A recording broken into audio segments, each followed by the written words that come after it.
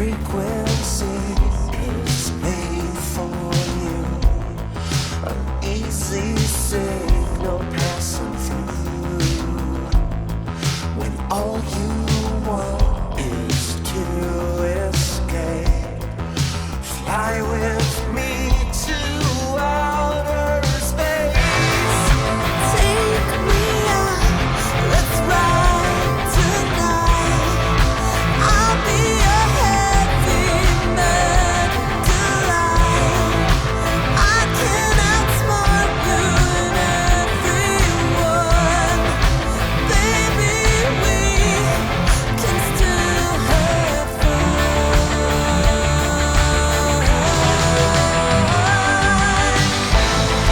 It's time to discover. I'm a logical lover. No time to recover. I'm a logical lover.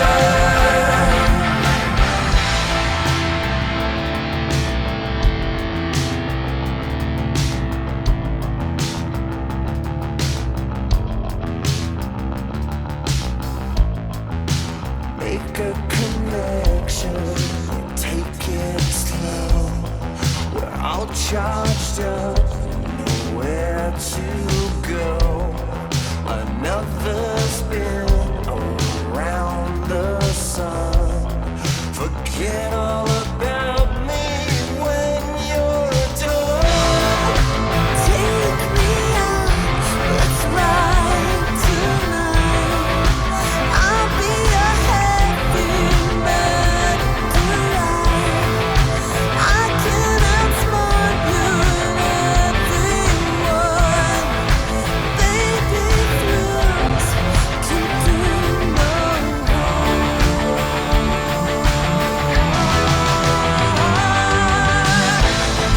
It's time to discover. I'm a logical lover. No time to recover. I'm a logical lover. I'm slipping away from you. You're drifting away from me. I'm slipping away from you. I'm drifting through space to find my trail. I'm a logical logical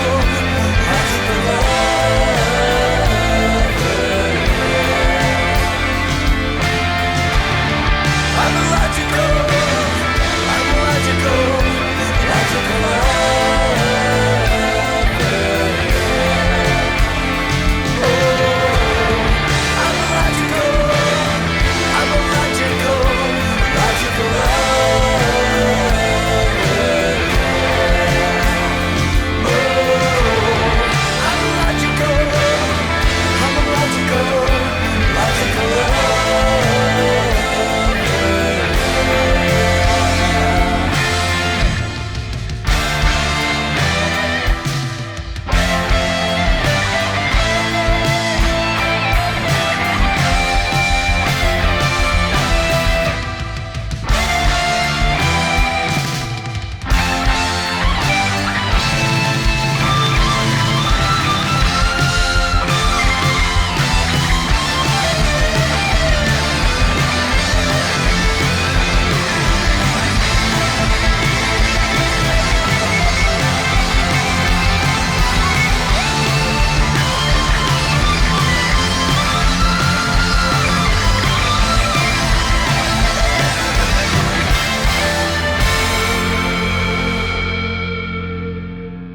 Welcome back, ladies and skeletons. That is Logical Lover by Cybertronic Spree. This video came out a day ago, so brand new. Cybertronic Spree. Yes, they are dressed as Transformers. That's their whole thing. Is their whole gimmick. Let's see, where's my screen? Right here? Nope, nope, nope. There it is. Two of them. Let me get rid of one of the carbon filters. There we go. How you guys doing? They do a really good cover of the Mortal Kombat theme as well, but there's no lyrics there. It's pretty good though. Good band. I like them. Yeah, the Cybertronic Spree. Look them up. This is the universe telling you it's okay to unbox your G1s. How's it going, guys? Let's see. A thing happened. Stuff's happening. Normal detractors are eating well this week. A lot of shit's happening. Let's see. This is the Kino Casino. Look at this guy. Expand Dong. This is a casino. I guess trying to fake damage control for their friend totally destroying DSP during an interview. Let's see what they have to say. Fan Dong. We do it because it's riveting. We love meaningful showing content. meaningful content. Speaking of which, all the chat's all the rage about Steve versus Phil. What happened with that? Now What happened? I don't know Go ahead. anything. You Here's explain. what happened. Research? Tell 'em What's what that? We made you, Steve. Steve, how could you betray us like this, Steve? We invite Steven into the show.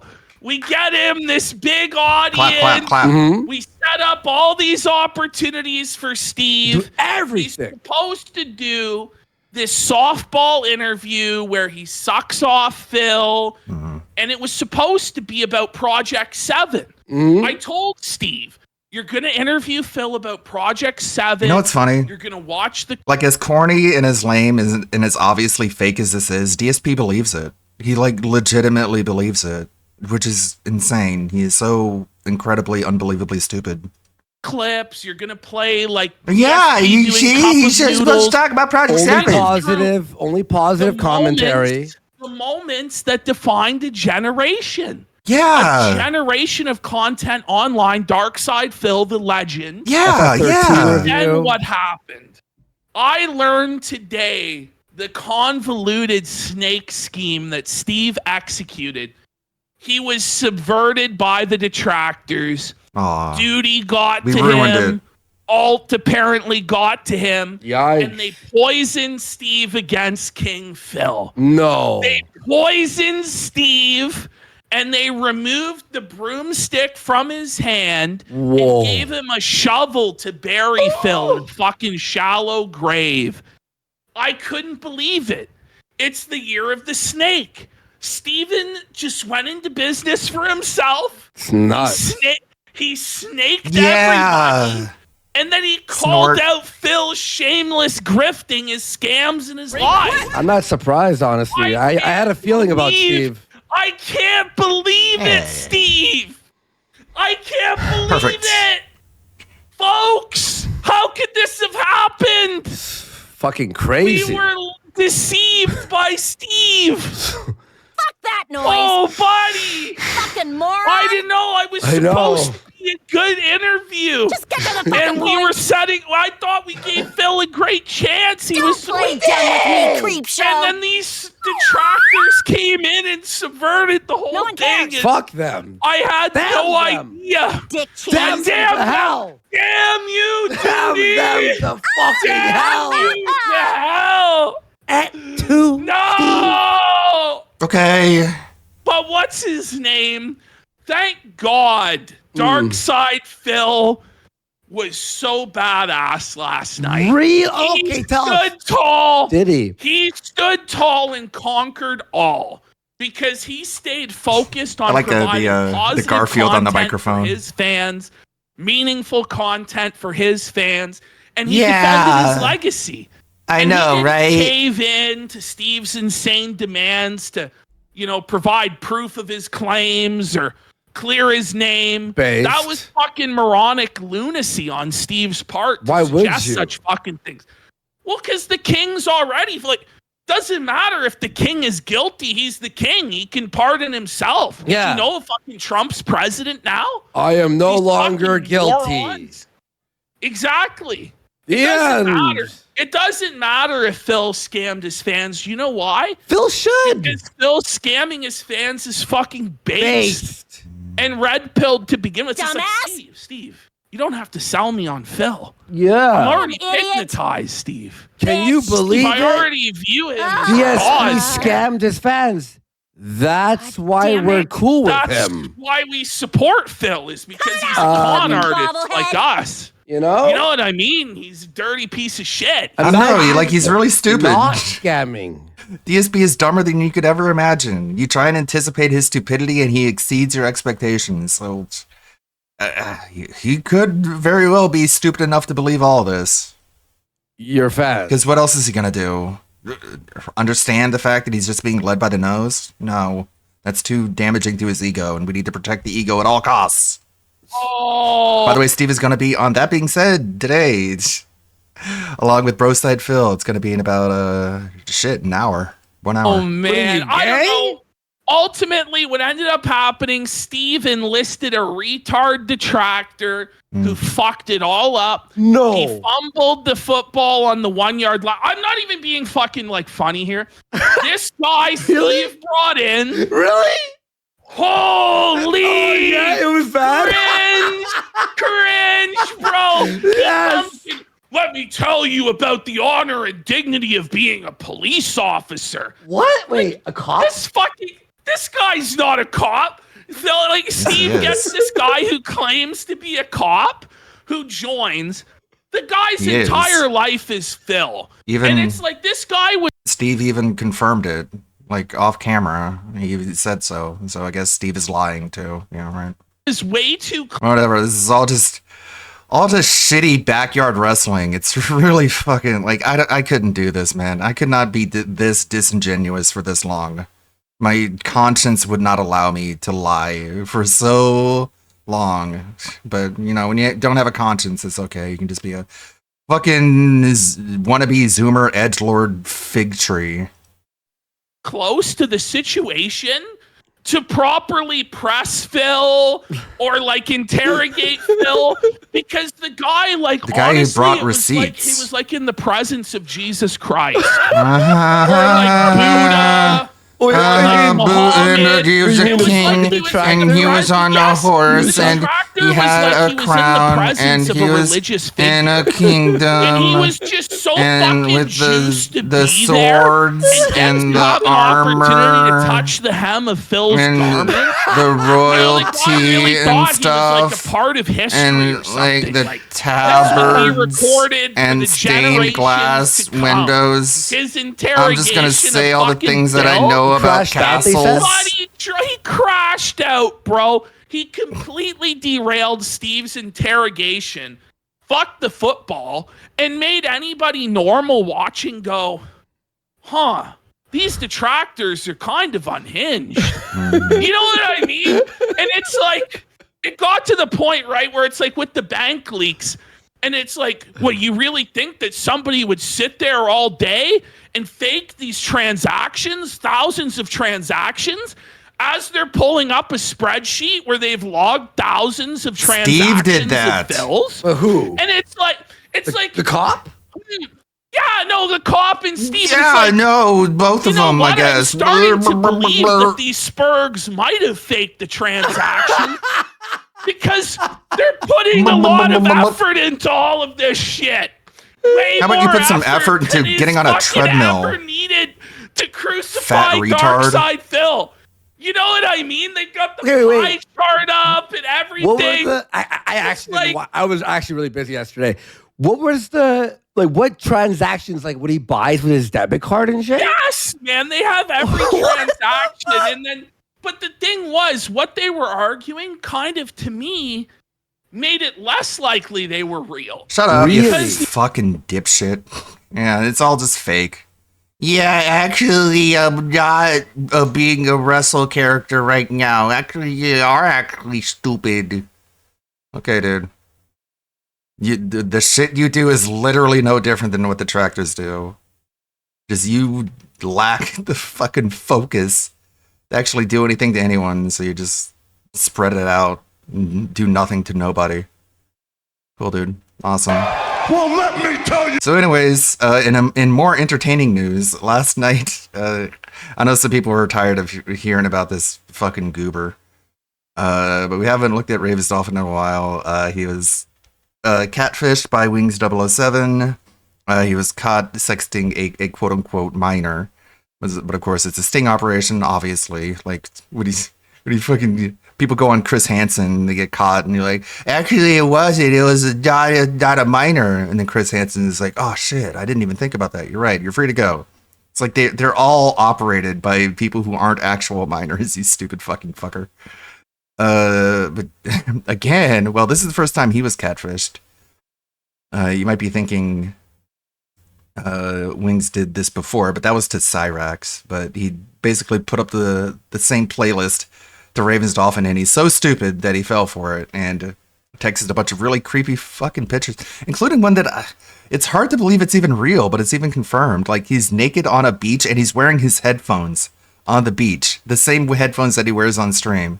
And it's like, what the fuck? It's like Andy Ditch, DSP, wearing headphones everywhere. It's like, Jesus. So he had his sister on, I guess, to like try and provide as a character witness, but it really blew up in his face, and she called him a stupid retard, literally. Let's check this out. Well, let me tell you something, brother. Short. All right. Hello, everyone. We're live. Okay. Oh no. I'm here with a very, very special guest. My sister. How are you today? I'm horrible. I found out so much information Not about good. you that is so disappointing and had no clue. It's so funny. And like the stuff I'm learning is so disturbing and crazy that Why is we there need to Pepsi? talk. This is Pepsi everywhere. I want to talk to like There it is. your people or whoever. The guy I've been listening to is really good. What's his name? King Sly. Oh, yeah. Yeah, he's been really cool. He's been I watched your awesome. video. Was it yesterday? It was yesterday. I don't know what day is. yesterday. How the fuck would I It has a know big sister. what day you did something? So unacceptable his behavior, but like this is new news. He is like an undercover weirdo. Like I don't know how to process this. This is so hard for me. I got plenty of ideas, and he's going to get handled. Like you guys think like It gets so much worse. you have no idea like how much Hey, Deathcore Lover. he's done to himself and that he's going to be in for now on. Because now that I'm aware, like his whole life is going to change. And not just because he got in some drama, like his whole life is going to change. Like he's going to go through so many different processes and steps, like therapy, counseling, church, spiritual cleansing. Like cops are going to be involved.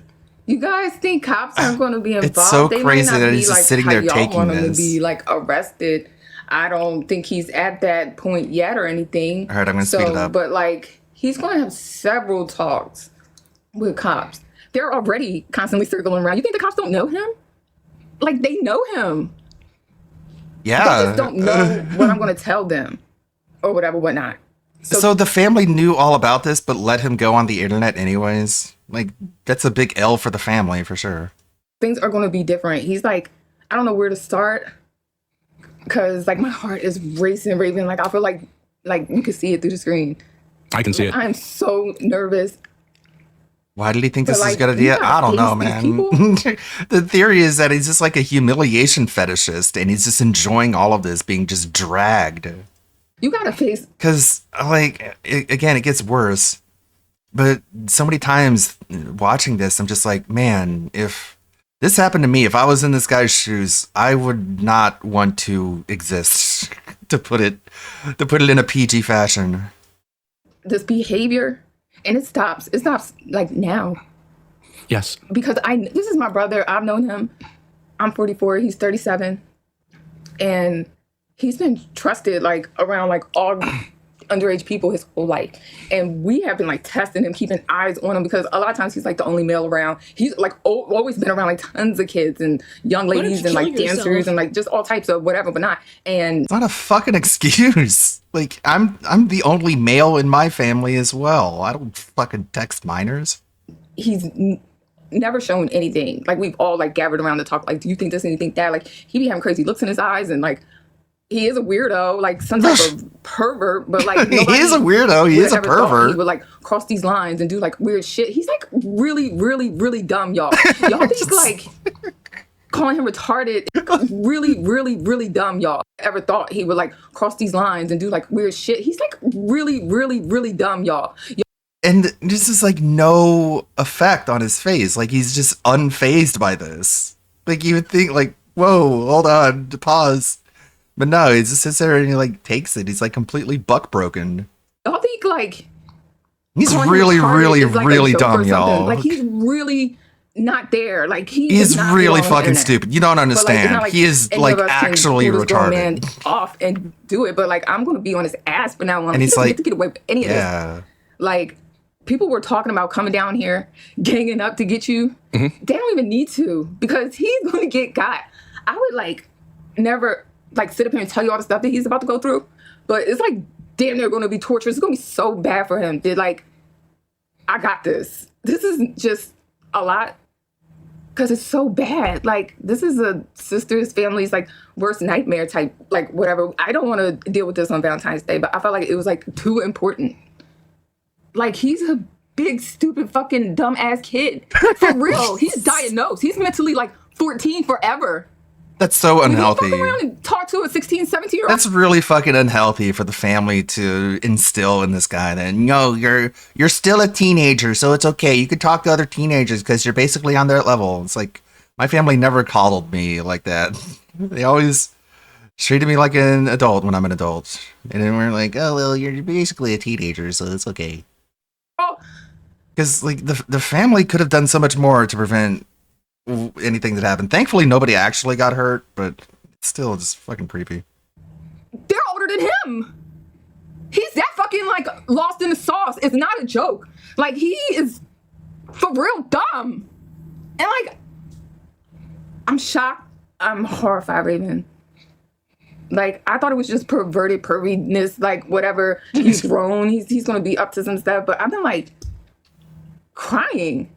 Cause I know what's gonna come your way from now on. And I feel so bad because it's like he did cross the line and he knows this. Like, you need to be quiet. I'm real happy you quiet. But he's going to take accountability. Bro. He's like not going to blame this on a setup. He is not going to blame it on 007. He is like, there's like so much that y'all are going to see different with him. And like, I just wanted to like bring it to you like that. But like, there's a long list of stuff he's going to go through. And I think it's going to help so much. Because I can't call it now. This is like the weird, he's been putting me through stuff for a long time, but like, I feel like I handled it.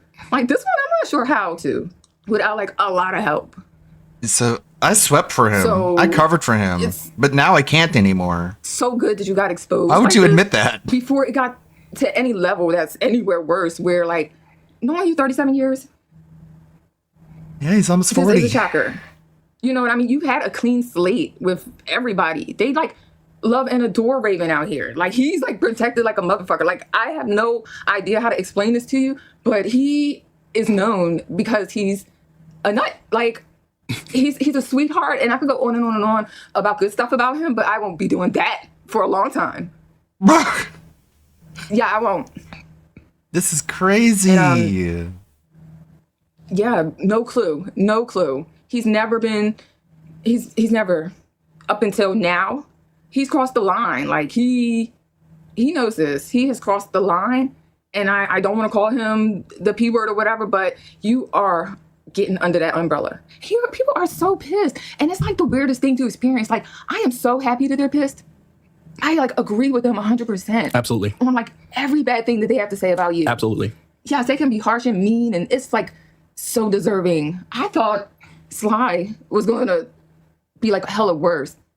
And he wasn't. He was like just being like smart and factual. Like I said, he told no lies told at all. And I thought something totally different. What was the purpose? thought, I don't yo, know, they're man. picking on him because he's so fucking. Did she like put him up to this? It's like, you got to get out there and face the music, and I'm gonna tell them everything, and this is the way to go, and you have no choice. Because I don't know, it's so crazy. Like, why would you do this? Dumb. He's so dumb that he will get lured into all He's all so kinds of traps. dumb, y'all. And I didn't know which one it was going to You be. don't get or how what stupid he milkshake is. Into, or like how weird it could get. But like, I was like hoping it would be like drugs or alcohol or like you'd be a thief or something I could work with or whatever. This one? Like, of course we didn't know any of this when, we were watching his videos and he was on That Being Said and stuff. I don't know if he ever was, but he like submitted rap songs or whatever, but he'd do the videos, and I don't know if I said it out loud, but I was certainly thinking it when he was doing his videos in his like Texas Roadhouse uniform, like back in the kitchen, calling DSP a bitch. I'm like, oh, that's funny, but like, do you really want to be doing this stuff at work? Like, is this really the smart thing to do? But whatever, I guess. I assume he knows what he's doing, and I assume everyone around him is okay with it, because why would I assume otherwise? And then it turns out like he's fucking looking up Lolly, and that's when I'm like, okay, this dude is not a part of my group, that's for sure. But some people defended him because in the initial video exposing him, there were like images that most people wouldn't really find objectionable among the list of images. Like there was some Lolly in there, but there was some that wasn't. It was just like normal, like adult woman drawings, but the naughty bits were scribbled out in order to make it look worse than it really was. And that's manipulative, and it's fine for anyone to defend him against, deception in that initial video. But the things that were there that were visible, like, that's indefensible. That alone is enough to be like, no, you got to get out of here, man. You're getting gatekept for sure. But some people defended him for sure, and I'm sure they regret it now. But it's just like a difference in extent, really, because some people disavowed him whenever he was just making videos at his work, and they're like, that's really stupid. You shouldn't be doing that. But I don't know. People are gonna have their own standards, their own views, and all I can do is present the facts and the truth. I'm not defending anyone. They can defend themselves for sure. Down to, I don't know what's going on because like I don't know what they're talking about at the time. I just hear Raven, Raven, Raven. I'll hear something Some people are just like taking it way too far. I'll just leave it at that. despicable. Like, you gotta give people some slack. Like, you give people the benefit of the doubt. You trust that they know that what they're doing is right, but then this shit comes out like this, or you're just like, I guess he's just too fucking stupid. Like you have totally disgraced yourself. I did. Ugh. And there's like going to be so much. Didn't work have you much to grace do to begin with, to but like kind of sure. get people to understand that like you're a whack job, like a real one. Like he's forever 14. No, stop Diagnosed. saying that. Like, can I tell him what school you went to? No, Okay. it was a very special school. And I won't tell you how long he went there either. He is like not a normal case. I have Wow. never met anybody like Raven. He has some God great damn it. qualities. He's autistic. I've said this before, but it's like we live in such an affluent society that it's not really easy to tell if somebody's just unfathomably stupid, because they can articulate themselves and present their ideas like anyone else. But then it's like it's all a thin veneer, I guess. autistic as fuck. Crazy. Like nobody's more autistic than Raven with Ugh. high functioning. That's not an excuse. abilities. Like he should look Stop it. like a total retard, like Beetlejuice. and maybe y'all would get it. Like he kind of looks like halfway decent, so people expect that, but he's Halfway. so whack. And he's got family. He's got a whole city. They all know him, and You They're should gonna look deal like with him. Beetlejuice from Howard Stern. I'm gonna love to see every second of them dealing with you. From Oh my god. all of my cop friends, starting very soon. the women in our family, the men in our family, it's bad for you.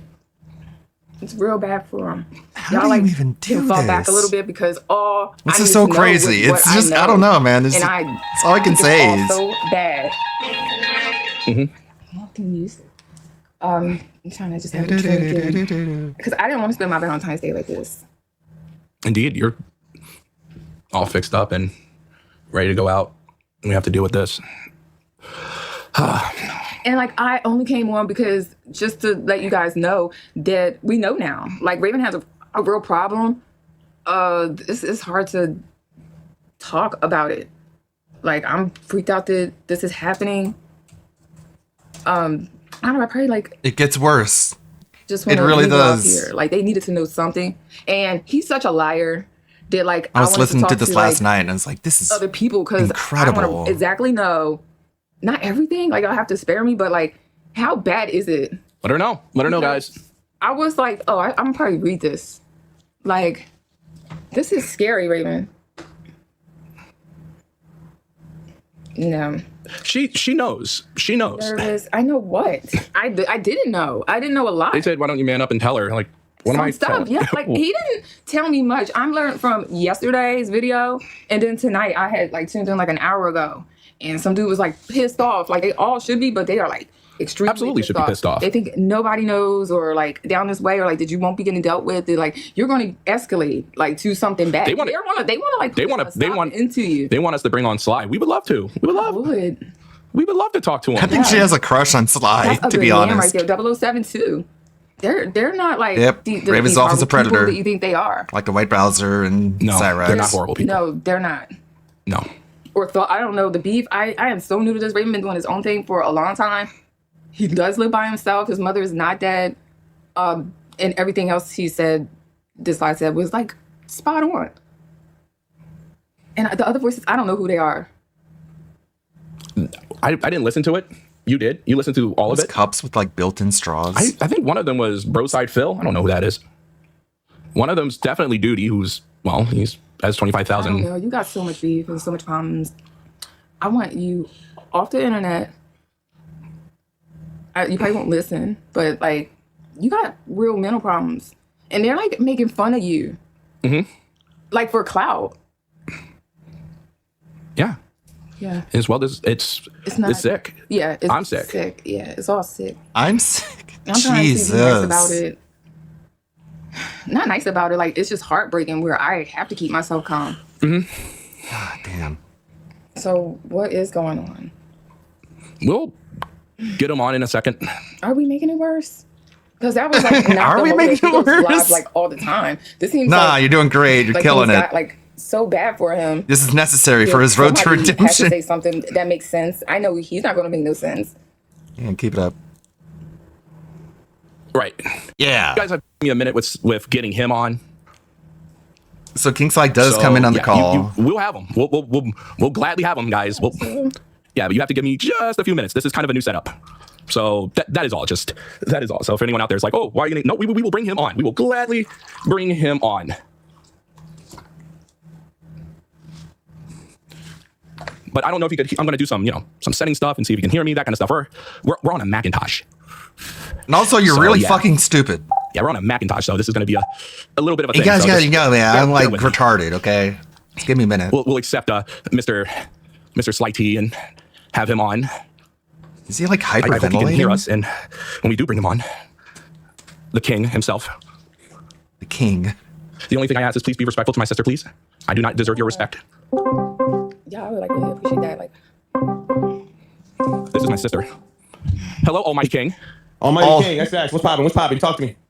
She wants to talk to you. I don't want to talk to you at all. how Who are am I you? talking? Why? How are you doing, sir? It is just like so devastating to find out that Raven is this way because like I had no idea. And like I watched your show yesterday. He like mentioned something to me and like things was getting bad for him and it was, like this, that, and the other and a picture and That's a good question. like, I Like, did not know that the picture was the picture that he like, is he really that stupid? He's not that stupid. Is it sort of like an Andy Ditt situation where he just plays it up for sympathy or pity or to get people to do what he wants? Like, that's crazy. He sent, like, it just got worse and worse and worse. And like, It did. yeah, and like this has to be dealt with, like, seriously. Like, I'm so nervous. But like, I don't want to be lied to. Like, Yeah. yeah, and I know he'll lie. He'll tell like the truth in the same sentence. Like, he is so screwy. You know? Conniving.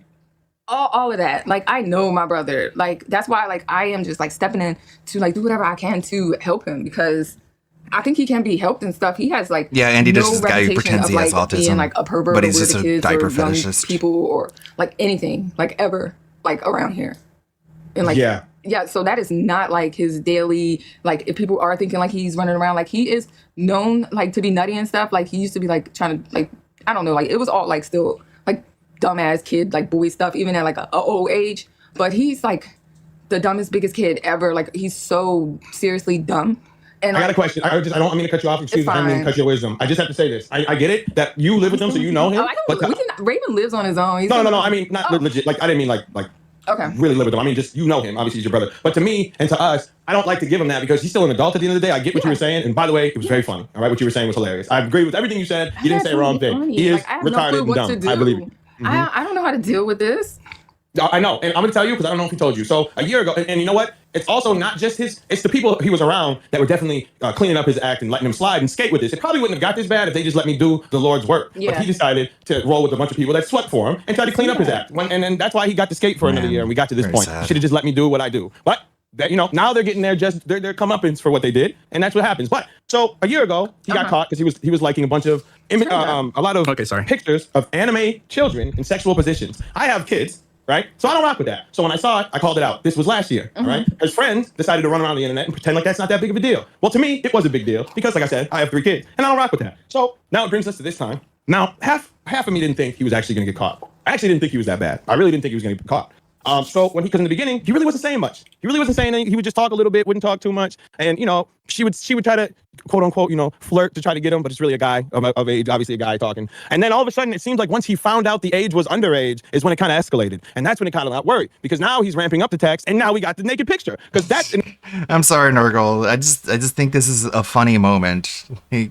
Just from an outside perspective, you take a step back, just this guy's sister just roasting his ass. That just is by itself just funny.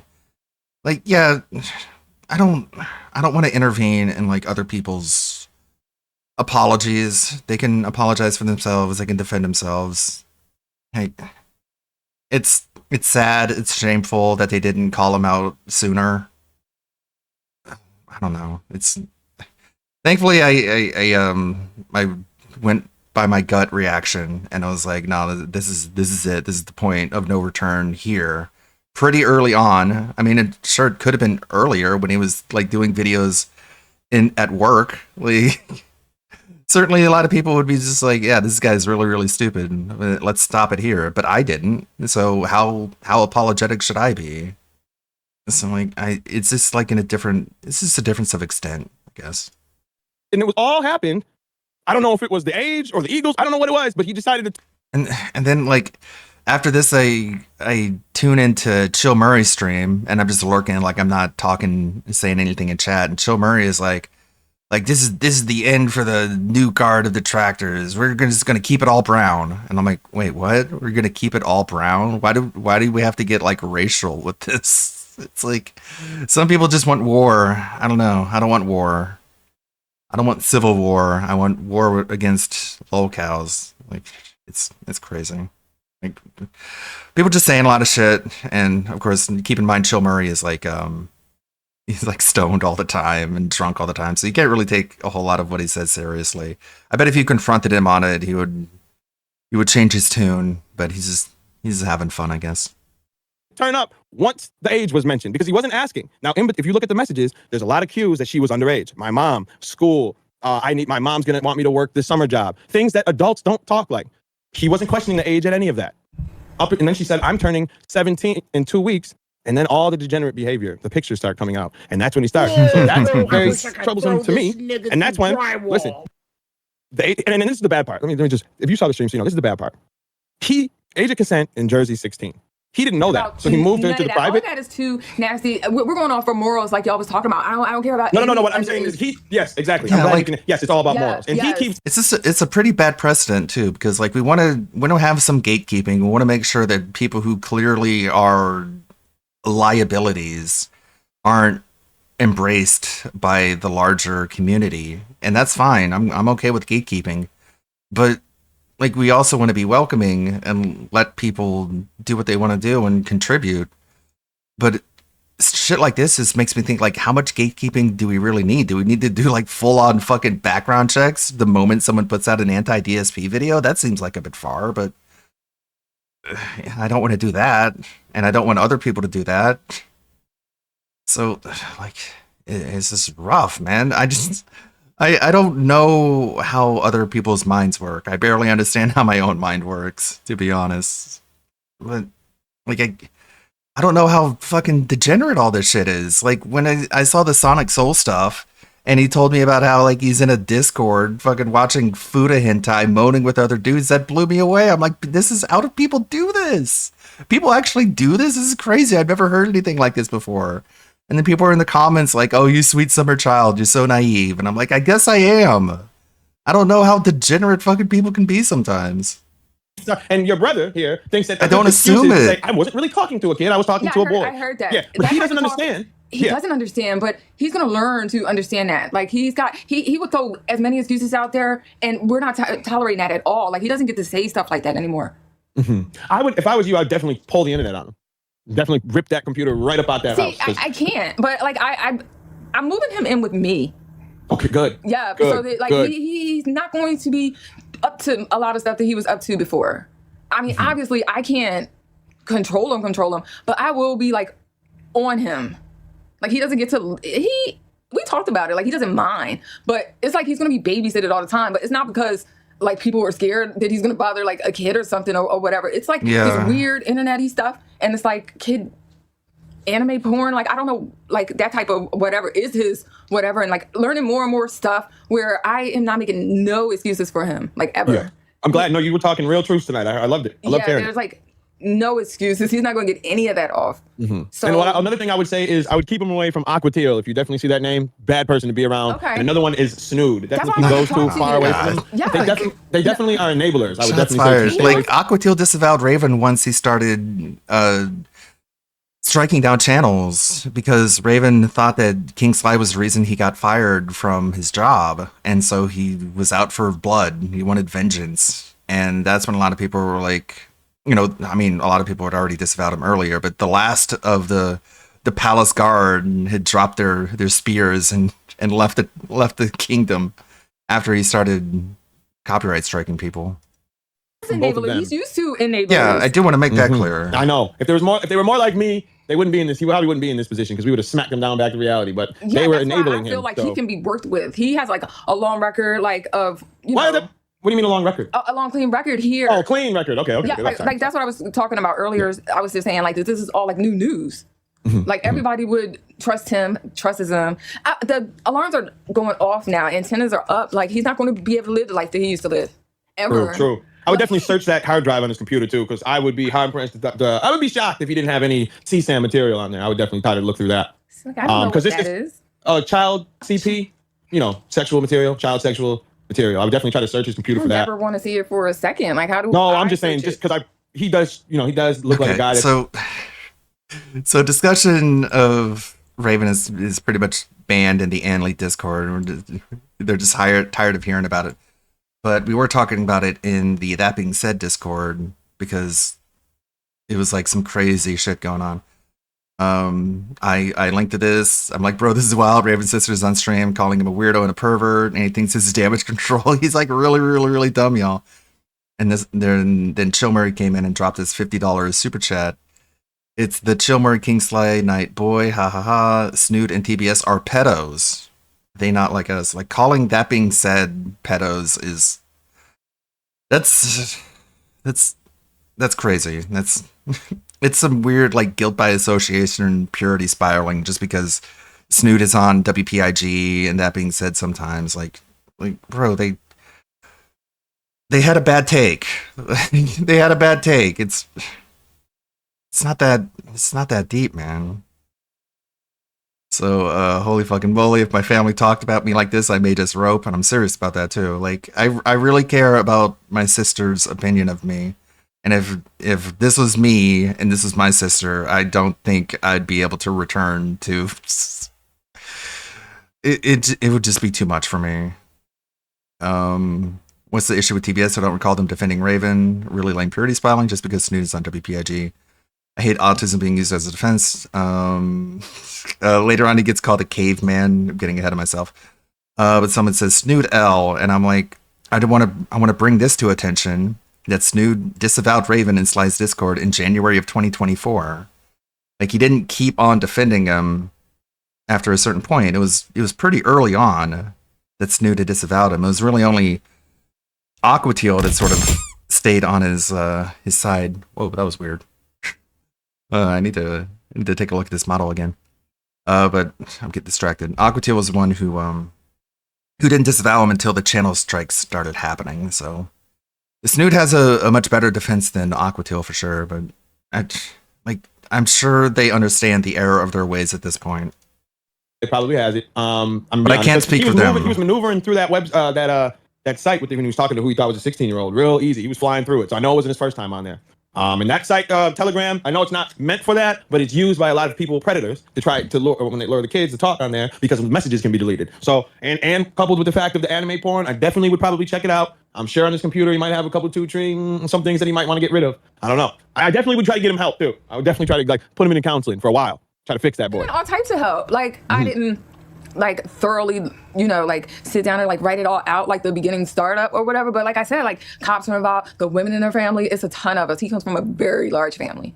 How does his mom feel about it? I bet she's heartbroken. My mom would be heartbroken if she knew the depths of it. Like I said, we're just learning. And I remember years and years and years ago, when he got diagnosed to be a 14 forever, it was so sad for her. What do you mean diagnosed for 13 forever? Mentally, he's 14 forever. Even though he's autism or something? Way more than autism. He's retarded for real. Y'all make fun of him for this stuff and him having his restaurant job and stuff. And this is big time for him.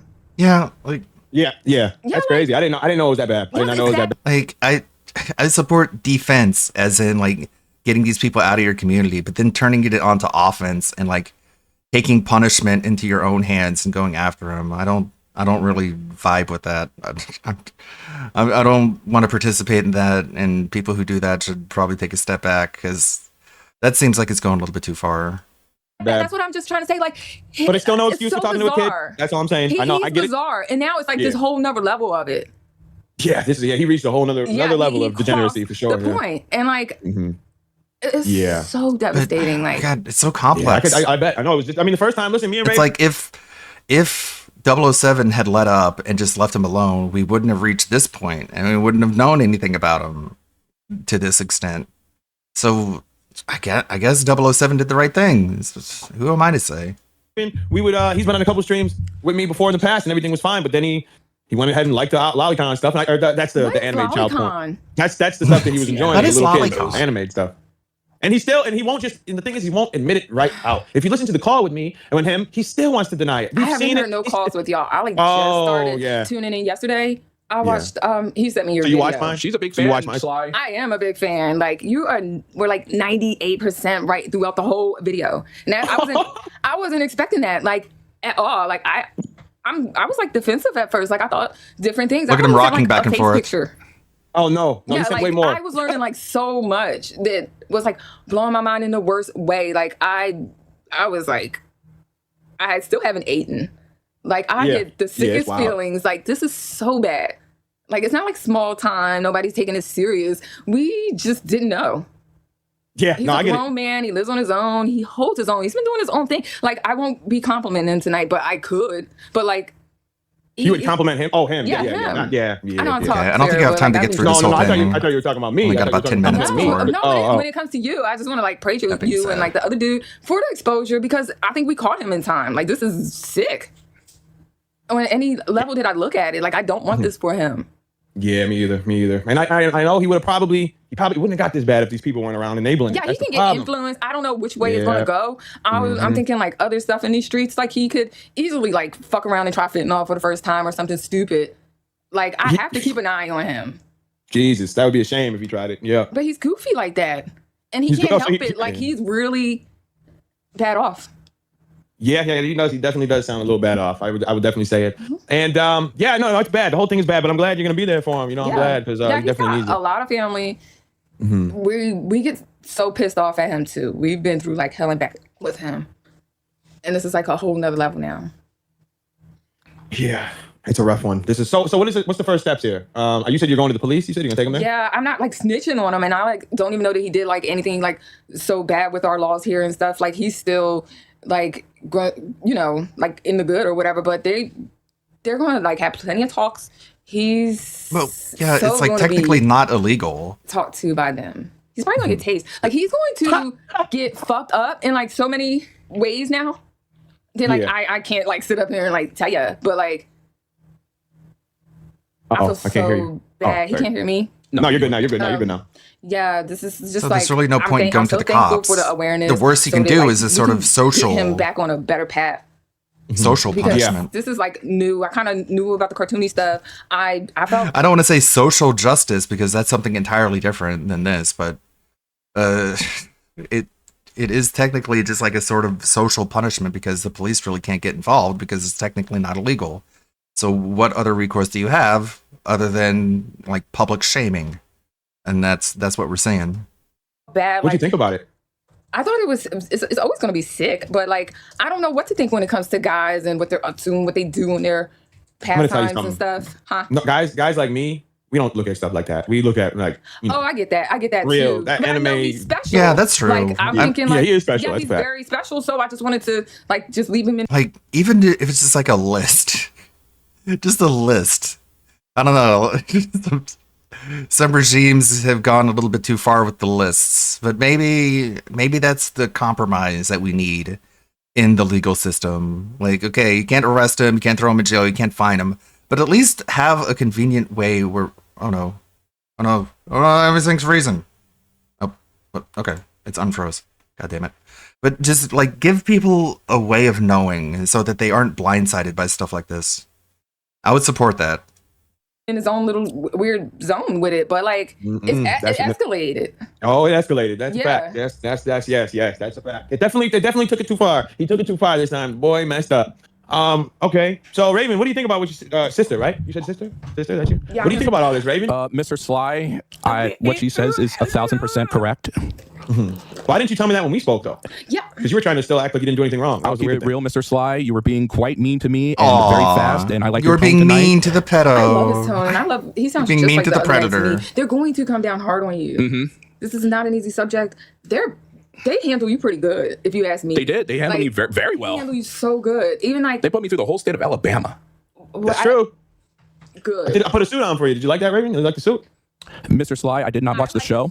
Oh, I like the gray suit the other night and the Thank you. glasses. thank you. Yes, but Raven, you see, She's smitten. you were really trying to act like it was there was nothing wrong. gonna do that. That's He's what gonna- bothers No. me. He's Instead of just gonna take do the that for take the a L. while. Oh, let me, Mr. Sly, I did do something wrong. I did a lot of things wrong. I did that wrong. I am What sorry. about the Lolicon? Can we admit that you were definitely looking at Lolicon? Absolutely. Finally, we Jesus. finally got you to admit it. It only took this long. Okay, that's all you did, and you were wrong for conversing, which you thought was a Yeah, 16-year-old, like- correct? How hard is that? And you were done saying what? Like once you know they're not within your age range, block and move on. End the conversation there. I really didn't. It was 007. You know that the point was you didn't know it was 007. You thought it was a real. Why is this so 16-year-old. difficult? Thomas, I guess they're just lonely. It's equal to the same thing. Yeah. Yes. Like that's one of the things that people were saying about Cyrax is like, I guess his family members or something were saying like he's just lonely. Really, he just wants anyone to talk to, and he doesn't really care what their age is. And it's like, well, that's how you end up in these situations. It's equal. Like he's lucky that it was 007. That's what I told him. I said Yeah. the same thing in the call. I said you were lucky. Thank God it wasn't a real I kid. told him 'cause like I you would don't have know ruined him. a 16-year-old in the world that's going to entertain him. He's like so dumb that like he even fell for that. He's so dumb. Like Well, the thing is, after like you was reading his text, yeah. a normal 16-year-old would have never texted him back the next day. Like I am restaurant and like the stupid like come on y'all like he's mentally 14. He's like His texting aunt like said a that, yeah. 8-year-old. He's writes like a Thank you. 6-year-old. Like he's so. I'm glad people like, know what I'm a talking 16-year-old about, would 'cause be advanced for him. I don't know but he can't think or go anywhere near like anything like that for now on. Hey, ever, sorry, like, Zabuza. nowhere Yeah. I don't know, sturdy it's for him. crazy, Yeah, like- that's what he was saying. Like it started off as funny, and now it just feels kind of sad because he was able to manipulate so many people, and they put their reputation on the line for him, and they ended up getting burned. And now there's a lot of people who think less of the people who put their reputation on the line for him. And I want what's best for most people. Something about like minors, Not everybody. like whatever. Like I'm not on the internet. I'm not on social media. Like for years and years and years, I live a very private life. And he comes from like a really good family too, like both good and bad or whatever. But like he's a problem. I do agree. And you know what? Yeah, I really like that's- is after that's getting a caught with good those anime pictures. What he He does look like he's a part of the Tofiachu family, doesn't he? Tofiachu. He fits right in, especially with that side profile. He got like the Cro-Magnon physiognomy. decided to do was then play video games with children and bring them up on his streams. Oh, I just yeah. think that was really Sorry. disgusting. Mr. Sly, if you don't mind, that was a very bad take from me as well. I shouldn't have done that. Did not be on voice or anything. We didn't really mean no harm, but you're right. You're right. Shouldn't have not done that and should have talked to you about these things, Mr. Sly. Yes, I definitely thought that was a little disgusting. I thought that was wrong to be doing, especially after. But if you had real people in your corner that could have told you this instead of helped you skate by, we wouldn't be in this situation. If they just let you get, packed up for what you deserve, that's the problem. But you wanted to play like you sat with Aqua and let her tell you didn't do nothing wrong, and you believed it the whole time. Mr. Sly, can you? I know you have beef with Mrs. Teal, but can you bring down the tone? I didn't say nothing disrespectful, did I? No. Did I say I didn't say nothing Not at disrespectful. all. You're right. You're right. Okay, Not go on. for these people, Aquas and Blues, or whoever. Aqua Blue, True. She's something, not whatever. important. But I was just trying to say that if you had these people around you and they were just acting like you didn't do nothing wrong, and that was the wrong way to go about this. That's what I'm saying. Mr. Sly, you're absolutely right. Thank you. So what are the steps you're taking to get help? I want to hear from you. Well, No, he wants to hear it from me. I want to hear just from him. I want to hear from you. What did you do today to try to get help? What I do today? Well, first I went to my family, talked to my sister. You know, we had a very long talk before we got on the air. She talked to me about this. She was crying. Literally, she was beating me up. She begged me to do the stream. She begged me to come on here to talk to you. And she begged. And if I didn't let her on here, she would have put me into, she would have called them and to put me away. Like, So that's no why joke. he did this. She That's why was he's doing very, this. Very, very. Like she was like, if you don't confront these people and confess everything and just lay it all out there, I'm gonna call the cops. So that's why he did this. So he's completely subservient to the older women in his life, and he just has to do what they say. Very upset. Yeah, I bet it was probably really disgusting to see what you've done. Now, I can't promise that still won't be some legal issues because what you did was very Mr. deplorable. Sly, we welcome the legal issues. We welcome all of it. Okay, perfect. I'm just letting you know, just because really we're talking. do. I was like Yeah. going to get back to that too. Like I don't know, whatever, whatnot. But like, we're not against that. Like, if he needs that type of name on him or whatever, or like whatever, Not whatever because comes he's his way, sorry. he's got to face this. Would you It's a good observation. like to talk to the other guy I was talking with? Bro Sly Phil? No. He was Yeah, like that's a good take. It's not really sincere if he's being forced to do this. You got a good point there. know who. mad. Oh, The one that- 007? Yeah. Will he be nice to my sister? Yeah, well, All right, well, hold on. I Let me talk. I'm gonna put you on I'm mute not for a Team second. Raven at all. No, I'm she's not. wondering if I can really, But I mean- really help learning what I'm learning. It's not really unconventional. It's not like people throw themselves in the prison. They have to be forced to do it. Like, I have to. This has to come to a stop. Mr. Sly, I'm here. I kind of have a problem with it, but if my sister wants to talk to I was fine. Mr. 007, It's fine. I think like 007 doesn't he like really hate Raven. yes. Oh no, he definitely hates him. So like I I don't think know. everyone It's does all up. at this I point. get that, but like eventually he'll get that where why did he have a hunch to do that? Because To of even who? to trap Raven up is what I'm like, you know what I mean? Like he was Well, I mean- on to okay. something. I'm not mad at 007 for what Raven calls a setup or whatever. Like Yeah. This is what the thing was. That telegram is notorious for pedophiles. So when he got the alert that Raven had signed up for it, he was like, well, let me see if it's going to work.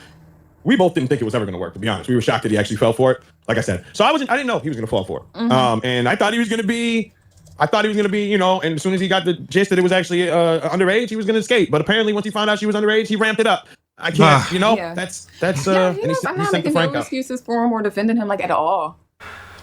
Period. What do you think? What do you think about the picture he took on the beach?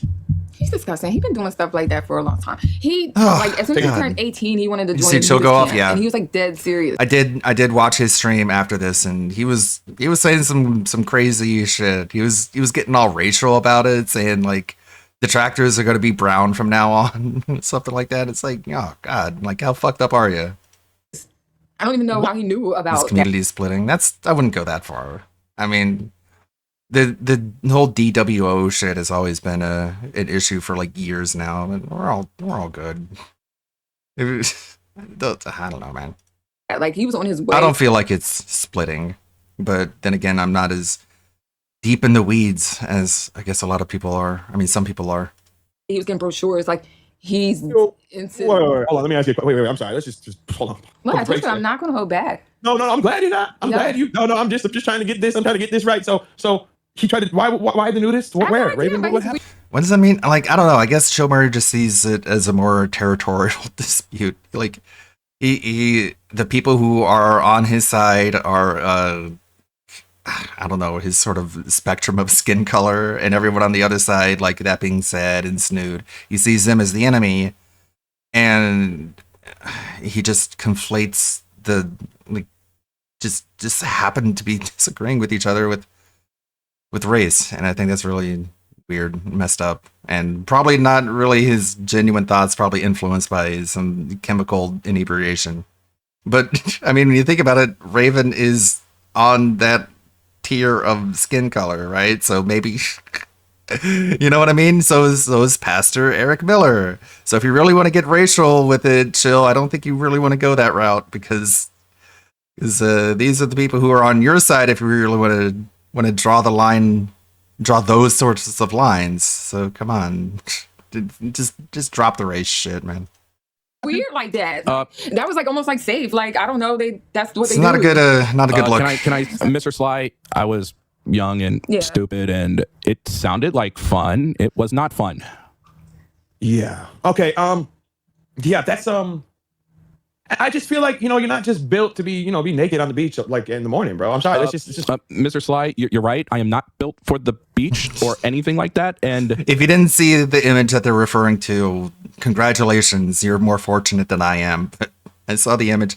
This is his big fat bulbous gut on the beach, just copping a squat, and he's wearing headphones, which just made me think like this is like AI imaging. No one would really do this. Not wearing headphones on the beach, naked, squatting in the sand. Like this, I'm not sure if this is real, and then it turns out to be real, and it's just what in the world is going on. yeah, those pictures were Yeah, it's crazy. Okay, I'm keeping an eye on here, making sure we don't miss out. yeah, there wasn't for people like that. It was for Yeah. Oh, well, that's it. Oh, there's more to it. There's more, but I guess the 45-minute long video is already a bit too long. But she goes even farther, calling him a caveman, telling people that he was called a caveman when he was a kid, and he would get angry and violent and start tearing shit up and breaking things. And I'm just thinking, man, I really hope he doesn't get trolled by people calling him a caveman, because whenever you put that info out there of the things that offend you the most, then people are going to bring it up. Is this the second part? Well, let me tell you something, brother. We'll get as far through this as we can. so I was shocked. You decided to show up. This was gold. Mr. Sly, that's the thing. I am a very bold person. I'm not going to back down. Like, I know these are very serious allegations. Other people would just slink away. He's not but gonna back I down. honestly do feel very. We had to talk. Me and it's hard Dallas had a rage. very, very deep, hour-long talk about this, and she showed me the errors of my ways and made sure that you were right. You were right. They were right. Yeah. Well, this is what I'll say though. I don't know if you know this. Do I have that in the Sisters let soundboard? us They were know right. that you are a little slower. You are sounding a little condescending when you speak. That's the thing that keeps coming off, and that's what a lot of people put off. I'm sorry. I'll stop Guess calling not, you right? that. Like the whole Mr. Mr. Oh, yeah, it Spy is. thing, like it was funny in the beginning, but you keep doing that. I It's was like, trying to be I don't think you're in any respectful, I'm sorry. position to be talking like that right now. You should have just been You never called me Mr. Sly before. So why are you doing it now? It's a very serious conversation that we're having. I'm just trying to be successful. I'll just call you Sly if that's okay. Yeah, let's try to be real about it. You know what I mean? Because One of these noises. Oh, the things that you were doing. Okay, so you are getting help. You talk to your family. Great. They are aware that cops might be involved in situations. That's good too. Yeah. You know what? What have you learned so far throughout this whole thing? What have you learned? Well, back I learned that the internet is very, very cruel and can be very good to cruel bad to things. you, Makes, and people who family's do very things important. that you do. I want to be, I want my sister to be proud of her brother, not very like this. This is not a place that I want to be, and no one wants to be here, especially for family like this. And sorry if my words are not here. It's, like I said, I want to take this as the utmost of serious of what this is. Yeah. I don't think she's gonna be too proud of you in the nudist beach, nude on the beach, and all that. Like this was a big fuck up, my guy. It was a very, very big fuck up. You yes. really jacked up. So how do you feel about do you feel bad? Well, not feel bad, Yes. but how do you feel about your friends going through it now? I feel It's very cringe. much about All right, them I'm sorry. every day. Like I think about them every hour about what's happening to them, and All right. You're telling me it's cringe. I'll take your word for it. Because sometimes I don't always know the boundaries.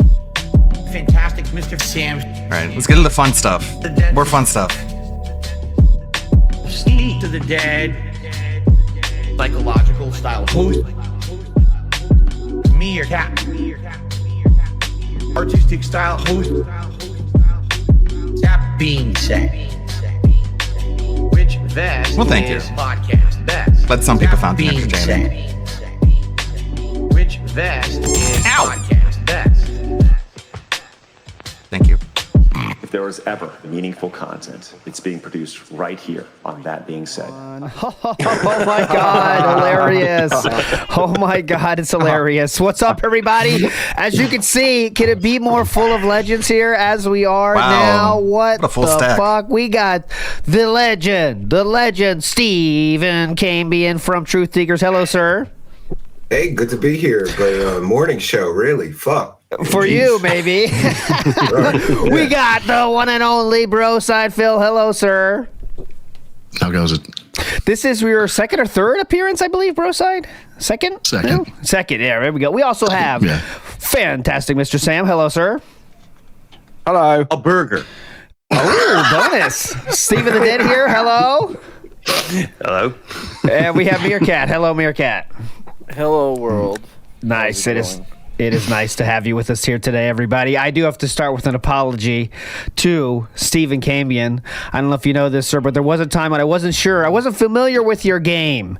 And I thought you were someone I thought you were someone that was a UFO grifter, and I was not I was extremely misinformed. No, it's fine. A lot of people make that. Actually, the best way to describe me is I am the most hated guy in UFO land because I just basically, my show is basically just busting all of the UFO fraudsters, New Age scammers, fake psychics, psychic healers, and we really bust a lot of their grifts. And so, consequently, I'm not very well liked in that area. Yes. You know. But I started my show kind of like True Believer, almost. You know, there was a time when you couldn't convince me that a lot of it wasn't real, and eventually, just organically, I was like, wait, you know.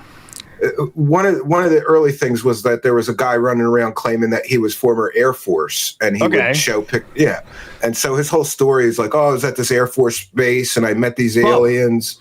But then and this guy works conventions. By the way, he still works UFO conventions, and he said something that like made a light bulb go off. Like, wait a minute.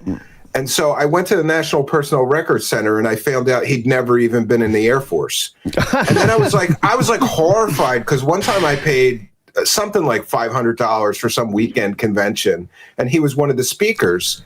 So I go to the organizer and I go, you know, he's getting up on a stage saying, when I was in the Air Force, did you ever check? And they were like, no. So then I kind of figured out that like nobody checks on anything anybody says. So I started checking into these guys. And it got crazy from there. It turns out that, most of them are grifters, you know? Yeah, okay. And scammers. So I just started busting and felting them all. And it's been fun ever since. And it's kind of funny, like that. You know, there's unwritten rule in that subculture. Like you don't, you know, like one grifter won't call out another grifter, even if they know they're all fake. It's all LARPing and playing along. Like, well, you be the super soldier, and I'll be the alien abductee, and I'll be the alien contactee, and I'll be the star seed. You know, it's all stupid.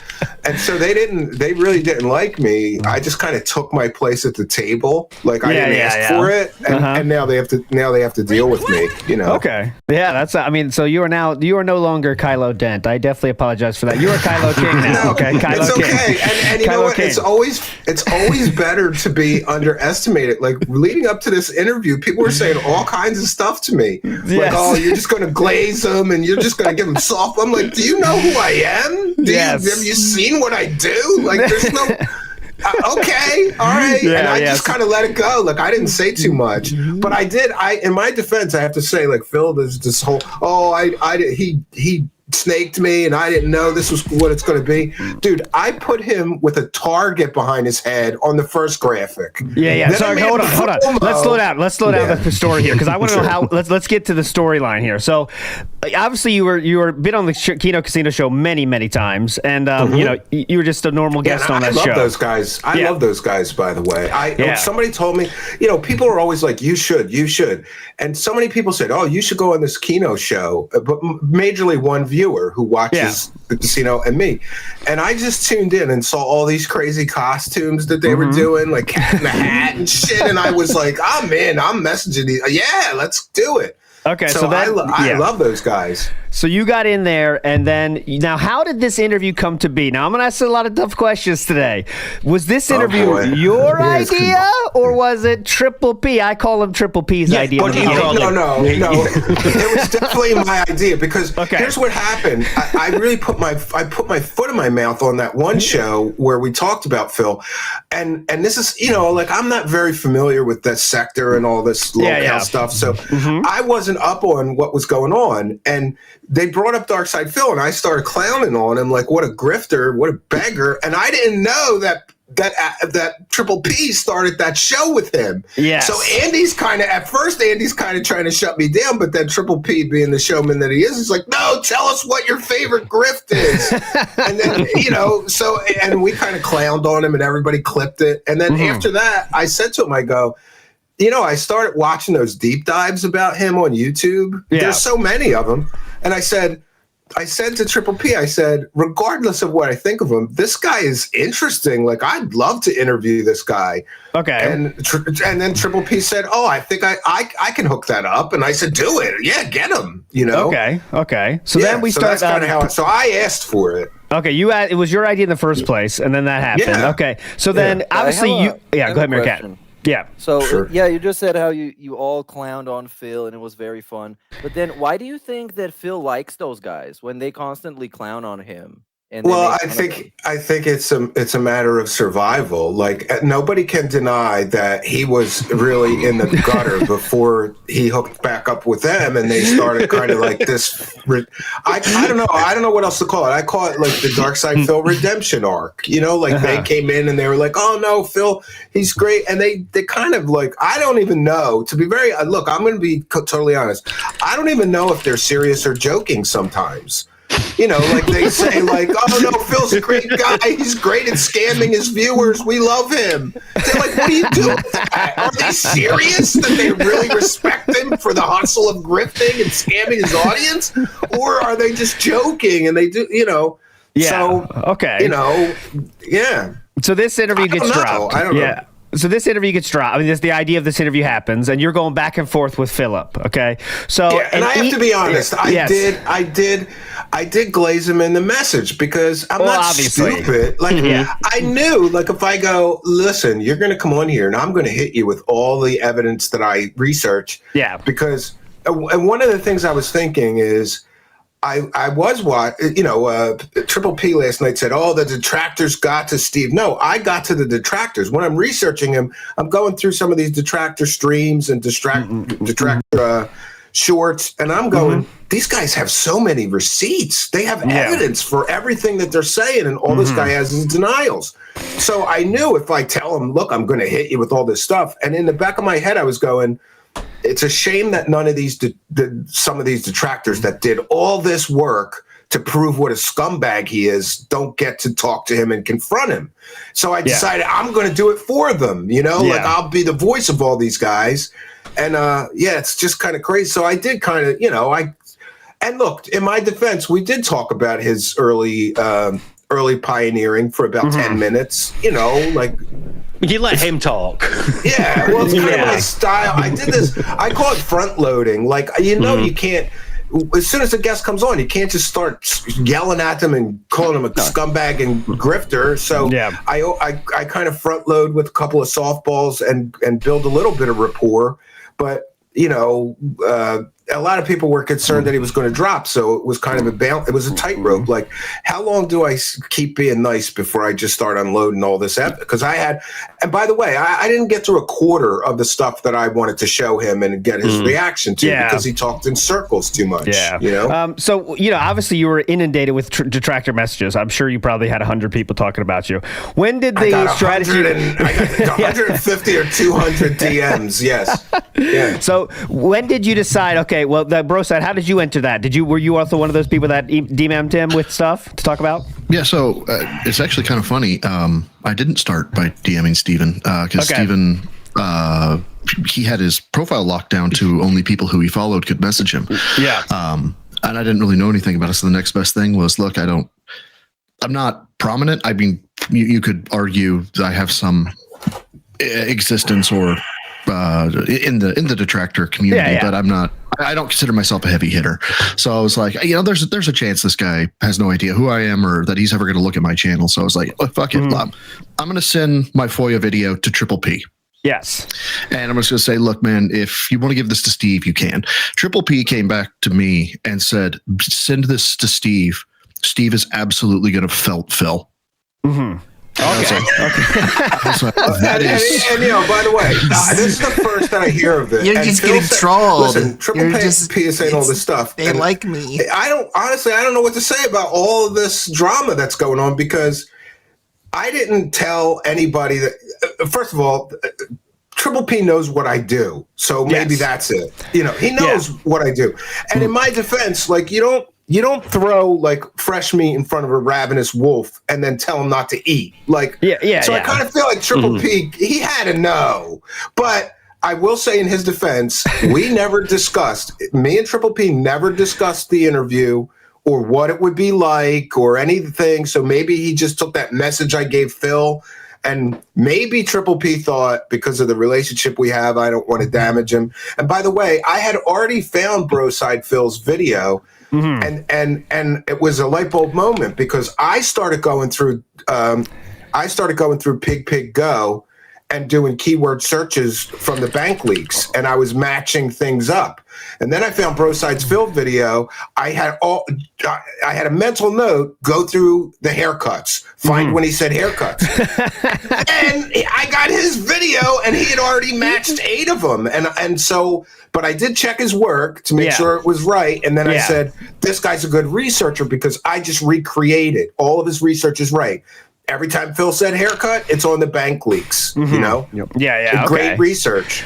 Yeah, definitely. So that, go ahead, Burkett. I can see as you're speaking that you understand how much fun it is to troll DSP by doing these fucking investigations. Because one of the big reasons he has such a wide amount of people hating on him is because he's so fucking pathetic and he's such a bitch about everything that people want to spite him and prove that he's wrong about something. So people of all shapes and sizes, of all backgrounds, like we have here, Broside Phil's former police person, they just use their skill set to dunk on Phil and do their own investigation and make sure that he eats shit. Yeah. And people love gotcha. In my experience with my show, I will work, I will do 8 hours of work to get one really good gotcha. Yeah, Do you know yeah, what yeah. I mean? Like Yeah. one really good gotcha. You know, sometimes I'm doing FOIA requests and going to like checking somebody's military records or credentials. That takes forever. But to me, it's worth it because in my experience, the audience loves that gotcha, especially when it's definitive. Like I gotcha, bitch. You know, so that Darkseid feels like that. And, you know, one of the things that was so striking to me, you know, I'm just interested in internet culture, I guess, you know. So one of the things that's so striking to me is that the people that are dogging on him or felting him or busting his balls have a bigger audience than him.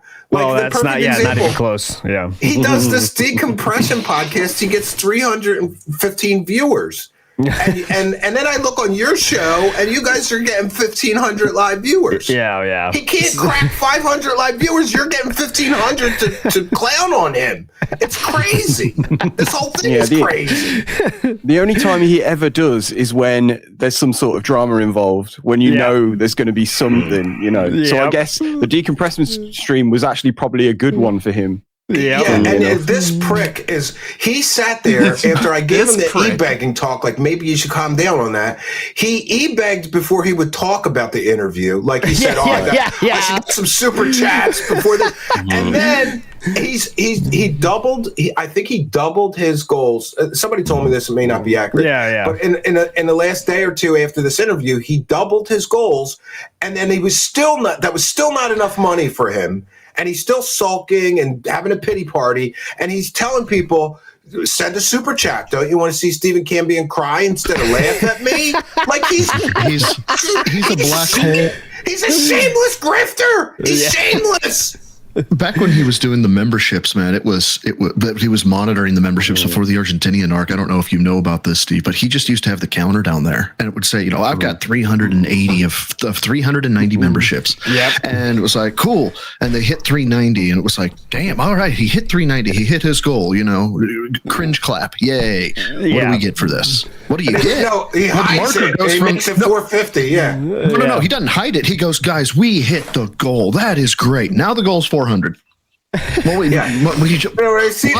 the goal 400? This? He said, "What a stupid vest thing! Like, if I get $100, we'll do the vest." And then somebody in one shot sent him $100 super chat, and then he said, "I didn't say 100. I said 150." You're like, dude, what a shameless grifter you are! Well, that's just everyday business for DSP. Have you seen Steve, have you seen him play Call of Duty? It's so what bad. The bounties are? No, but one thing I've noticed about him, and I have to admit, I'm not much of a gamer. My son is a big gamer.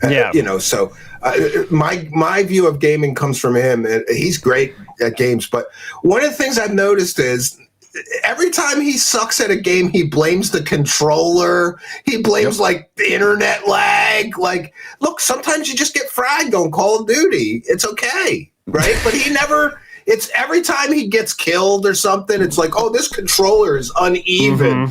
The buttons are weird. Or it doesn't even need to be. Dude. It doesn't even need to be when he's been killed. It's like the moment he first hit. You know, round one, start, takes a hit.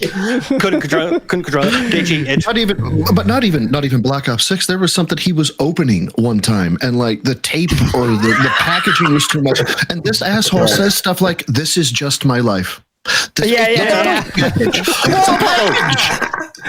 bottle, yeah. Send me some donos. I can't even open this goddamn game. Send me some donos. The whole thing with the mic arms and the fucking calling people nerds. Water bottle. They filled the water bottle up too much. Yeah, the people at the factory. Oh my god. Yeah, I lost my shit. Legendary Kick Chat band name, by the way, was a water bottle overfilled by Factory Real. Very good, very good, very good. I know, man. He's a variety streamer. Like, he can't be expected to be anywhere near.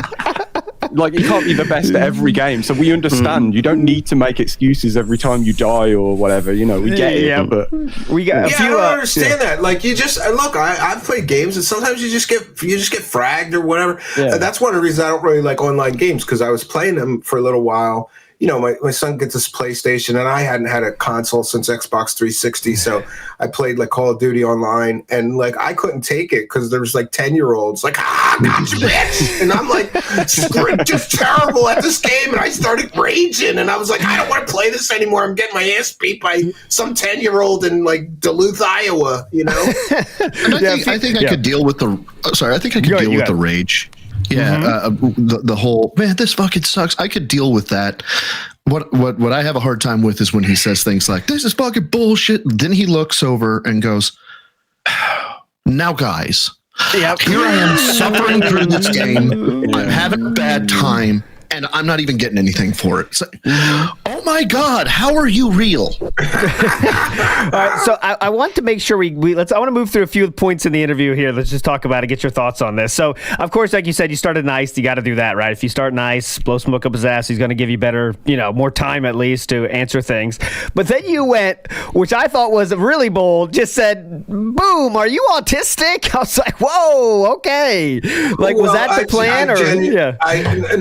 A lot of people were like saying that, or a few people were like, "Oh man, you kind of called him the R word." No, people aren't aware. I have a nonverbal autistic son, and he's what would be considered low functioning or very affected by autism. He can't speak or he barely speaks, so he's very affected by autism. Yeah. But because of that, I've been around a lot of autistic people and children, and he strikes me as having autism because he's got a lot of the classic signs, like he doesn't understand social norms and social cues. Oh, God, Steve knows about that. Well, the typical example would be that I think it's a social norm. Like, you're a show host. You ask for support like once, maybe twice during the show.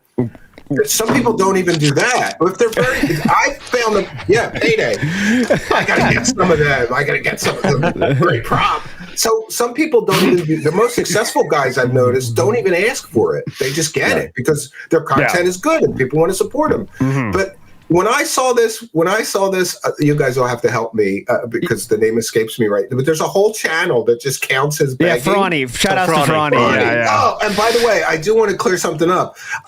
This thing has been so surreal for me. I couldn't sleep after that interview because it was like a big adrenaline bomb. Yeah, obviously, that'd be tough. Trying to sleep, and then people are texting me, and I look on YouTube, and there was some girl with a hot voice. I don't know her name off the head, but she was doing commentary over the interview.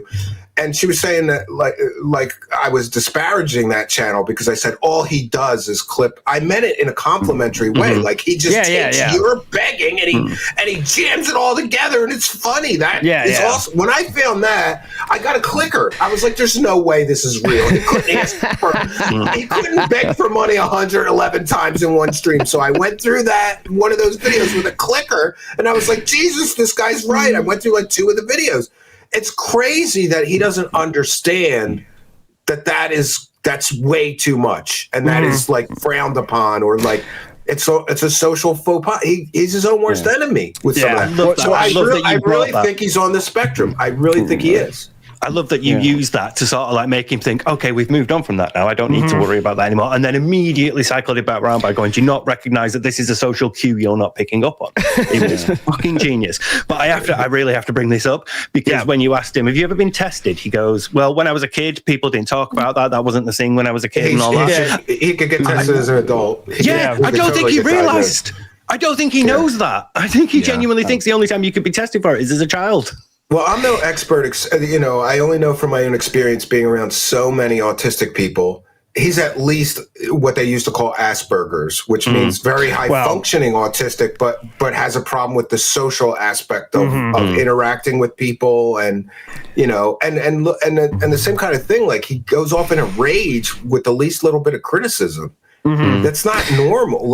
That's not. People come in my chat and they say all kinds of shit. I say it's part of the show.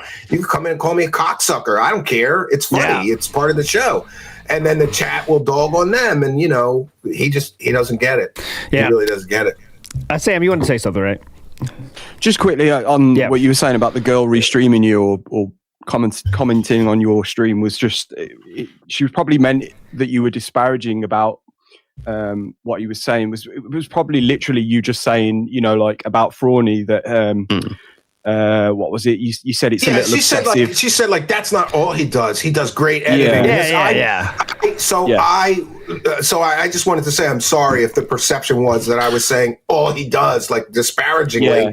I meant it to Phil all he does is take your shit and clip it together and it's funny. Yeah, exactly. And I love that guy's channel. That guy's channel is awesome. It's funny. Even if it was slightly disparaging, you can't expect to build an amount of rapport by showing up someone's channel and just being like, look at this guy, he's got your number, you're a fucking dumbass.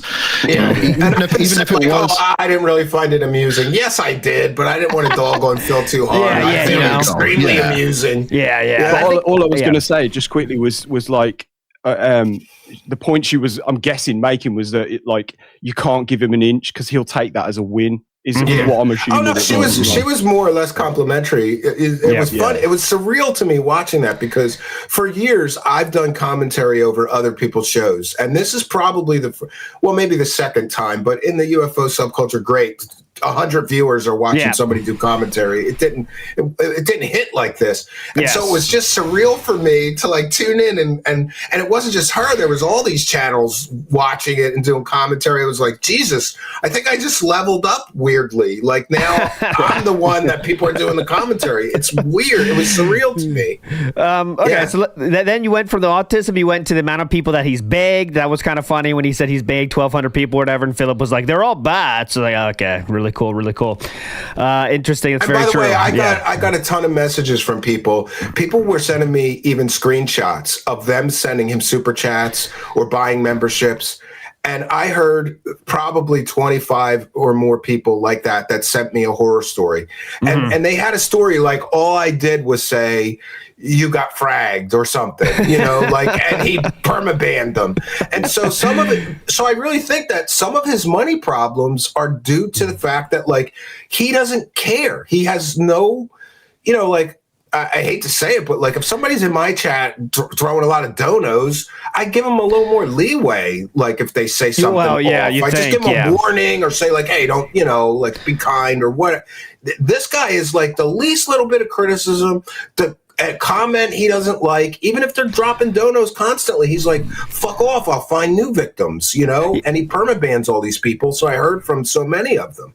That's one of the things that Philip really fumbled the bag on the whole Kino Casino ARC thing, is because he didn't embrace those new people that are kind of might say more edgy stuff to him, laugh at him, let's make fun of his gout. Dude, I had a problem with that at first. In fact, I more or less had Mod quit over it. These people are so crude and rude. And then I review the chat log and I'm like, it's funny, relax. They are. They're ruder, they're cruder, they're louder, but you got to embrace these people, and it almost, I don't know about double, but at least an extra third of my audience because of those Kino Casino appearances. So I had to integrate them in, and now everybody's getting along fine. So the Kino people, the UFO weirdos, we're all having a good time, But they're a little ruder, cruder, and louder than your normal audience. But I love those guys, so he didn't integrate them very well. Yeah, this generation would not survive Call of Duty 2 lobbies from back in the Xbox days. If they're watching Triple P bust his balls, and it's okay, I guess they're gonna go in his chat and bust his balls. They bust my balls sometimes. It's just he didn't integrate them well. No, he should have been kinder to them because that was a big influx of new viewers for him. Unfortunately. He didn't get a new influx of viewers from me like he thought he would. That was funny too. I mean, one thing before we get to the rest of the interview, your entire thumbnail showed exactly what the fuck you're going to talk about.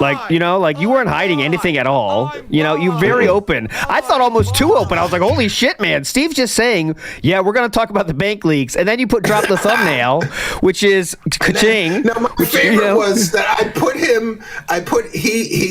I didn't ask him to, but he did a promo for the interview on his channel. Yeah. And so I clipped it and I put it on a goddamn web and it zoomed in Phil on a web, caught in a web. And I put the first thumbnail had a target behind his head. So if he's going to be stupid enough to think that, this was going to go any other way, then I think it's his own fault. And no offense, but he called me a moron in his Cope stream. If you're dumb enough to go on a show called Truth Seekers and you've been begging and grifting and lying to people for years, then you're an idiot. You're an idiot. Well, yeah, obviously, yeah. Not only that, Steve. Apparently, we're both liars. Yeah, you're gonna have to send me those FOIAs and the police report so I can. I haven't decided. Like, I'm probably gonna watch that Cope stream and hear him call me a moron 3 times or whatever he did. Mm-hmm. I'm probably gonna do like a aftermath of that interview show tonight. Yep. Which I was kind of on the fence. Part of me is like, just move on and laugh about this, but he's. Because sometimes it seems pointless. Like, okay, let me prove that he lied again and lied again and lied again in his Cope stream, and The hard part is like he's never going to change on what he says ever. So like you guys did the right thing, bringing up a lot of fucking information that's new, but then afterwards he just says, "Oh, they brought up everything that everyone else was always brought up," but that's not true really. Like you guys really showed individual stuff. Yeah. So like, and the case number, I think that was the best part of the whole thing. Really, was when I mean the most like gotcha there was that like case number, and he's like, what's the case number? And then Broside, you said the case number. Had it. Yeah. And he's like, yep, that's it. But can you talk about Broside Phil? Because I know you released that video about that. So what was that? Who did you talk to and stuff like that about asking the questions on that section? Right? Could you get into that, Broside? Oh, I'm sorry. Talking about just the What exactly? Can you talk about that moment more? So the only thing that was brought to me, from Steve and big ups by the way, man. Like, if I can just like gush for 2 seconds here, I promise I won't make it long. You gave me an opportunity that a lot of other detractors probably deserved more than I did, and I don't know why you gave it to me, but I really appreciate it. It's because I could recreate your research, so I know that it was correct. And I always say this: the hallmark of a good researcher is that I could go and do the same research and find the same results. And so I had already had that light bulb, like, let's use Pig Go and match what he's saying to these bank leaks, because at some point it becomes astronomical. Who can match all this? And he had already done it. So that's why. Yeah. So that's, I just wanted to get that out of the way. When we first started talking about it, he said, "Hey man, you did really great work. I don't know how he's going to walk away from this, saying that this stuff isn't his." He goes, "I want to bring you on. But the concern being, of course, is you can't go after him hard." I was like, "No, I actually had no intent on going after anybody hard. I've gone after him hard in my streams. I've gone after him hard in videos. I've called him a dumbass. He is a dumbass. Let's be clear. I think I told him that I didn't like him at least. Anyway, I digress. Basically, all he said was keep it kind. Don't go after him like you're a piece of shit. You're an asshole, et cetera, et cetera. And I figured I'd be doing enough of that. So yeah, I did want to, and then I'll shut the fuck up and you guys can continue on. I've been getting two things of flack. Number one is for using standby and saying a lot about honor, integrity, and honesty. So standby is a common thing, especially when I was doing computer forensics. I would be on the phone a lot and having to sometimes people got to wait for information. Walk people through this stuff. And so when it was like, hey, you got to find this, go find this. Standby is just something that I would always say when I was on the phone. So there's that. The truth, honor, and integrity thing. I hate Phil for this. I absolutely hate him for it. For being the way he is, lying the way he does, and things of that nature. It is a personal thing of mine. People can say it's cringe. I'm not going to disagree and say it's not cringe. I watched the video back. I fucking hate every second that I spoke. That's ridiculous. I'm not going to apologize for it. Yes. I wish I could make people understand why I was saying it, why I was doing what I was doing. But yeah, other than that, Steve basically just said, be nice, but confront him. Yeah. That was it. Yeah, that's what I want to say too. A lot of people are saying I'm not sure. I can just speak for myself here about that segment when I was, questioning. I was like, okay, this segment kind of lost some steam and stuff. But I know, and Broside Phil, you please interrupt me if I say anything that is not true. I know Broside Phil makes stuff on the internet, and he knows that when you make shit on the internet, you are opening yourself up to criticism, not to get shit on. I mean, that's going to happen too. But I think criticism is very healthy, and Broside Phil understands that some people aren't going to like the shit he says. set, and he still took the shot of doing that very hard job, right? And also, criticism doesn't mean I think anyone could do it better than Broside Phil could. That's not the fucking case, because Broside Phil had the balls to do that, where a lot of people don't, right? You know what I mean? But go ahead, Broside. Yeah, so I know the only thing that I know of right now, and I've done this intentionally, I have not watched the Tractor Beams version of the walkthrough. Yes. I've done that very intentionally because I did a decompression afterwards. It was nothing much. It was me just talking and being like, I don't even know what to say. Vega, big up Cy Vega, by the way. If you haven't subbed to him, go sub to Vega. He's a great dude, the little black mage of awesomeness. Go to bed. And go to bed, of course. Came on and basically said, hey, just talk it out. I'm here for you. And then my chat came through, and I saw in his chat that I was catching flack. Steve, I saw in your chat I was catching flack, and I was like, Jesus Christ, I'm not used to that. I didn't have a problem with any way that it went. I mean, maybe it went a little too long, and hindsight's always 2020. Like if I had to do it over again, you know what I would have done? Is I would have brought in 5 more detractors, but I would have limited everybody. Like, look, let's just do like 5, 8, 10 minutes max. And then I feel bad about that, Steve. I really do. It was fine. I think it was fine. I think you did a great job. You shouldn't fucking feel bad. You don't know how the dynamics of the interview is going to go at the moment you get on. Let's recognize this. If I had been making content shitting all over somebody for a long time, and then all of a sudden I'm having a conversation with them, it's surreal. It's weird. And you don't really, so I can understand it. Maybe you were a little off. Like you were a little like, holy shit, I'm talking to this guy and I got to get out what I want to say. And Yeah, it was tough to he is masterful at circle talking and routing things back. It is actually remarkable how good he is. One of the reasons why Triple P does so well with him, I think, I'm not gonna we Triple P and I have had conversations in DMs. I'm not gonna out anything that we talked about, but he's talked with me about some of the stuff that he's done in his past that I did not know about. Triple P is very well suited to talk with Phil given his past education and given his past I didn't know work background. I didn't know it either. I can't verify it. It's his word. So I mean, I have no reason to disbelieve him, but he is. I didn't know it until he told me. He is probably one of the best choices to talk to Phil.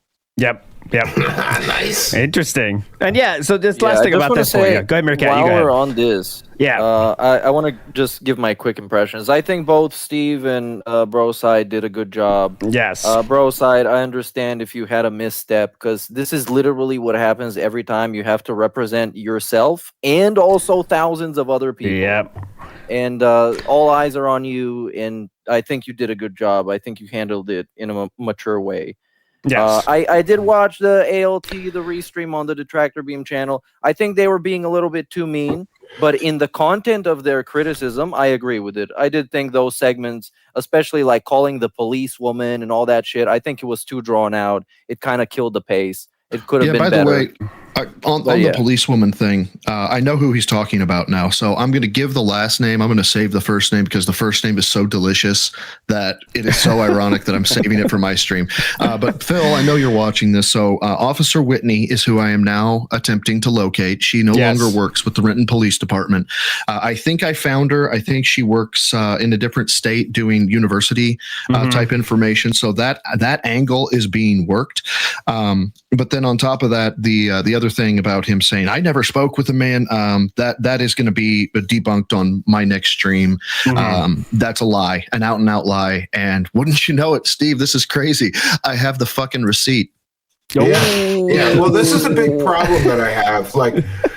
But this is nothing new to me because I've confronted grifters with overwhelming evidence before, and they always try to explain it away. Like any, especially in the UFO world, like there's always go-tos in the UFO world. Like maybe the Men in Black did this, or there was a government cover-up. That's why they're trying to do.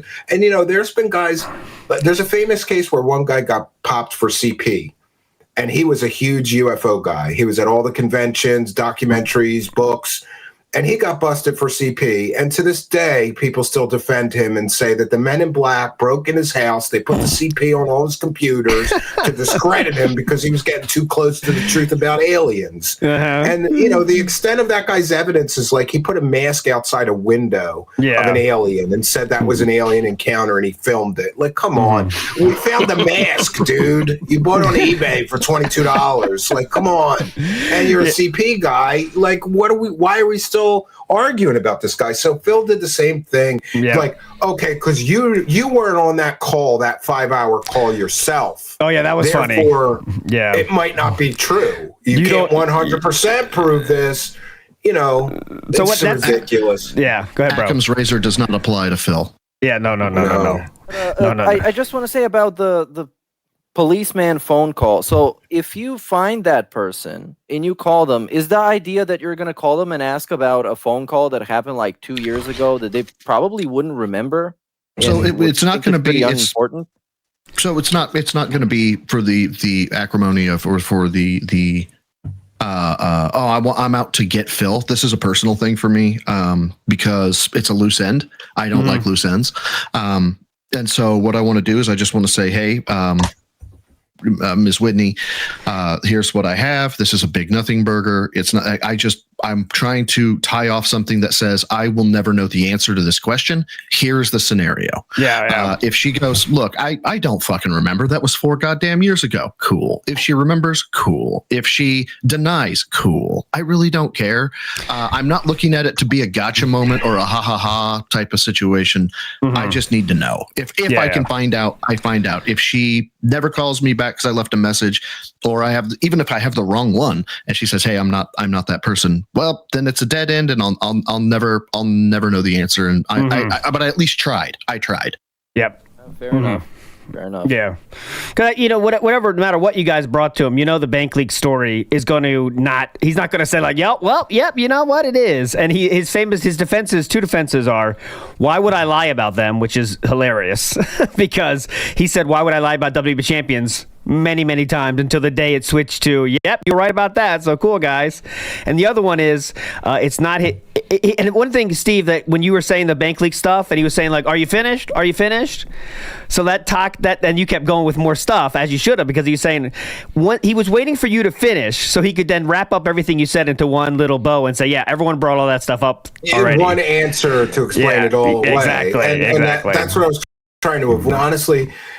We had Broside Phil's correlating, I call them data points, like the correlating data points where, look, every time he talked about getting a haircut, it was there. And then we had the Burger King, you know, and I heard last night Triple P like, well, that kind of made it like somebody could have faked it. But there was many things on the bank leaks that weren't talked about on Phil. To resync the audio.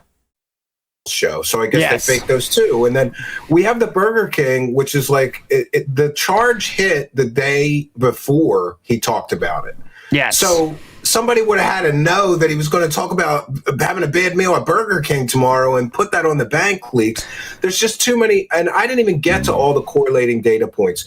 There was times he talked about going out to eat with his wife that correlate, and I had a separate slide with a lot of that. We didn't even get to it. But there's so many data points that directly correlate. And for somebody to suggest that somebody's going to fake a 5-hour teller phone call. I ran a commercial recording studio, and I would say I'm probably expert level audio editor. It would take me a couple of days to clip together that somehow. I have to have the software development kit because that's not a common voice. Also, just to address one thing, a few stupid people said like, "Oh, well, you could fake that voice with 11 Labs." You couldn't at the time that came out. Exactly. 11 Labs is much more recent. You couldn't clone that voice at the time, and even if you could clone that voice, a person with a good ear for audio you could tell the difference between the voice coming directly from the software development kit being generated text-to-speech wise and a cloned version. You'd be able to tell the difference. It's not cloned. I can confirm. You wouldn't even need that. You could actually put that through because the the audio system you're talking about is a bunch of controls. It's very binary. If this, say this. So if it's a transaction, say on, and it's going to have a list of numbers. So every number that they say, so every word they say, September, August, whatever they say, that's a control. That comes from a single sound file. You could run that through an analysis and see byte perfect amounts of data. Every time they said September was said in the exact same way, the same frequency. The same 11 Labs isn't going to be able to clone that because it's having to learn. It's going to change it up a little bit. You're right. And then the other issue is that package is from a very expensive telephony bank teller software. And I went to college for computer science, so I tracked it down. What did you not do? Just to get the software development kit so you could use that voice would be like $10,000. Well, we're already getting too deep, guys, because look at the things on the bank leaks. It's just ridiculous to even think about that. Yeah, absolutely. Other people, I was an alien for 5 years. Other people could call that number and get the same Steven information Seagal's that the person first did, right? I think people did from Kiwi before they took it down. Yeah. Many people called that number back when it came out. And it was just, so that person would have to set up a fake system where they could call into legitimately and then record the same it's just ridiculous to think about. And it just Occam's razor, right, guys? Come on. The person that bought that Kaching of the Ring burger, well, that Kaching burger, not Kaching of the Ring burger, the Kaching would have to do it the day before Philip talked about his bad experience there. It's pretty fucking simple, right? It's pretty fucking simple. I think it's worth mentioning that the starting off point before engaging with DSP is being 100%, no matter how perfect your investigation is and how well laid out all your evidence is and how conclusive it seems, he will never accept it. Yes. Because that means he's going to have to take it out. It's going to ruin his grift because, look, if like, for example, there's a famous case I can relate to with UFO people. There was one grifter named Corey Good, and there was nothing like the bank leaks. But what happened is that one of his big whales got pissed off and started coming out and saying like, oh, I gave him $10,000 to move. Then I gave him $15,000 for his son's school. Then I gave him $10,000 for this. And it added up to like $50,000. And when that happened, his donors dried up.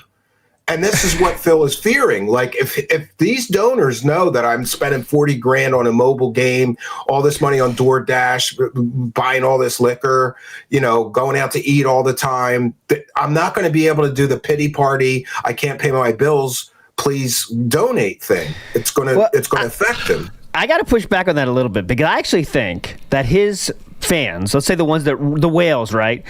I said it earlier yesterday. He could kill their dogs in front of their face, and they would still say, "Yes, okay, Phil. Yep, you need $100 for a Arby's burger. Here's $100."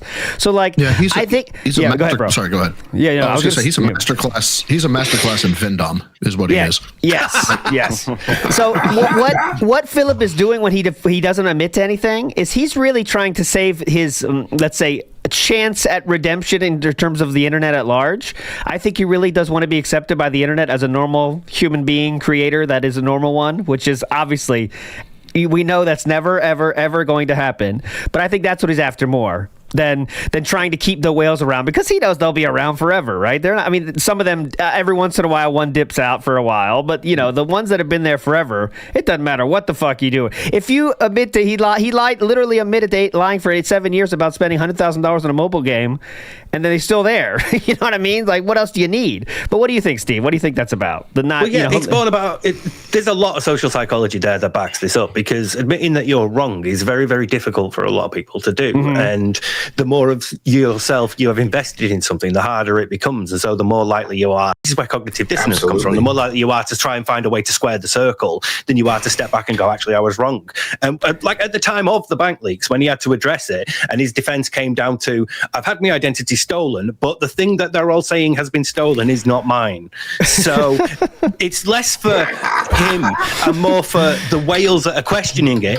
Here's your validation. Here's my explanation that justifies you continuing to support me. And he lost a lot of support from that, but he's still here. He's still got a bunch of whales. Because if you're at the point where he only had a few bad weeks and then he was right back, right? Oh yeah, right a bad day, one bad day, and he's back to it. But yeah, go ahead, Steve. But we're still mainly hitting multiple goals per stream, aren't we? He's pressuring hard, but he's still he's done all right, especially coming off the King arc. Yeah, there's always someone. And that's the point. If you're at that point where you're giving that much to Phil, not only have you invested so much money in him, but you've probably also invested a lot of your identity in the felt in the trolls thing and seeing Phil win thing. And he's just like a regular blue collar streamer like me thing. And we have chill interactions thing. You've invested a lot of your identity and personality into that.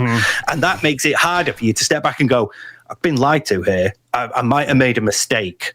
What's the gambling theory called? But where you have too much into it, so you just keep sunk cost fallacy.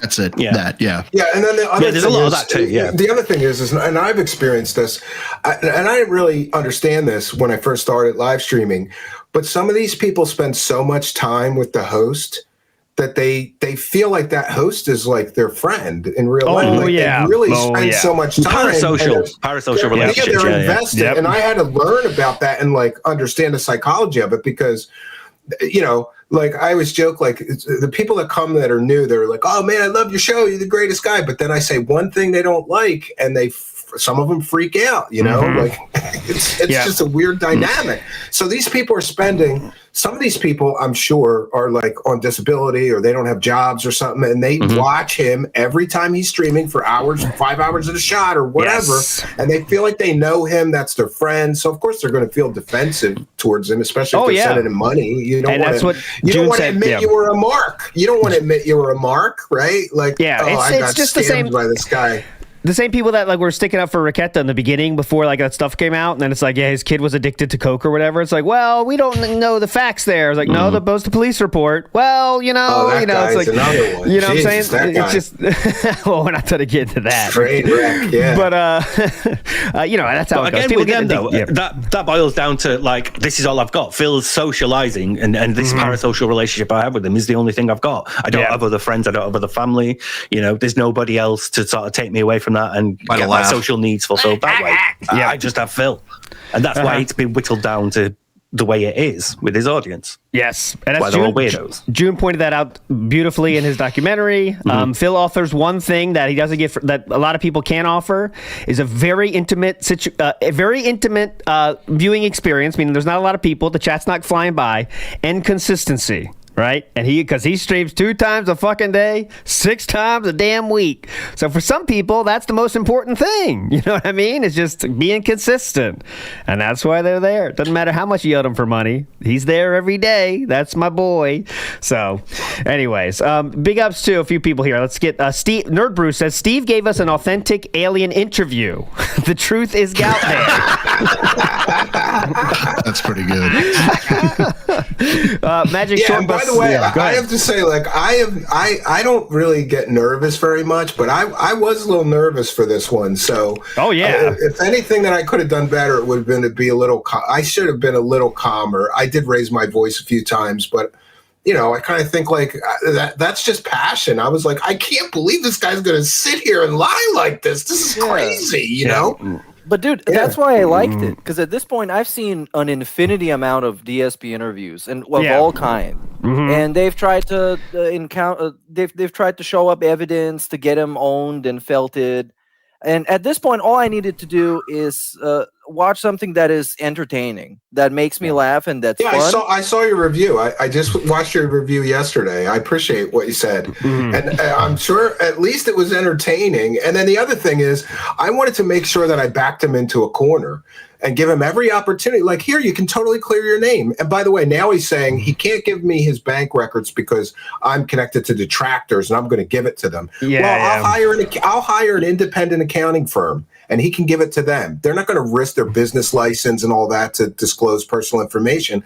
All he has to do to clear all this up is show his bank statements from the time of the bank leaks. If they match, you're a scumbag. If they don't match, you're totally vindicated. And everybody's been lying about you for years. Who wouldn't take that opportunity? But he can't because he knows those bank leaks are real. Well, yeah. I mean, that's obviously true. And then again, remember, he's already convinced the people that give him money, so he doesn't need to convince anyone else, right? In his world, right? Yeah. No, they'll take it. I have to consider the safety of my family or whatever. Yeah. They'll take whatever reason he gets because that's all they need to justify their continued support. Yeah. He also likes doing this whole reverse psychology, but not to his dents, but like to detractors by being like, all these guys have to do, all they have to do is just be good people. And like, they could come on my stream and give me donos, but they're not good people because they don't do that. He never actually says it. But what he's saying is, all you dents, all you people that are giving me money, you're the good ones. Yeah, you're yeah. good. They're bad. If only they were good too. Oh, a highlight for me was when you played the lunch meat sandwiches clip. And he said that was hamming it up. That was incredible. That's one of my favorite clips, because I don't think that was a bit. I think he was genuinely pissed off. Like, there's no bit. I might not get to go out to eat on my day off. Like, No bits. The horror, you know. That wasn't a bit. No, that was real. That was funny. He said I'm always hamming it up. Don't you think that I'm always hamming it up? Which he's not even doing now, right? But he's saying he did that back then too, which is even funnier because he's not even doing it now. My favorite is when he said he hasn't asked for money for his bills for years, that this is ancient history. And it was 5 days ago. Yeah. 5 days ago, you were complaining that you need money for your bills. And like, I just think he must be terribly bad at money too. And like, I really mean this. In fairness to him, like, my wife's an accountant. We both grew up kind of poor. So we appreciate the resources that we have now, and we live well beneath our means. I'd be interested to see what his background, what his background was like. Like, he seems like an entitled rich kid to me. I knew a lot of them growing up. Yes, you know, like, correct. I grew up on the mean streets of Philly, and once in a while we'd encounter these kids from the suburbs with like pools in their backyard. We're like, this rich prick. You know, and they weren't rich. They were just doing better than us. You know. So I'd be interested to see what his because he seems like a rich, entitled kid that doesn't understand the value of money, and it seems like he has a sense of entitlement. Like, I just deserve this money. Because I'm going to play a game today. Like, come on, bro. You know, there was this one time he was trying to plan a barbecue out, and if you saw the list of games and consoles and accessories and all this shit that he had, and he's like, "Yeah, I could bring this," and it was so much. He had everything he ever wanted. That is why. Go ahead, Brazide. Yeah, during one of the DS Politics sessions, there was the guy who died in the subway. They let the guy go, and DSP went into this tirade against the father of, well, actually, the stepfather or the foster father of the grown man, saying things like, "You let your son go out at night. I didn't go out at night. I had consoles. I didn't go and spray paint cars. I went to the local arcade with a $20 stack of fucking quarters that my mommy gave me." And it was just, it was mind-numbing to watch him rationalize, what does everybody not have a weekly allowance of $400? What the fuck is wrong with you? It was insane.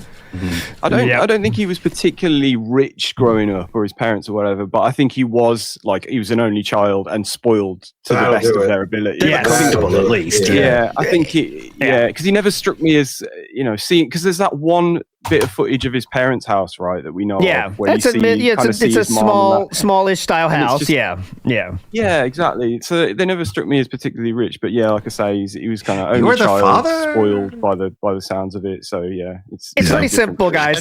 Who among us can remember a single toy our parents didn't give us? And that just scarred your entire being, the likes of which you could still remember to this day, because that's exactly what happened at DSP with the Wolverine doll. He didn't receive one toy at one time, and he lost his mind over it, and still to this day he hates them.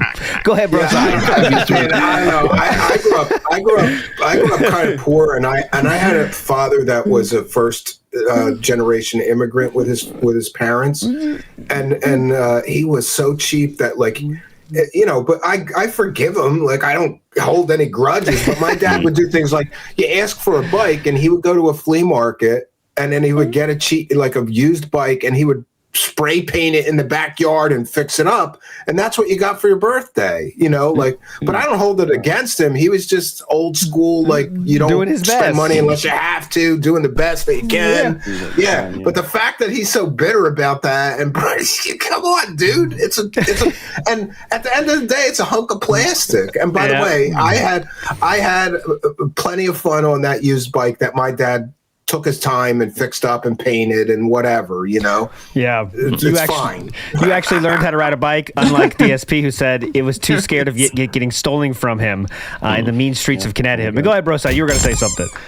Yeah, it's completely off topic, but it was something that just popped back into my head when you were talking about the lunch meat sandwiches or something. I have to confess, I apparently have been subconsciously pignatized.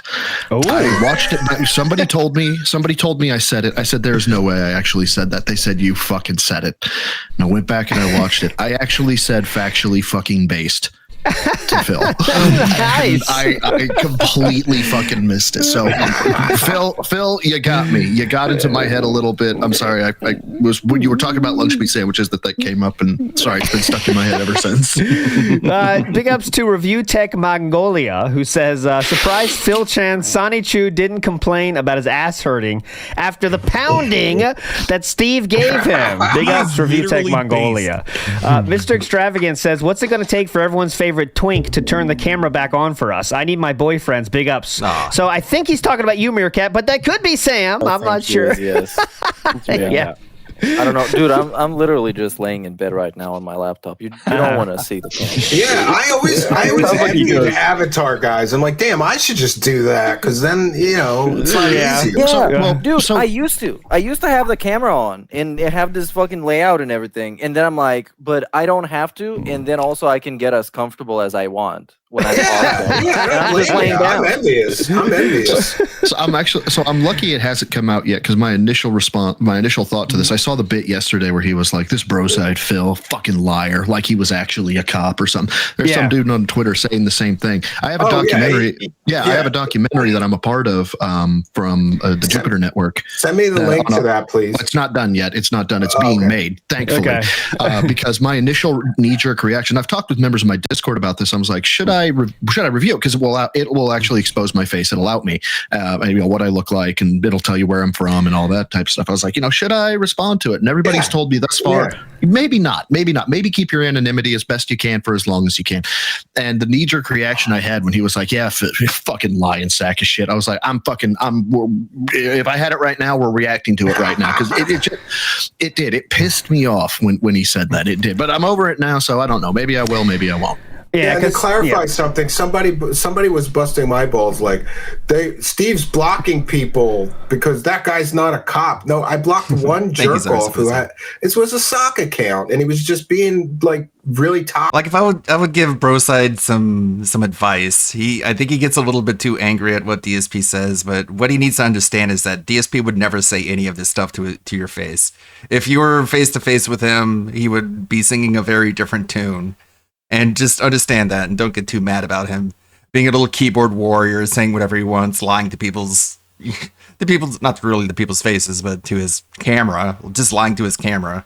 So don't get too mad about what he says, because he's not that person in real life, and you know that for a fact. I don't have any responsibility to take a bunch of, he's one of those guys that like replies to a thread 27 times with insults. Yeah, you're getting blocked. The guy's a cop. Deal with it. Like I'm not gonna take abuse from you. So I believe in free speech. I don't block people, but if they're being like that, yeah, I do, because I'm not going to take abuse from people. Yeah, at some point it's ridiculous. Yeah. And also, Rosa, he had to discredit you. Because he knows that policeman thing, people might believe this guy. So hold on, you don't even know if he's a real policeman. How do you know that? What does that mean? That's one of the reasons why I was like, you got to come on, Broside Phil, because I'm not stupid. I know that his perceived credibility would be better than me, some wackadoo on the internet, as a retired police officer. And also, as a retired police officer and detective, like, he investigated cases. So he's qualified to investigate this bank leaks case. Endlessly, he's got the... Talking about qualifications, man, you came out of left field, hit me with a right hook, kidney shot, and uppercut. I did not see him coming. I was certified in CVSA, computer voice stress analysis. It's kind of it's the poor man's polygraph, is what they call it. Yeah. I had no idea you were a fucking certified polygrapher. Big ups to you on that, man. Just Well, that I'm not alone, technically, I'm not certified. You could join this thing for a couple of, a little bit of money. The American Polygraphers Association. Well, still, man, I don't have like certifications, but I did the polygraph thing because I have lots of people that come to me and want to be on the show. And I would like to do some funny segments, but some of these people are they have a story and that's all they have. Yeah. So I did a lot of research into polygraphs. I had a friend who did polygraphs for the Philadelphia police. He was a friend of my father's. And so I talked to him and he was like, well, you can get a machine now that's just sensors that hook up to a laptop and software. And I could teach you what I know about those kind of systems. And so he did. And so I have an in-person set in my house here with the polygraph on it. So eventually that's what all this started from. And by the way, I think because he said it on the show, it was Triple P's idea to polygraph. Yes, that's Phil. what I thought. Yeah, that's what I heard too. Yeah, And it Phil, was his idea, it's all Steven's because idea, this asshole, but really Triple P was the first one to say do I it. mentioned the set that I have with the polygraph and the concept of that portion of my show, which I have people signed up for it. We're going to get to it soon in the next couple of months here, is that these people are going to come in. And I was telling Triple P this on the casino. I said, people are going to come in and like tell their story about being abducted by aliens. And, we'll put some spooky music. And then when they're done telling their story, I hook them up to the polygraph and I tell the audience what the results are. I think this is great. And as soon as Triple P heard that, he's like, you got to hook up Darkside Phil. You got to hook up Darkside Phil to that. So it was his idea. But also I think this was part of the let's nail him down. And I got the NDAs written up. Because here you have, I'm taking away all your objections. You want to prove you're telling the truth. Here you go. You got the NDAs. Give us the bank records. Show me your WWE account on your phone and give us the police reports or the bank records from this so-called identity theft and take the polygraph. And there's a road, I wanted to nail him down and corner him. And, but he's going to refuse, Well, the problem with filling a polygraph test is you ask him the question like, say, were you down from the rafters? And he goes, well, the thing you need to understand about that is mobile games work in a certain way. He never gives you yes or no.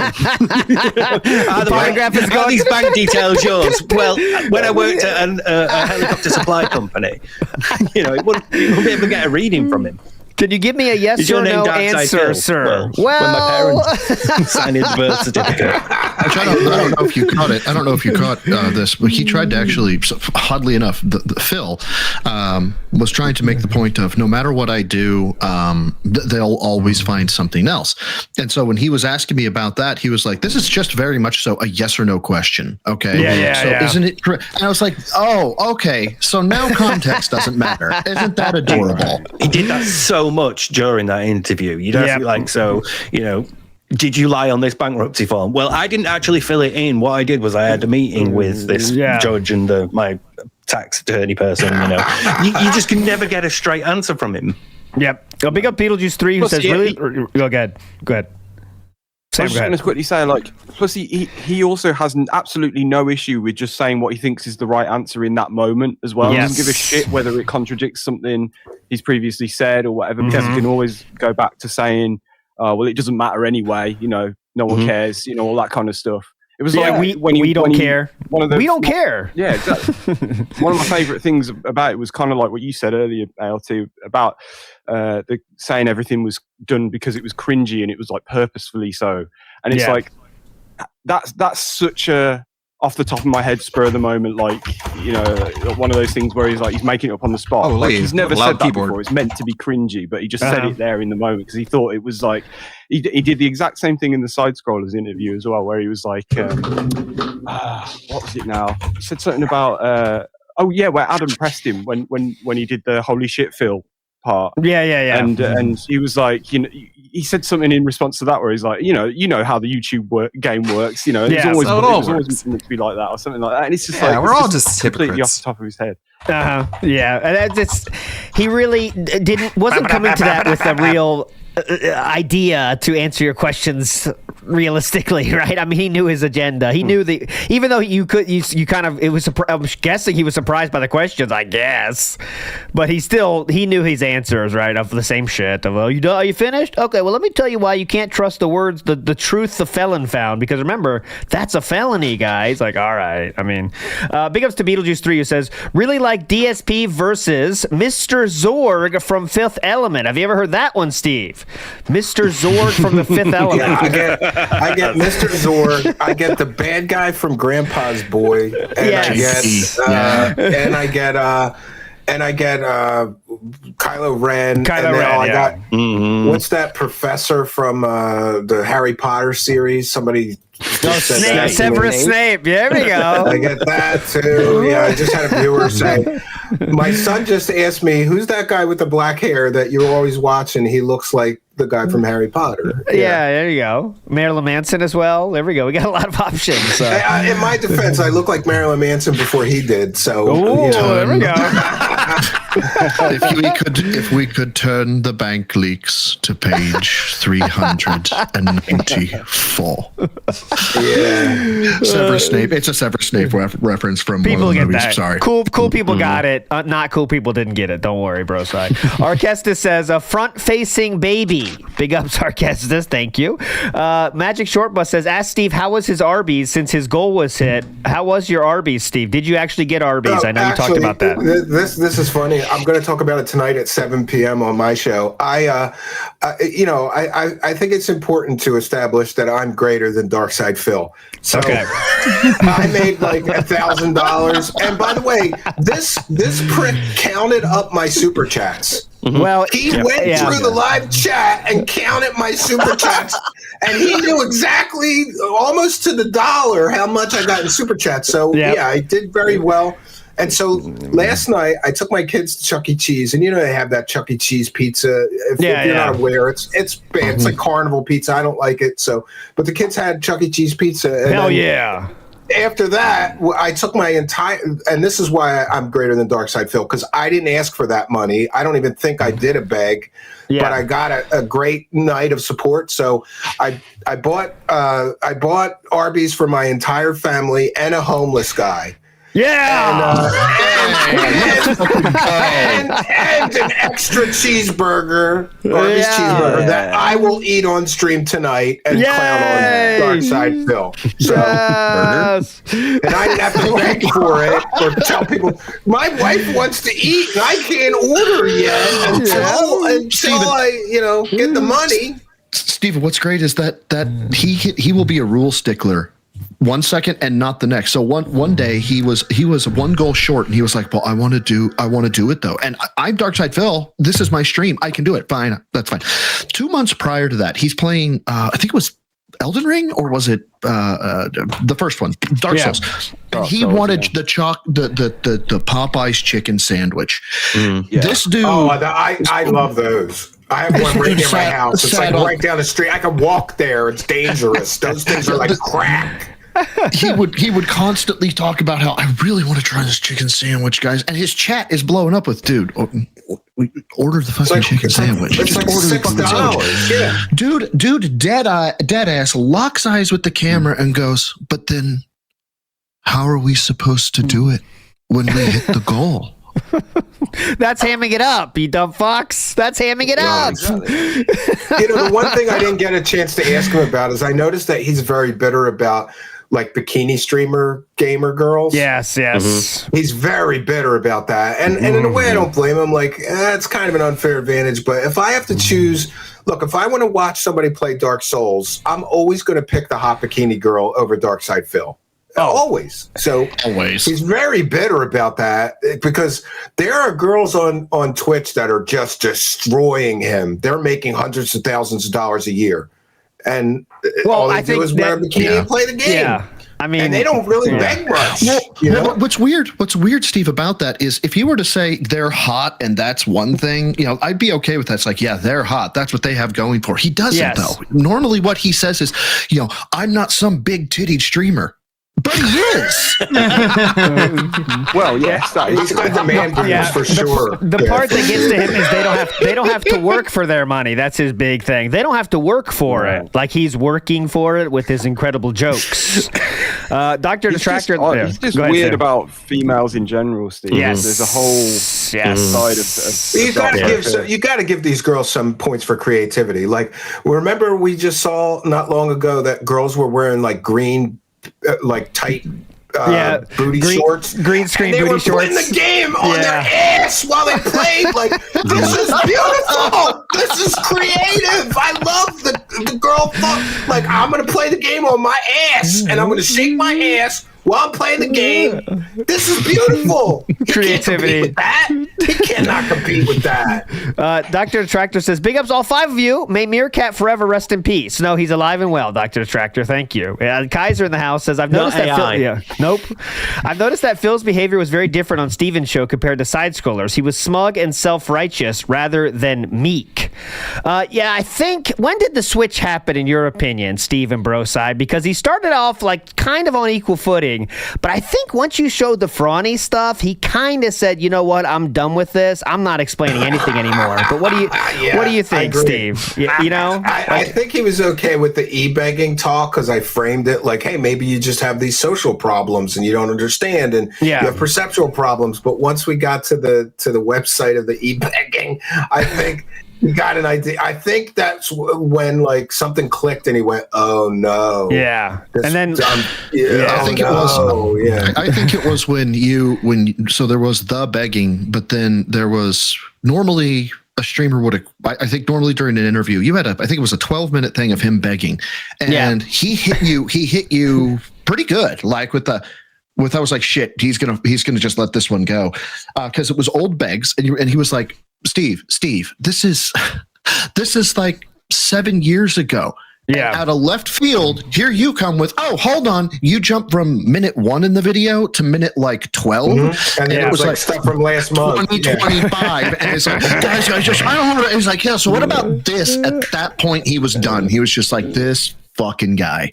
Defeated. Yeah. I give him credit though, because I really thought he was going to rage quit before he did. And it seemed like even at the end, he didn't want to end it because he didn't get the last word. And, you know, he still thought he could somehow come out a winner in this, you know? So that leads me to my next question. I'm about to ask you, Steven. So I personally thought that, you know, I thought clearly that Triple P was more involved in this than he was. He didn't give you any kind of directions on this interview. You were going off by yourself, right?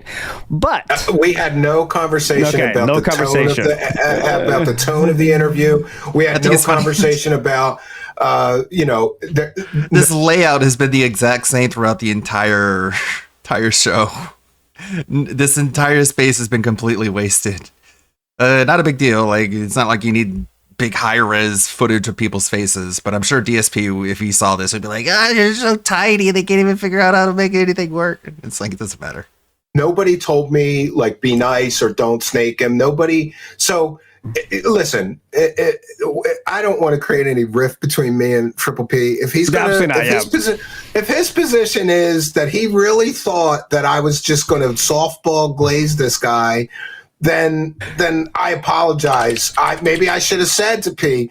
And part of me wanted to, but I didn't want to jinx it, because I kind of felt like part of me did have the thought like, should I tell Triple P, like, you know what's going to happen, right? You know what I'm going to do. You know what I do, right? Like I said, you don't throw fresh meat in front of a wolf and tell him he can't eat.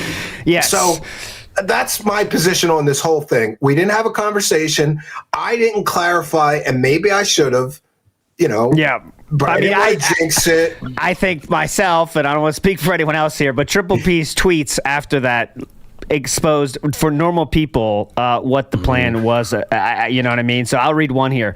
I would just like to make it clear that Steve went too far last night and didn't give DSP a fair hearing. Never let him talk. Despite that, DSP, against all odds, gave a spectacular accounting of himself and won the day through staying positive and true to himself and his fans. And anyone with the brain can know that that's not what happened.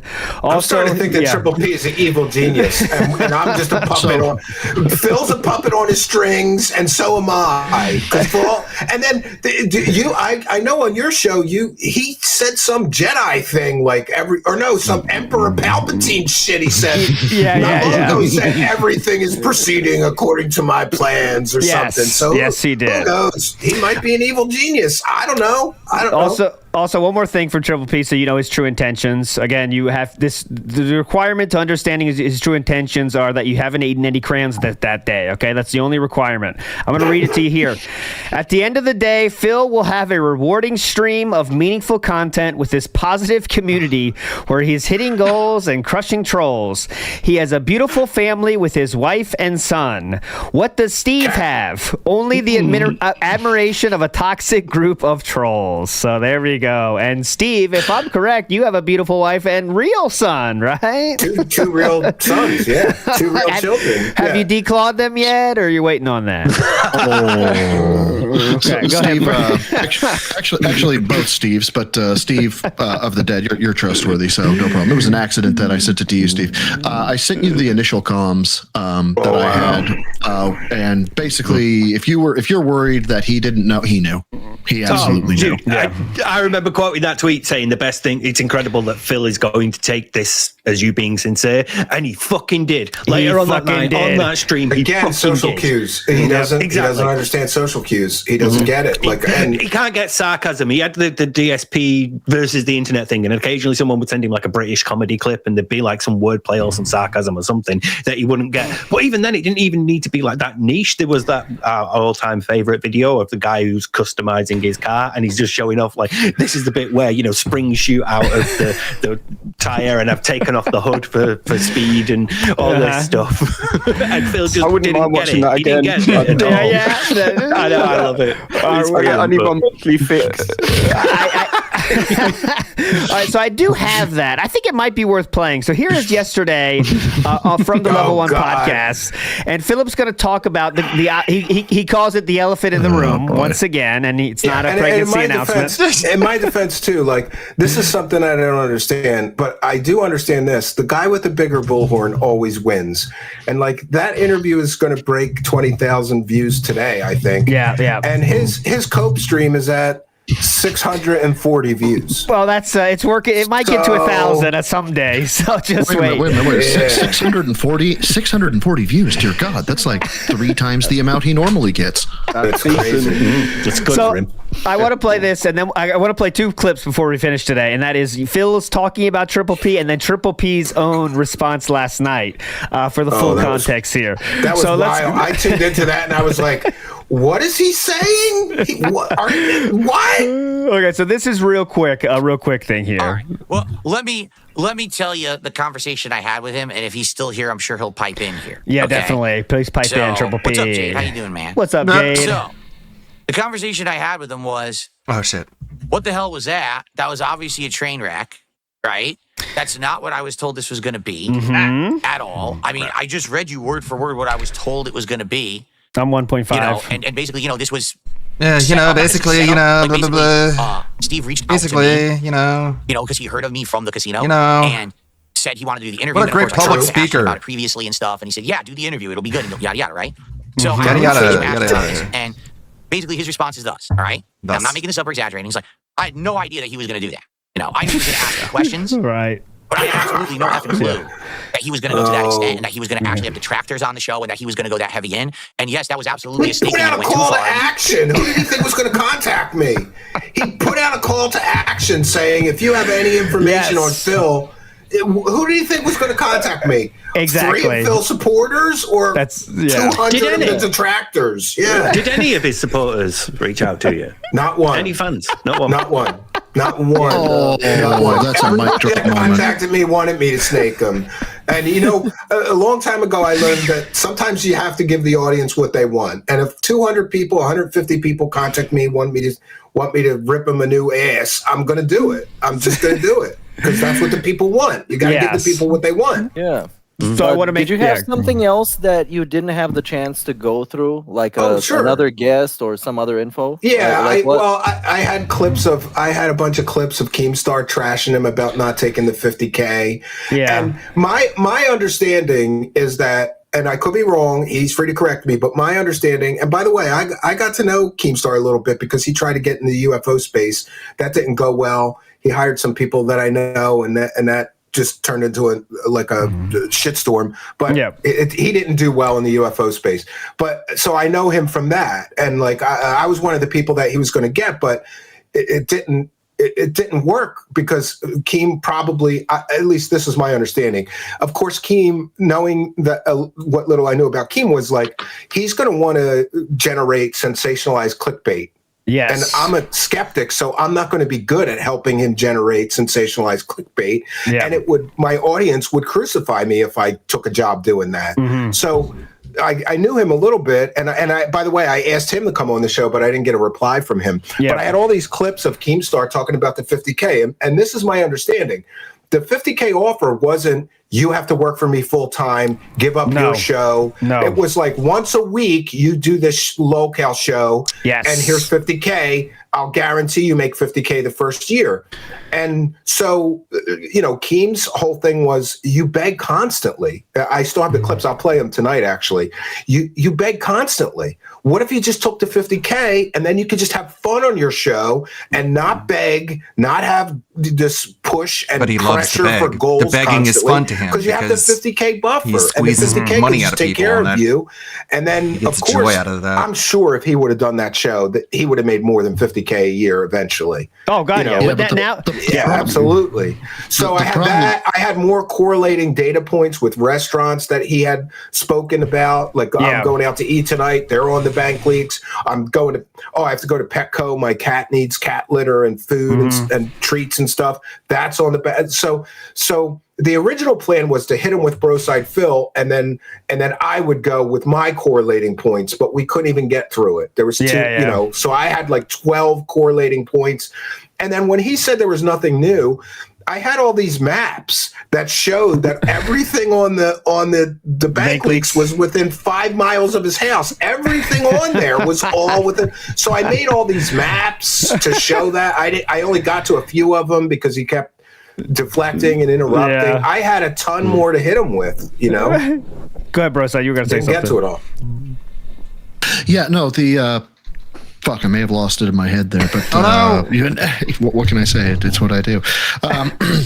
When you were saying that he was going to bring, there it is. You were going to bring all these other data points out. The most recent fucking, I think it was the night stream. Mm-hmm. Right before gameplay, he was saying, well, guys, there was the escort scandal, there was the people that wanted to become a moderator, and he listed off, there was one that was actually quite impressively unbelievable.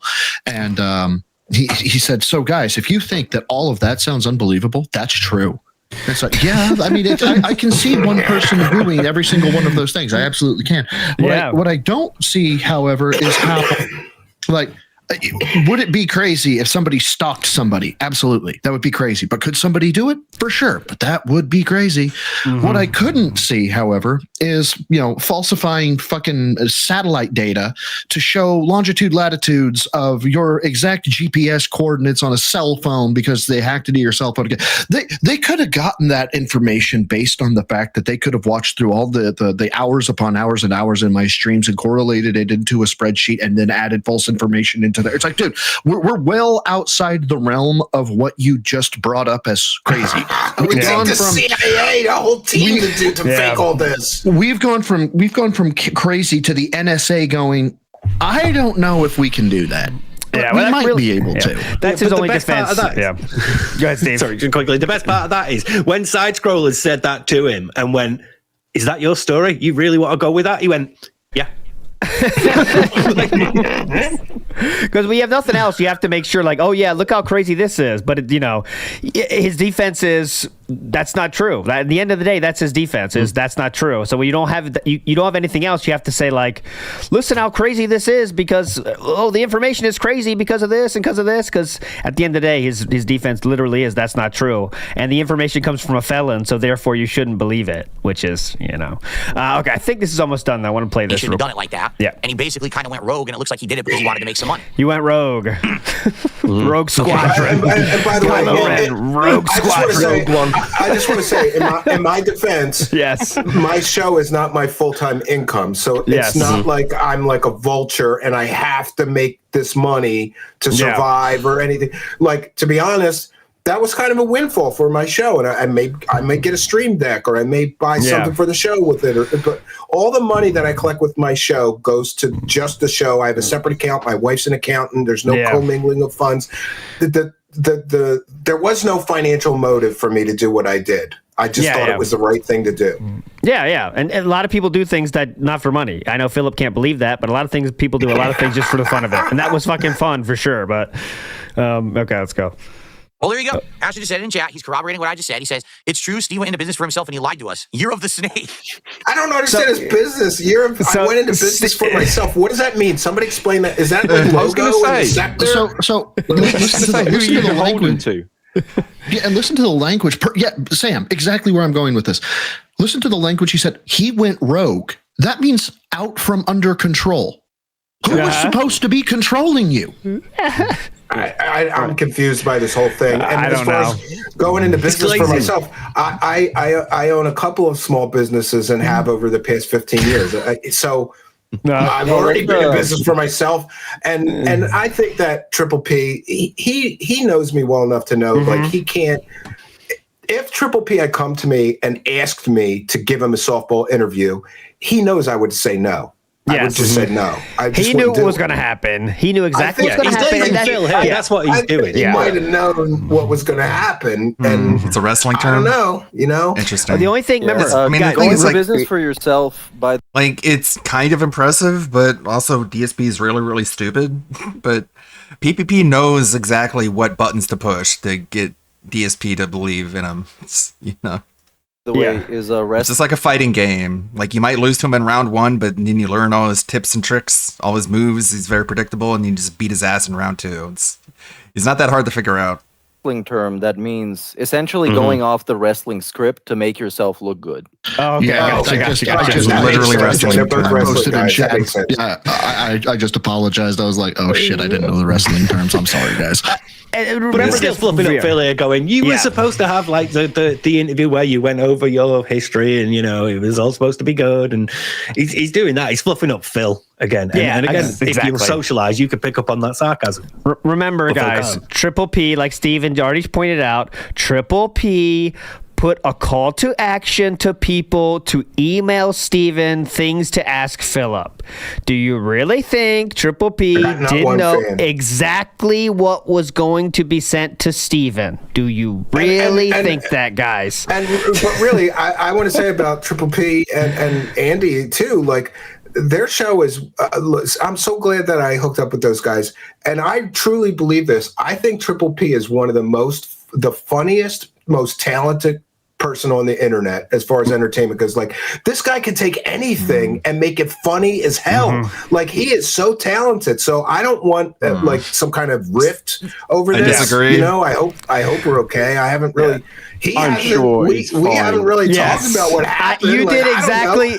You did exactly what he thought might happen, or something maybe even better than he thought it would go. Honestly, who knows? But he knew it was going to happen, and you performed the job admirably and very entertaining with fashion. Let's say. Year of the snake. What he's doing, go ahead, what Triple P is doing in this clip is keeping the pig buttered up so he can get him in more cringe situations again. Yeah, maybe he's milking him. Yeah, who knows? The trouble is, he's so milking a human, but the only one that can't see it is Darkside Phil, unfortunately. There's a Sherlock Holmes quote from the Please don't say you don't remember it's it. so overt, it's covert. There you go. Yeah. That works well, honestly. Rio in the So house says he overt, kept it's emphasizing covert. that it's It's pretty Steve good. from the Truth Seekers. I wonder which Steve he didn't want people thinking of. Oh, yeah, we have our own Steve here. So Beetlejuice 3 says, can't wait for Phil to hear about this and deny any of this is true because Triple P, he calls him Triple P, said he loves him and wants the best for him. So, yeah, okay, we got to get to that. So I want to finish this up, and we got to play Keno last night before we get out of here. Hold on. We're almost there. Well, obviously, we all know that this is truthful statement. Year of the snake. Yeah, Year of the Snake. Great joke, Triple P. You kill me. Okay. So, I mean, there you have it. Now, Okay. obviously, truth is in the eye of the beholder. Yes. That's what they say. No. The truth is in the eye that's of not the what they That's not what they say. say. That's not what they say. Did you not hear that? Did you not hear that? Beauty.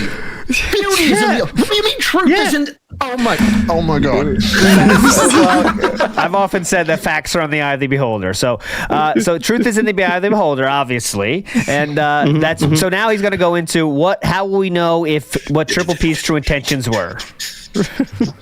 Everyone has to make a judgment Yeah. for themselves on the situation. Okay. Yes, we do. All right. Personally, I would tend to believe Ashton, and here's why. Yeah. Here's Well, why. we Here's knew my that was going to rationale, happen. right? We've got a good thing going. We got a good wrestling commentary show going that we both enjoy. We got a good thing. We like going. working together, and we have plans for the future of stuff that we can do together. Does that's productive, anybody that both of really our show audiences up like. to hear them talk about wrestling? No. They're there for the Grill Phil, and then Phil made a grill out, and nobody liked it. Everybody's like, "Where's the Grill Phil segment?" Everyone knows This that, is by the shit. way. Yeah. Everyone, again, not eating crayons, understands that. It's money. So why, in anyone's right mind, That's why the funny part is, remember, there was Grill Phil segment, and then they moved it to supposed to be after the show, but Triple P just did it in the middle of the show anyway. Remember last time? So Triple P knows Grill Phil's the only thing people are showing up for. Yeah, and he says it's a successful. He says it's a successful show. Sorry, I had to make sure I pronounced that right. Successful show. I don't think there's been a spike since. I think it has been a straight downslope in terms of support and viewership. So he's like, yeah, nobody wanted that. Took it out. Viewership dropped more. It's like, maybe reconsider your position. Yeah, and how many people are showing up to see Triple P though? You know, like his numbers, their numbers aren't that good, and really, like I think most of the people, 3/4 of them at least, are there to see Triple P. They're not there to see Darkside Phil. In my opinion, I could Triple be P wrong. clearly likes wrestling. He needs to get into his own show and talk about with people that do like wrestling. You know what I mean? This kind of Grill of Phil segment is good for us, but that's it, right? to treat me like dirt intentionally, Yeah. you know what I'm saying? That would ruin that relationship. If there's a good working relationship going. Oh, we're just definitely. getting steam with the wrestling show, right? We're heading towards WrestleMania. We're actually doing good. We actually had a great show this last week. We're looking forward to more moving forward. We have other ideas of stuff that we want to do together in the future. So why would you then just shoot that in the foot? It wouldn't make sense. Right?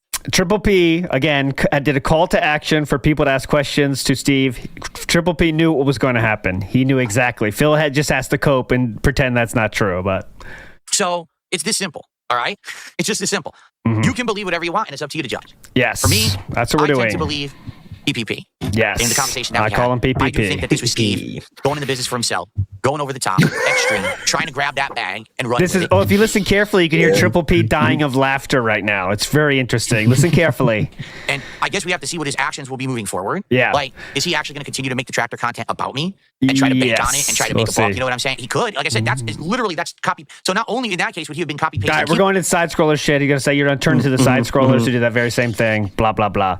But Yeah, and we also leave- yeah. I want to mention he keeps saying that I just copied and pasted everything. I don't think he understands how like research works. I cited my sources. Yeah, I yeah. cited all the sources. That's not copy and paste. That's Steve. using available data points and information and but correlating it. And then also in the case of Broside Phil, in my defense, I checked his work. Yes. Because at first I was like, holy shit, this guy got him on 8 haircuts? Wow. and then I was using a different tool. I didn't know about Pick Go, but then somebody showed me Pick Go. It's a lot easier because I'm using one that's a general. You can go to any YouTube channel. Pick Go is better. And I checked through. To be fair, I didn't check through all 8. I think I checked through 5 of them, and I was like, this guy's good. I'm good. Verified enough. His data's pristine. You know, Yep. so it's not copying and pasting. It's using available information and citing the source where you found that information and verifying that information is factually true and correct. That's not copying and pasting. That's good research. Those standards, those standards came from a university, and they you know, like I went to college. I learned to cite sources. But Stephen, can you prove that university isn't a detractor? But what he's doing is diminishing you. He's saying like, you know, look at this guy. He did all the work. It's just a little lazy copy and paste. It diminishes you so that he can feel better about himself and everything that's happened. And it's just telling you that, again, this is something, we got it from Kiwi Farms. You can't trust anything from there. At Kiwi Farms. You know that website, guys. It's the devil. And that's another way by the to way, discredit. if somebody would have told me a few years ago that there'd be a thread on Kiwi Farms about me, I never would believe that. There you go. It's so surreal. It's so wild that all this happened to me in the past couple of months. I'm like, somebody sent me a link and I'm like, holy shit, I'm on Kiwi Farms. This is crazy. You know? Big ups to Rio, who says that when he was grifting the Sonic Cat, he asked for $100 dono, and then someone gave him a super chat, and he laughed giddily and said that was a super chat, not a dono. Yeah, well, that's hamming it up, Rio. Come on, you know that. Joe Blah says, big ups on 150. Oh, yeah, this is our 150th episode. Big ups, everybody. Hey, can you believe it? Oh, shit. Love to see everyone here. Steve found your Bob Lazar coverage fascinating. Your Bob Lazar coverage. Someone said they found it fascinating. Yeah, that's somebody I've been ripping that guy to shreds forever. And unfortunately, like, you know, the way those stories work is because the people selling them, and I always say this, they're not telling you a story, they're selling you the story. They only tell you half the story. And the other half of the Bob Lazar story is goddamn fascinating. His wife was a convicted murderer. She had ties to the Hells Angels. He ran a whorehouse. He's a fake scientist, you know, because they always say former government scientist who worked on alien space. He never was a scientist. The guy was a total fraud. It's a fascinating story, and I'm working on a documentary. The other half of the story that all the people selling it won't give you, because they know it ruins the story. If you know the other half of the story, you're like, oh my God, this guy ran a whorehouse and his wife was a murderer? Holy shit. And one of his wives killed themselves, and then because he married a second wife before he divorced the first one, and she killed herself. And he keeps getting raided by the FBI for selling crazy shit that he's not legally. It's crazy. Review Tech Mongolia has a new one here. Steve looks like the guy from The Room. Another one to add to the fire. Okay. There you go. I don't know that one. Magic Short Bus says, Kick Chat was amazing last night. Someone said, Nightbot is the least regarded YouTube chatter. I got Kick Chat was involved during that. All right, let's go to this video here, because this is last night. Kino Casino has to talk about this a moment as well, and they respond. Okay, so big ups to Expandall. They're even laughing in the thumbnail. Yes, they are. Just wait. This is very serious. Because it's riveting. We love showing meaningful content. Speaking of which, all the chats, all the rage about Steve versus Phil. What happened with that? Now let me just clarify. Andy's acting like he don't. Remember, they're being very serious. He's got a Bret Hart shirt on as well. This is all very serious razzing. Here we go. Tell him what happened. We made you, Steve. Steve, how could you betray us like this, Steve? We invite Steven into the show. We get him this big audience. They did do that. I'll give him that. They did give me a huge audience for Steve. They did do that. I'll give him that. To do this softball interview where he sucks off Phil, and it was supposed to be about Project 7. I told Steve, any truth to that so far? No. Okay, just want to be clear. Project 7 okay, we're going to fact check live here. Softball never came from PPP to my ears again, so I don't know, you know. Okay, here we go. There's no Project 7 talk. Here we go. You're going to interview Phil about Project 7. You're going to watch the clips. You're going to play like DSP doing Cup of Noodles. Only positive commentary. Did you talk to Andy about giving only positive commentary. I did not have any. I'll say this on the record. I did not have any communication whatsoever about this interview with Andy Worski at all. Okay. None. Just want to make sure we said the facts here. It's a very factual thing. Okay. To my recollection. Okay. Thank you. A generation of content online. Darkside Phil, the legend. FF13 review. And what happened? FF13. That's a deep cut. That's good. FF13 review. Yeah. We need a positive commentary. That's the one he doesn't open. Yeah, he doesn't open while the fire alarm is blaring off in the background. It's great. Yes. So we had to. He doesn't open the box. Yeah. Yes. It's an unboxing video where he doesn't unbox the item. 13 minutes. The convoluted snake scheme that Steve executed. He was subverted by the detractors. Duty got to him. Alt apparently got to him. No, I didn't. By the way, this I can confirm. This is false. Listen to this. Duty got to him. Alt apparently got to him. No. They poisoned Steve against King Phil. No. They poisoned Steve. Blame the and they detractors. removed the broomstick from his hand and gave him a shovel to bury Phil. Fucking shallow grave. I couldn't believe it. It's the year of the snake. Steven just went into business for himself. That was that talking point again. Snaked everybody. And then he called out Phil's shameless grifting, his scams, and his lies. I'm not surprised, honestly. I had a feeling about Steve. I can't believe it, Steve. I can't believe it. You know he believes this, right? Not Yeah. Phil 100% buys this. He thinks this is legit. Yeah, not an act. 100%. This is real. Look at how they're defending me. That was the plan. I'm sure Phil's like, see, they're on my side, guys. They're on my side. Yeah. He's jerking off right now watching this alone in the office while Kat is crying downstairs. Philip is loving this. Loving this. Like, see, I told him. That's what I said. I knew it. Triple P is acting now. 4 people on Earth don't agree with believe this.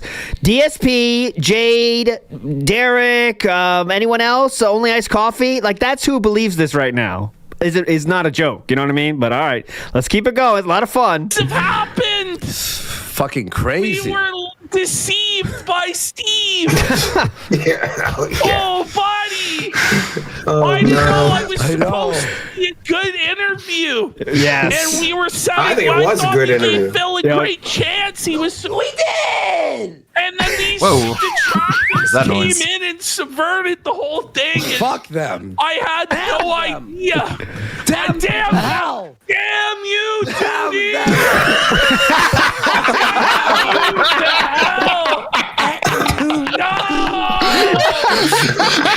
But what's his name? Thank God, Darkside Phil was so badass last night. Yeah, definitely. Killed it. He killed it. He stood tall and conquered all. Because he stayed focused on providing positive content for his fans, meaningful content for his fans, and he defended his legacy.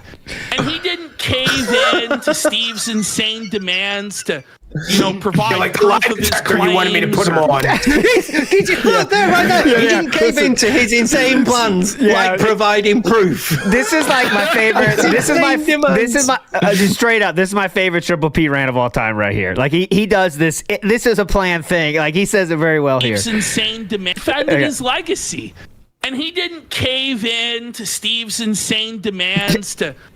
Provide proof of his claims. That is an insane demand, honestly. Oh man. His name. That was fucking moronic lunacy on Steve's part. Why the king's already. Doesn't matter if the king is guilty. He's the king. He can pardon himself. Yeah, definitely. Trump's president now. I am no longer guilty. Pendulum is swung.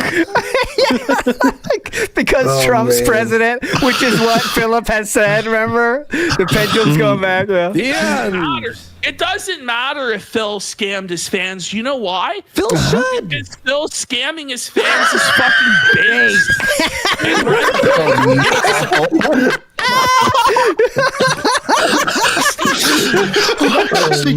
Steve of the Dead. Sorry, I've got to ask: is there like a celebrity account of somebody who is like people would know is this level of narcissistic to like believe this? Yes. Like they would be like, Oh my yeah, God. yeah, this is Prince definitely Andrew. somebody who loves Prince who?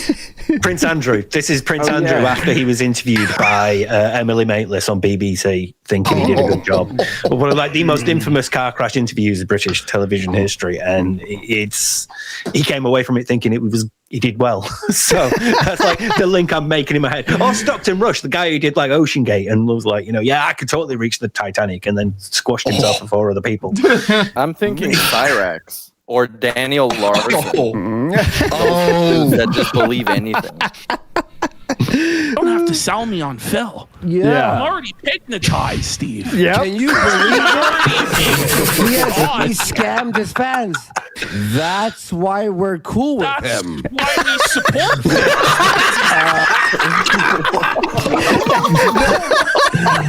That's why we support him, because he's just great. Listen, This is their I best agree segment. with This him. is their best I segment agree ever, with him. dude. You got to respect a guy that can grift this hard and this long and get away with it. You got to give the grift a little respect.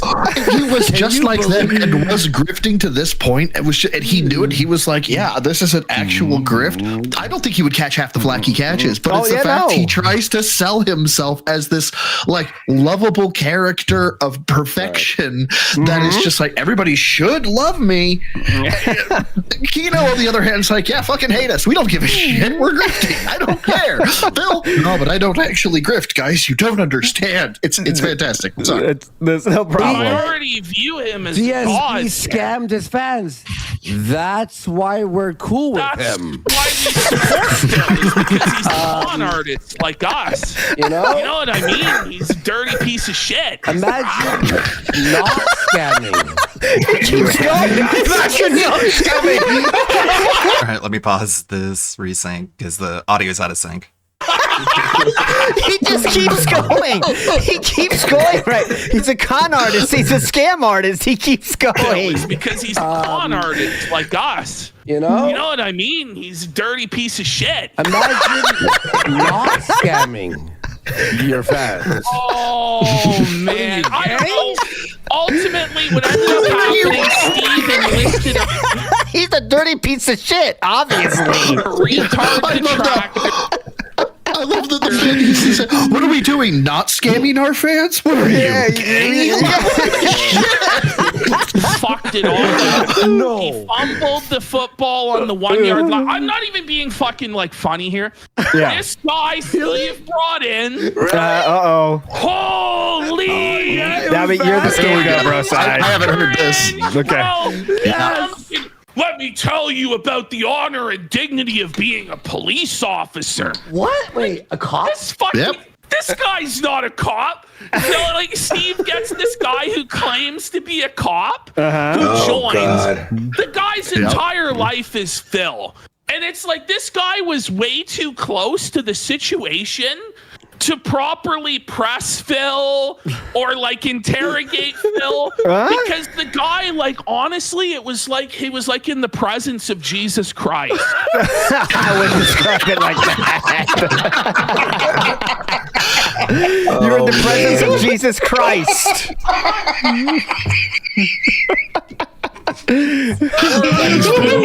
Transaction. Because they're putting a lot of effort into all of this shit. Yeah. Way more effort than is fucking ever needed to crucify Darkside Phil. You know what I mean? They got the pie chart up and everything. I was actually really busy yesterday. What was what transactions would he buys with his debit card and shit? Yes, man, they have every transaction, and then. But the thing was, what they were arguing, kind of to me, made it less likely they were real. Okay, let's hear Because this. The argument was, it's like, okay, so you said on this date you got a haircut.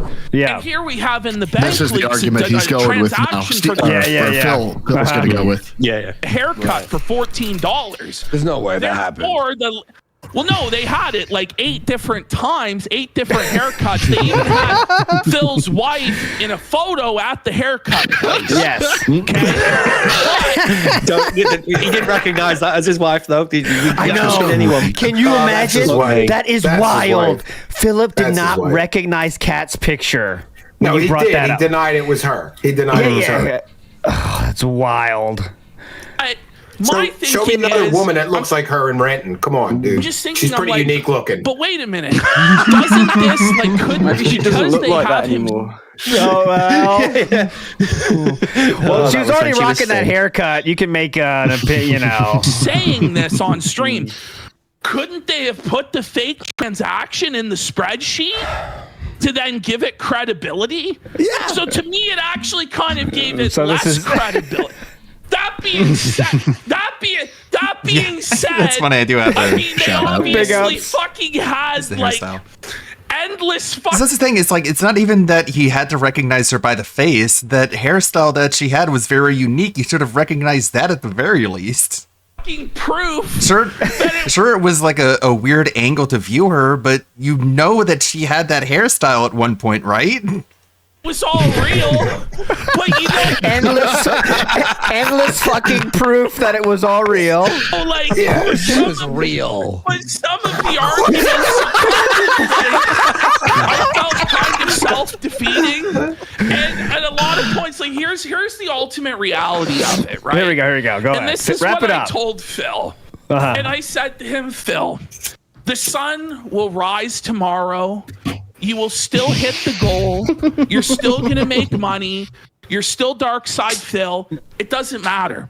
Dark Side Phil could be caught on tape slaughtering puppies. Yes. And he would still get people to donate. Yes. What does That's that true. say about the Nothing that Phil people? could That's true. possibly do Yes. or be exposed as doing that would stop him from making money from retards online. Yes. Because he's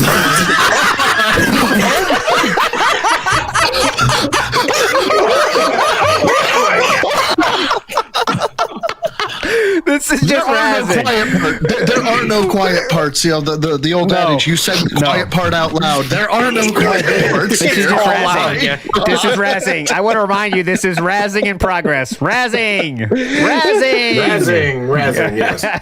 possibly do or be exposed as doing that would stop him from making money from retards online because he's the best at it. So, He is the best no at making matter money from how much retards. Steve copes, no matter how much Steve, I Oh, have yeah. evidence. This guy is a bastard.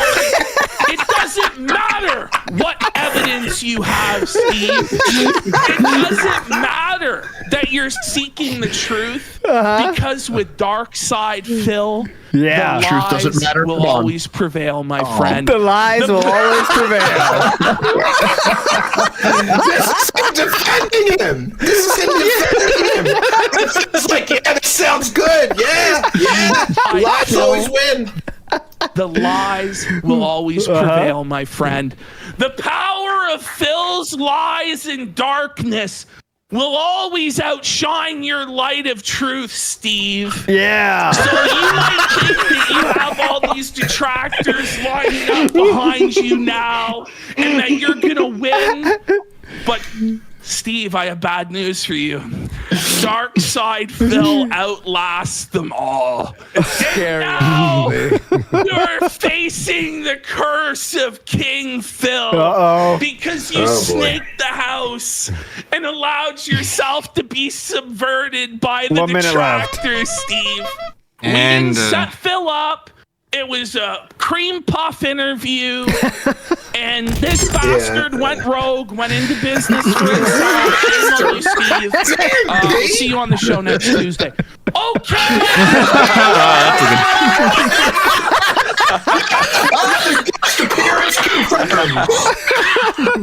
And this We're gonna hear it bastard again. went rogue, went into business for himself. Shame on you, Steve.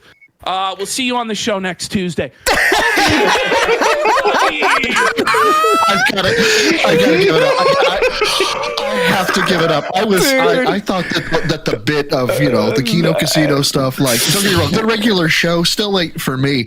But even when I was seeing their after shit, I was like, I still don't kind of get it. I think I get it now. Yes, I get it. This turned me. Glorious. Yes, this turned me. And honestly, as Philip said, actions speak louder than words. So is one of those actions getting Truth Seeker Steven right back on your show, Philip? I'd like to ask, because it would seem like they're pretty cool with Steve actions if he's going right back on the show, huh? Oh no, they're gonna hold him accountable. They're gonna hold him accountable for his actions. I just heard him say that. He hasn't confirmed that I'm going back on. I don't know what's going on with that, but I hope that. Yeah, you will. You heard it. He will. They made sure to say it. He delivered it in a beautiful way to say, yeah, fuck Steve. We'll see him next Tuesday. You know what I mean? Like, let's end it there. A few questions from people in chat, so let's give it to you. Skullmaster, Master of Skull says, Broside Phil, you did a great job, but your only mistake was treating Phil as if he was anything other than a bad faith actor. Right. You can't give him an inch, nothing. What do you think about that, Broside Phil?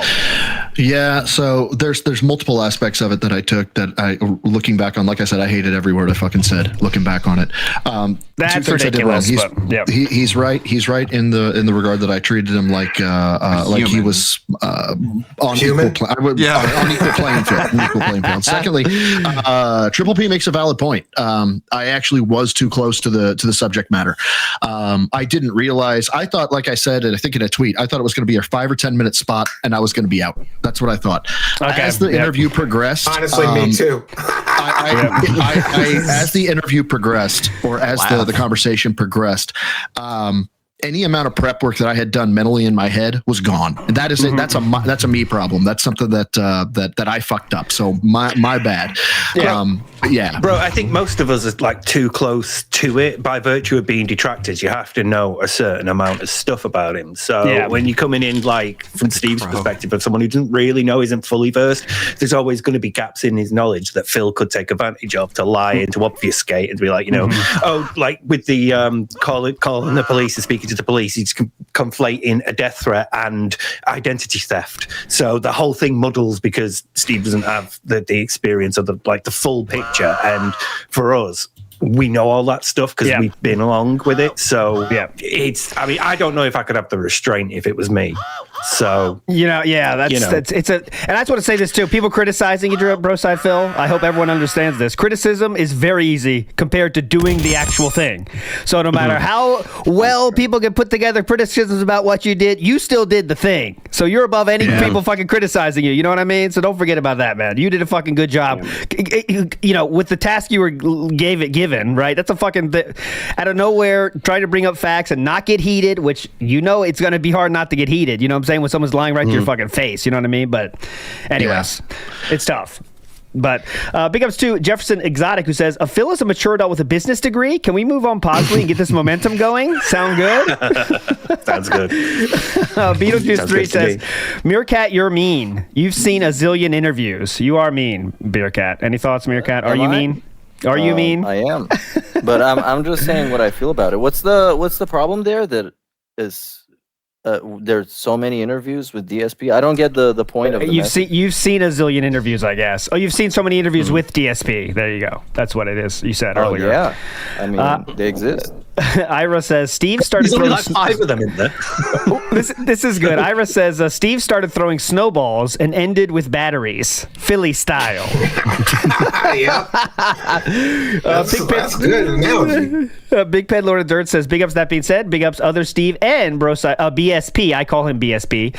Great interview, Steve. I was happy to watch the piggy squirm at the bank leaks. Question of the day is, how much money would Phil ask for to do the polygraph? Now, if I remember correctly, there was no number amount ever decided on, right, Steve? Vin? Yes, Cambion? but we've had. I haven't vetted the people or verified they have the funds available, but to the best of my knowledge and recollection right now, there's 3 people that have come forward with a $5,000 offer, 3 separate people, which would mean, but all 3 of them basically said he has to pass it.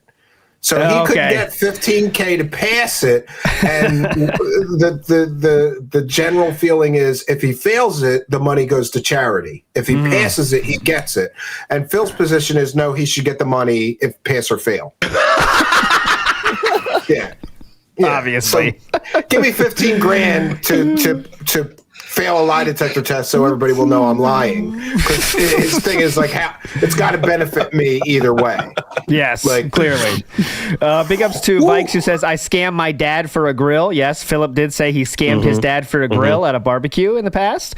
Chio says, big ups, that being said, BSP and Steven had a lot of fun watching the interview. Much respect for going hard on Phil. Shame his head is so far up his own head that he can't accept proof of his lies from anyone. Yeah, big ups, Chio, and that is true, unfortunately. Joe Dub says, Phil would say that detractors would find something else, but that would be too hard to do if he actually just told the truth. And yeah, Philip likes to use that excuse of they'll always find the next thing. They always find the next thing, but there doesn't always have to be the next thing if you don't lie 1,000 times. Yeah, he makes the next thing. It's his fault. Good point. Papa Polecat says, just giving my good friend some contributions. Big ups. Interview was great. BSP was thrown into the Super Bowl and handled it as well as anyone would hope to. Hugs and kisses from Papa Polecat. Big ups, Papa Polecat. Thanks, man. Appreciate it. The Snort Fort report says if Phil's mouth is moving, he is lying. The lying never stops, and the begging also never stops. Big ups, Snort Fort report. Nate Rivard says Dev Phil's advocate would it be possible for the investigation report to only have the lead investigator listed and not this female officer under him? To Broside Phil, what do you think about that? She's been listed. I have the narrative. So this is what's great. He thinks he's got me on this point of, I have this thing that I spoke to this woman. I never spoke to a man. I'm not revealing the second part of this, but he's correct in the aspect that I looked at the detective. That is who is typically the larger force in an investigation that you would talk with as a victim. You'll talk with the initial officer, sure, but eventually a detective would contact you in a felony investigation. My jurisdiction would be called criminal threat. I would then reach out to them, and then that is who would primarily I would work with, or the responding party or reporting party would work with. So I incorrectly assumed that this dumbass wrote down the detective's name. Given that he didn't, and he is so reliant on paperwork, he only has the fucking card or the initial call sheet or whatever it is from the officer, who was a female. I talked to the detective. He talked to the initial officer. Completely has forgotten he spoke with Detective Chris Edwards. Completely forgot it. But he did. And I can prove it. So yeah, he did talk to a woman. It's true, but that does not invalidate that he also was involved with, or that the investigation involved the detective that I spoke with. There you go. Mickey Thor says Ashton is maintaining plausible deniability while with Phil while pimping him out for the lulz. And yeah, that's what's going to be funny is when, let's say Steve goes on Kino Casino and then DSP's on Kino Casino, then they bring Steven in out of nowhere. So we just are literally watching Kino Casino LOLcow live show. But Phil didn't get 50 grand for it. He's doing it for free. That's definitely going to happen, by the way. I guarantee it. Beetlejuice 3 says, we have the Grill Phil segment. Can this segment be called the Third Degree Burns with Steve? Okay, well, it's not bad. Zitro says, bank leaks are old hat. Let's talk about Street Fighter 2. Hell yeah. Splody Jesus says, I'm starting to think Triple P is a snake. Yeah, you think? I'm not sure. And Joe Dub says, Hulk Hogan versus DSP at BM2. Who tells the truth first? Okay, my friends. Any last final question, though? Mirka, I'll give you a chance. Any question you want to ask before we get out of here today? Let's have a look at Phil's sad boy tweet in the middle of the night. Yes. Good idea. Like a divorced woman tweet. Yes. Okay, so in the middle of the night, baby. I thought I was having a kind of a rough night. I saw that tweet and I went, never mind. It was worth it. So first we got this one, which is straight from Facebook with the glitter. The darkest night is often the bridge to the brightest tomorrow. Good night. Live, laugh, love. You know. No interview has gotten that before. The biggest of ups to Steve. This was unheard of. You fucking killed it. And you only find that if you search like positive vibes or something, or like positive, Yeah. like self-help shit or something. Yeah, I don't know, yeah. somebody found the search term. It's so gay. The darkest night is off of the bridge to the brightest tomorrow. Good night. Then, fun doesn't stop there, though, because let me tell you, we got another one. That was the next day. And it says, well, I didn't see today going this way, but here we go. Valentine's Day bummer. You sounded like you were channeling your inner soft-spoken Gundam there. All just So there we go. That was the two emo boy Philip, who, remember, he still has a wife who theoretically they're getting along well, so Valentine's Day still could be very romantic for him. I mean, your life doesn't have to revolve around the internet, Philip. You know, Valentine's Day, you could do fun stuff with your wife. But you know, that's last night. That's crazy. That's crazy. Like, what? I don't understand. Like, if I couldn't go do I didn't even do a show last night. I just wouldn't do that. Like, that's time with my family. It's time with my wife. You know, my wife's got three Valentines. Me and my two sons. So we went out and had a good time. And he's playing like a game and letting his wife just sit by herself in that house. Like, it's sad. It's really sad. Yep, that is really He only has sad. one day off a week. Honestly. Okay, any final question before we get out of here? Steve of the Dead, anything you want to ask the two boys here? I just wanted to say thank you for mentioning Jasper at the end. I know he dodged the question quite quickly, but I appreciate that somebody's still holding his feet to the fire. And his response made me think, you do know that you're in the wrong here then. What are you talking about? Sam, any final questions, Sam? No. Let's wrap this up. I got to get out of here. Okay. You gotta go. Big ups to the both of you for that. Yes, big ups. Yeah, we got to go to. I got a hockey game to win here in a second. Here we are 1-0, by the way. The team I'm coaching, we got to get 2-0 here tonight. But I have to go do some show prep for tonight. So if any of you evil detractors have some funny clips or videos, feel free to DM me on Twitter. It's at Stephen Cambion. Otherwise, I'll be live tonight at Truth Seeker Show on YouTube, 7 p.m. Eastern. Okay, there we go. There is Truth Seeker Show link. Please go get to that, and I'll give you Broside Phil's as well. Broside Phil, anything final messages here for the beautiful people out there? The only thing I have, I can't really plug anything because I don't have it scheduled out. I may do an evening stream tonight, or I may do a stream tomorrow. Not sure yet, but as soon as I do know something, I'll put it out. Big ups. I will be doing tonight the call-in show again. We're going to do something that Steve's familiar with, paranormal style shit. And I don't believe any paranormal style shit, so I look forward to hearing your stories that I will shit on since I don't believe in them. Yes. Okay. We'll see you tonight or whenever we see you next time. You're all legends. Bye. Bye. Bye. That was good. That was pretty good. They ended up making that Kino Casino clip more entertaining. Which is hard. It's hard to make make PvP entertaining. I really do not agree with the idea that PvP is the greatest entertainer on the internet. That's some glazing right there, but I guess he's got to do it because in exchange for being handed an audience. But it's pretty good. It's pretty funny. What else do we have in the sub box? Nothing really.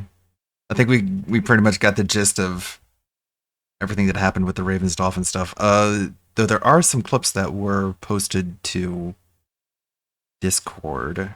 It might be nice and short enough to get the point across. Let's see what we got here. How to track user crazy and Hinge. It's still pretty early, huh? I still have a lot of editing to do on this Gundam video about the Looney Tunes and Worcester, New York, making like a sanctuary city. I'm not sure what state that was. It's Arkham. Let's see here. It's in the Moo channel. Okay. How about this one? But like nobody would have ever thought he would like cross these lines and do like weird shit. He's like really, really, really dumb, yo. Saw that one. Like he's a big, stupid, fucking dumb ass kid. For real. Yeah, okay, we saw both of those. I was hoping it was the caveman clip. It's pretty funny.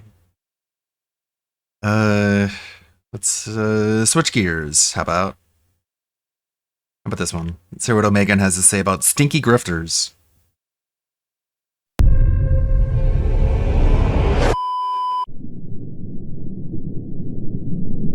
While I continue editing.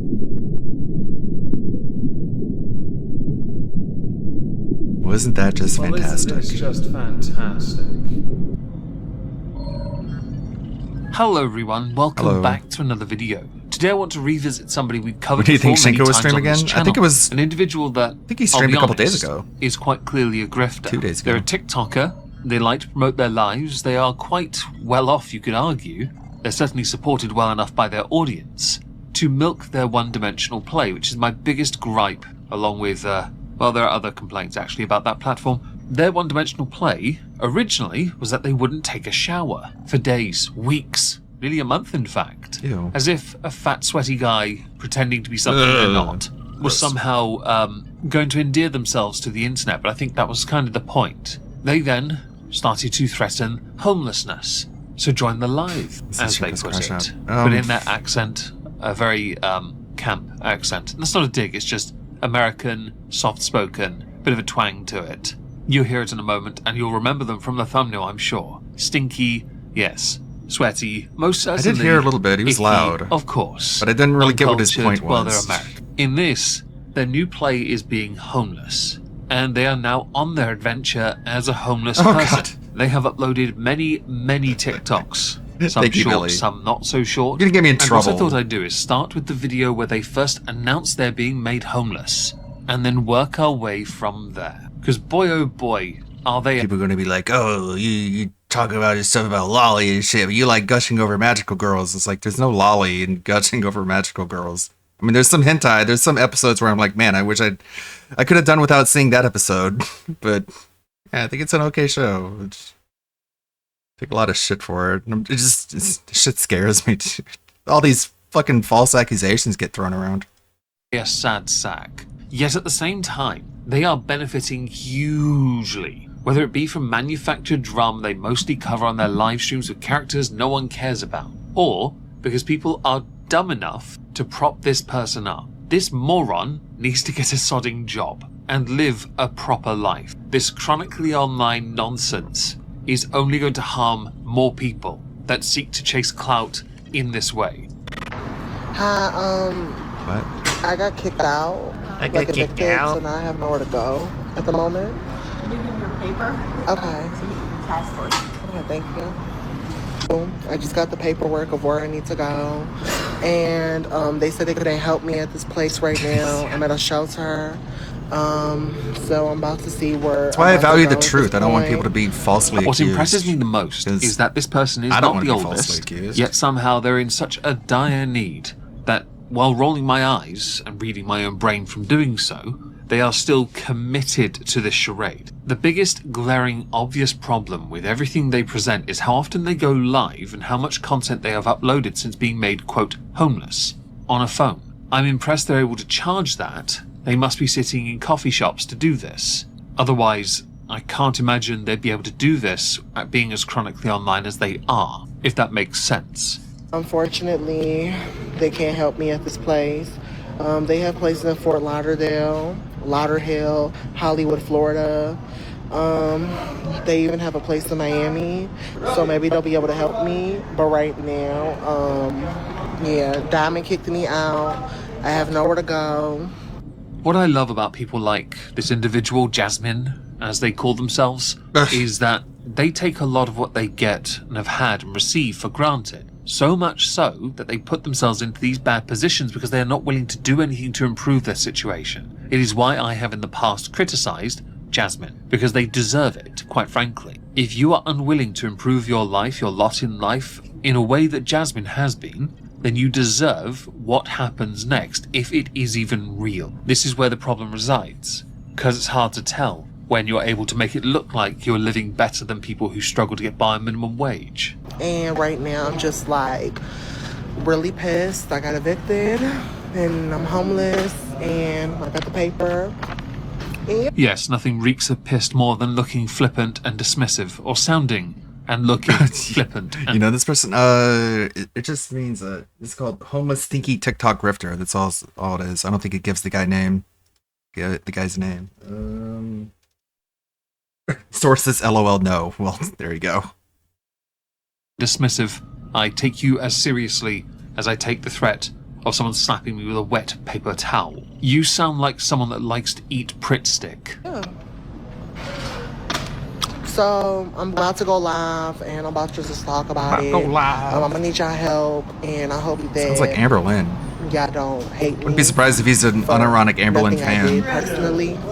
I stumbled across one of their live streams once, and they just spend most of their time talking people. That's all they do, talking directly to the audience, but they get so many viewers and a huge amount of support. I don't understand where this level of stupidity comes from. When there is that line in the sand between creators, Twitch streamers, or that streamer type, those who do it for a living, and then those who clearly do it as a con, either e-begging for food on a regular, cigarettes, yes, Shani, I remember you, or begging for money so you can have a roof over your head when you threw the previous one away, Oh, nice. which we'll get to later, because this diamond person does feature later, yes, To me, it poisons the well for other creators who just do this as a job can't or stand as ads. a hobby. Because you do have profession, you have hobby, you have enthusiast, and then you have grifters who only exist for donations and are not interested in what they do. But that's TikTok for you, really, isn't it? On to the next video. Homeless update. Apparently there's footage of me being homeless, and I just want to say, okay, I don't care. Like, why are you even posting me? How did you even find me? That's weird. I don't think it was particularly difficult for people to find you, since you spend a lot of your time in these more recent videos at the beach. You've given away roughly where you are as well, because you mentioned Miami. In fact, you hyper-focused on Miami. You changed your tone when you spoke of that area, so a surrounding area wouldn't be overly difficult to look into either. While the United States is quite large, as are you for that matter, it is not hard to find someone who sticks out like a sore thumb, or smells like a sore thumb that's got a really nasty infection. Homeless update. I got a TikTok queen shirt because I feel as though I am the queen. Holy of shit. We're going That to was see how y'all zesty. feel. I am the queen. Okay, so there are a number of questions here. Firstly, you're That flag is probably a giveaway. He's in Florida. So there you go. There's some evidence. We're going to see how y'all feel. I am the queen. And it does look like so there are he's a in number of Florida. questions here. Firstly, you're still at the beach. I guess you're enjoying the sun while doing sod all, but you're homeless, everyone. You managed to get a new t-shirt. Doesn't change the fact you smell. Did you wash the t-shirt first, at least? There are many other questions, but the one that really does stand out to me is, are you carrying a solar power bank around with you or something to charge your phone? Because I'm not entirely sure how you're managing this. Because you've uploaded a lot of videos, and I'm not showing all of them in this video. There are a lot of them. Your homeless update, as you put it. Because this is an adventure, it's a part of the grift. These shorter videos only exist, they only exist, so that you can get people to go to your live, which then raises more questions because phone batteries are drained when you go live. So how are you pulling this off, unless you're not homeless? And got me in. That's a really weird flex, and I'm not okay with it. Additionally, who did you pay and how much did you pay them to stick Sounds their like head you- in you your did know this sweaty guy. nether regions that are more than likely not seen soap in months? I know there's a 6-month rule for many Small of world. these kind of encounters. However, I firmly believe there are limitations. Homeless update. I'm at the beach, but I'm not finna be touching the stand. Cause bitch, I'll be damned if I'm homeless and I got sand on me. But yeah, baby, I'm at the beach, just chilling, looking good in the sun. Gross. Cringe. Yes, nothing reeks of looking good more than a sweaty, morbidly obese person being at the beach in another t-shirt. I guess the Queen of Tick Tick is not as royal as we were once led to believe. When you know that somebody's clearly conning people, it gets quite frustrating trying to take on board their more light-hearted attempts at being homeless, or seriously for that matter. There's more though, so I'm going to keep going through this trash. Your homeless update. So I'm gonna be taking a shower in the gym, and yes, this is a voiceover. So basically, I got some Dove from Walgreens. I can't imitate this level of zestiness. Then I also got some Head and Shoulders for my hair. And I also got some conditioner. Some conditioner. What I love about this style of content is that this is a budget version of vlogging, but it's not really, is it? Mostly because some of this is such a high-end charade. You could afford to live somewhere where it's a bit more affordable if you simply went there. But you'd rather put on this pantomime with the money you get from donations and continue the pretend, when the reality is you actually could have it so much easier. There's something about this younger generation, am I right, folks? We're old enough to say that now, right? And I'm finna also show y'all the clothes I got real quick. So I got these sweats from Ross that y'all paid for. And I'm also gonna show y'all the shirt. I think they're like Reebok. I'm not going to judge the clothing, but if you're homeless, I'm going to judge you slightly for not considering a cheaper alternative in the form of thrifting, as it were. No offense intended here, but when money is being tightened, regardless of your status as an internet sensation, oh, hang on, that's haram. No, you're more of a drop of water in an ocean of idiots. And I'm finna also show y'all the clothes I got real quick. So I got these sweats from Ross that y'all paid for. And I'm also gonna show y'all the shirt. I think they're like Reebok. And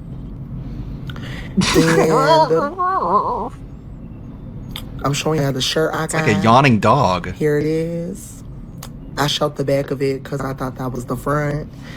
And the next clip is gonna be me after my shower, so I hope y'all enjoy. Period. Pool. What's intriguing about this clip is that shortly after we get from narration, we go to Jasmine talking. Now, I say this is important because this shows us a little bit, well, a change in demeanor and behavior. Because when on own, by self, lonesome, exiting a gym, having successfully not done a single exercise, no, it does not count when you lift up a bottle of fluid or gel to wash yourself, much to the chagrin, I'm sure, of many. Jasmine changes how Jasmine behaves. The voice drops, respecting decorum. This indicates partly that they are a little bit more self-aware, self-conscious, and perhaps less of a character when put in a difficult or different location. I just took a shower in the gym, and this is what it's given. Period. Why does he keep saying period? I just... Now, because the character has to show off, because the character has to be more pronounced, present, and out there. Of course, we have to have side characters. Doesn't matter who they are really, what they do. It just matters that they're in the content, albeit for 14 seconds. Homeless update. I'm with Bree and her husband, and they're here taking me out for lunch. I want to say thank y'all so much, both of y'all. And we're going to be eating. Can you not put us on camera for your demented These audience? homeless updates tickle me to no end, especially when Jasmine gets donations in some streams, quite substantial donations. Homeless update. Coco Bliss just sent me $500 on PayPal. Oh my God. I just want to say thank you so much. This is definitely going to get me a couple more nights. Yeah, a couple more nights. I fully understand, but considering how far the money goes, I'm a little bit. Big ups, a couple more nights maybe at a you should just buy a hotel. better tent. And yes, there is in fact $500 well spent. Hey, you all. Homeless update. I just got a tent and a blanket again.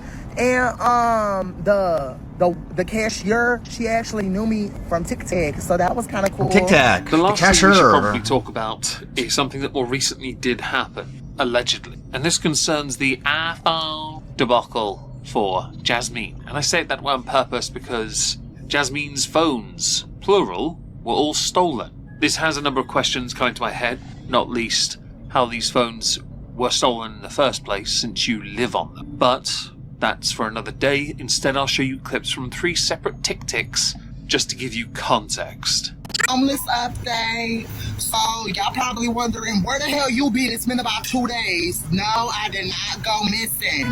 My iPhones got stolen, and and I finally got an Android. Basically, what happened was I was sleeping, like, under my duffel bag, like, I was on top of it sleeping. Like, I sleep on my side, and I think the zipper was openable, so I think somebody got my phones and stole them, obviously. This comment is an obligatory interruption because of fair use reasons. It's so funny. We're going to go to video 2 anyway because it's an update. Like, homeless people stealing from homeless people. It's like, Jesus, you guys really have no sense of community, do you? Because Jasmine can't afford an iPhone. Not The as, audience have yet to donate not the as money noble necessary to and buy one dignified of these, as they're rather portrayed. ridiculously expensive They'll devices. steal from each other all So the time. Jasmine went Android again. Now, the lag issue is, I think, because of reception on the phone. I could believe this phone is 3G based on that.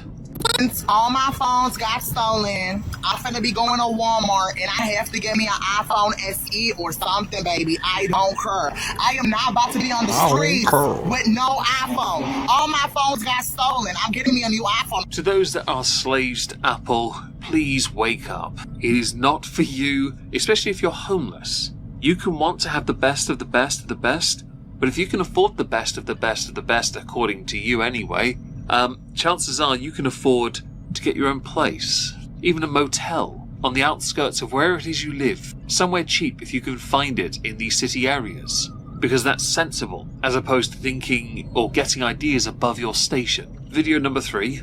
Update. So I did not buy a new iPhone. I actually bought a prepaid Android. But the good thing is this is a Moto. So this one should be a little faster than the Obama phone I have at the moment. Obama so I phone. was Thanks, also thinking, Obama. like, if I do get an iPhone, how am I going to re-download TikTok? So unless I'm mistaken, this is a reference to Moto, that is Motorola, which isn't a bad phone to use. They're affordable, and their cameras are actually of a reasonable quality. This is of course the part where many of you who have watched this and gotten this far will dab in the comments with the camera you have on your phone, or the phone brand if you're that type. Ultimately it doesn't matter. Sometimes you have to think smart.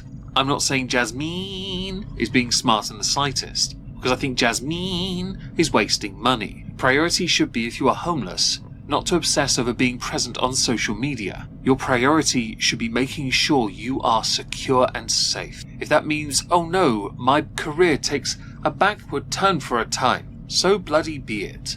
I would say there's some level of cleverness to being able to milk the dire situation you claim to be in to get the donations you get on a regular from your streams and still make it look like you are homeless, not homeless, and still disgusting, which you are most certainly that. Now, as we finished, I would like to finish by saying you are definitely a grifter. There's no doubt in my mind of that. People like you are the reason why many are turned off by TikTok. And at the end of that video, you may have heard a reference to TikTok not being available. Well, mercifully it is, so you can continue your star-studded glittering career, by definition e-begging it up like there's no tomorrow. To the rest of you, I hope you have a wonderful day. Thank you for listening. Smash the like on the way out.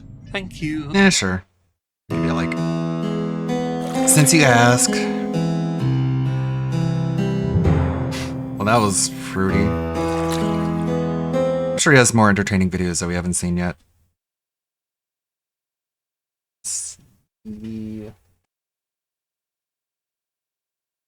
How about old Fattykins?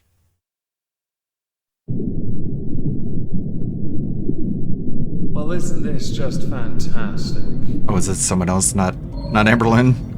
Hello everyone, welcome back to another video. Today we're going to be taking a look Yeah, at this is the thing, YouTuber like, Quirky Love. Like, a lot of these people are like, I got kicked out of my house just for being gay. I got kicked out just for coming out. And it's like, you look into these people and they're like really annoying and obnoxious and self-entitled.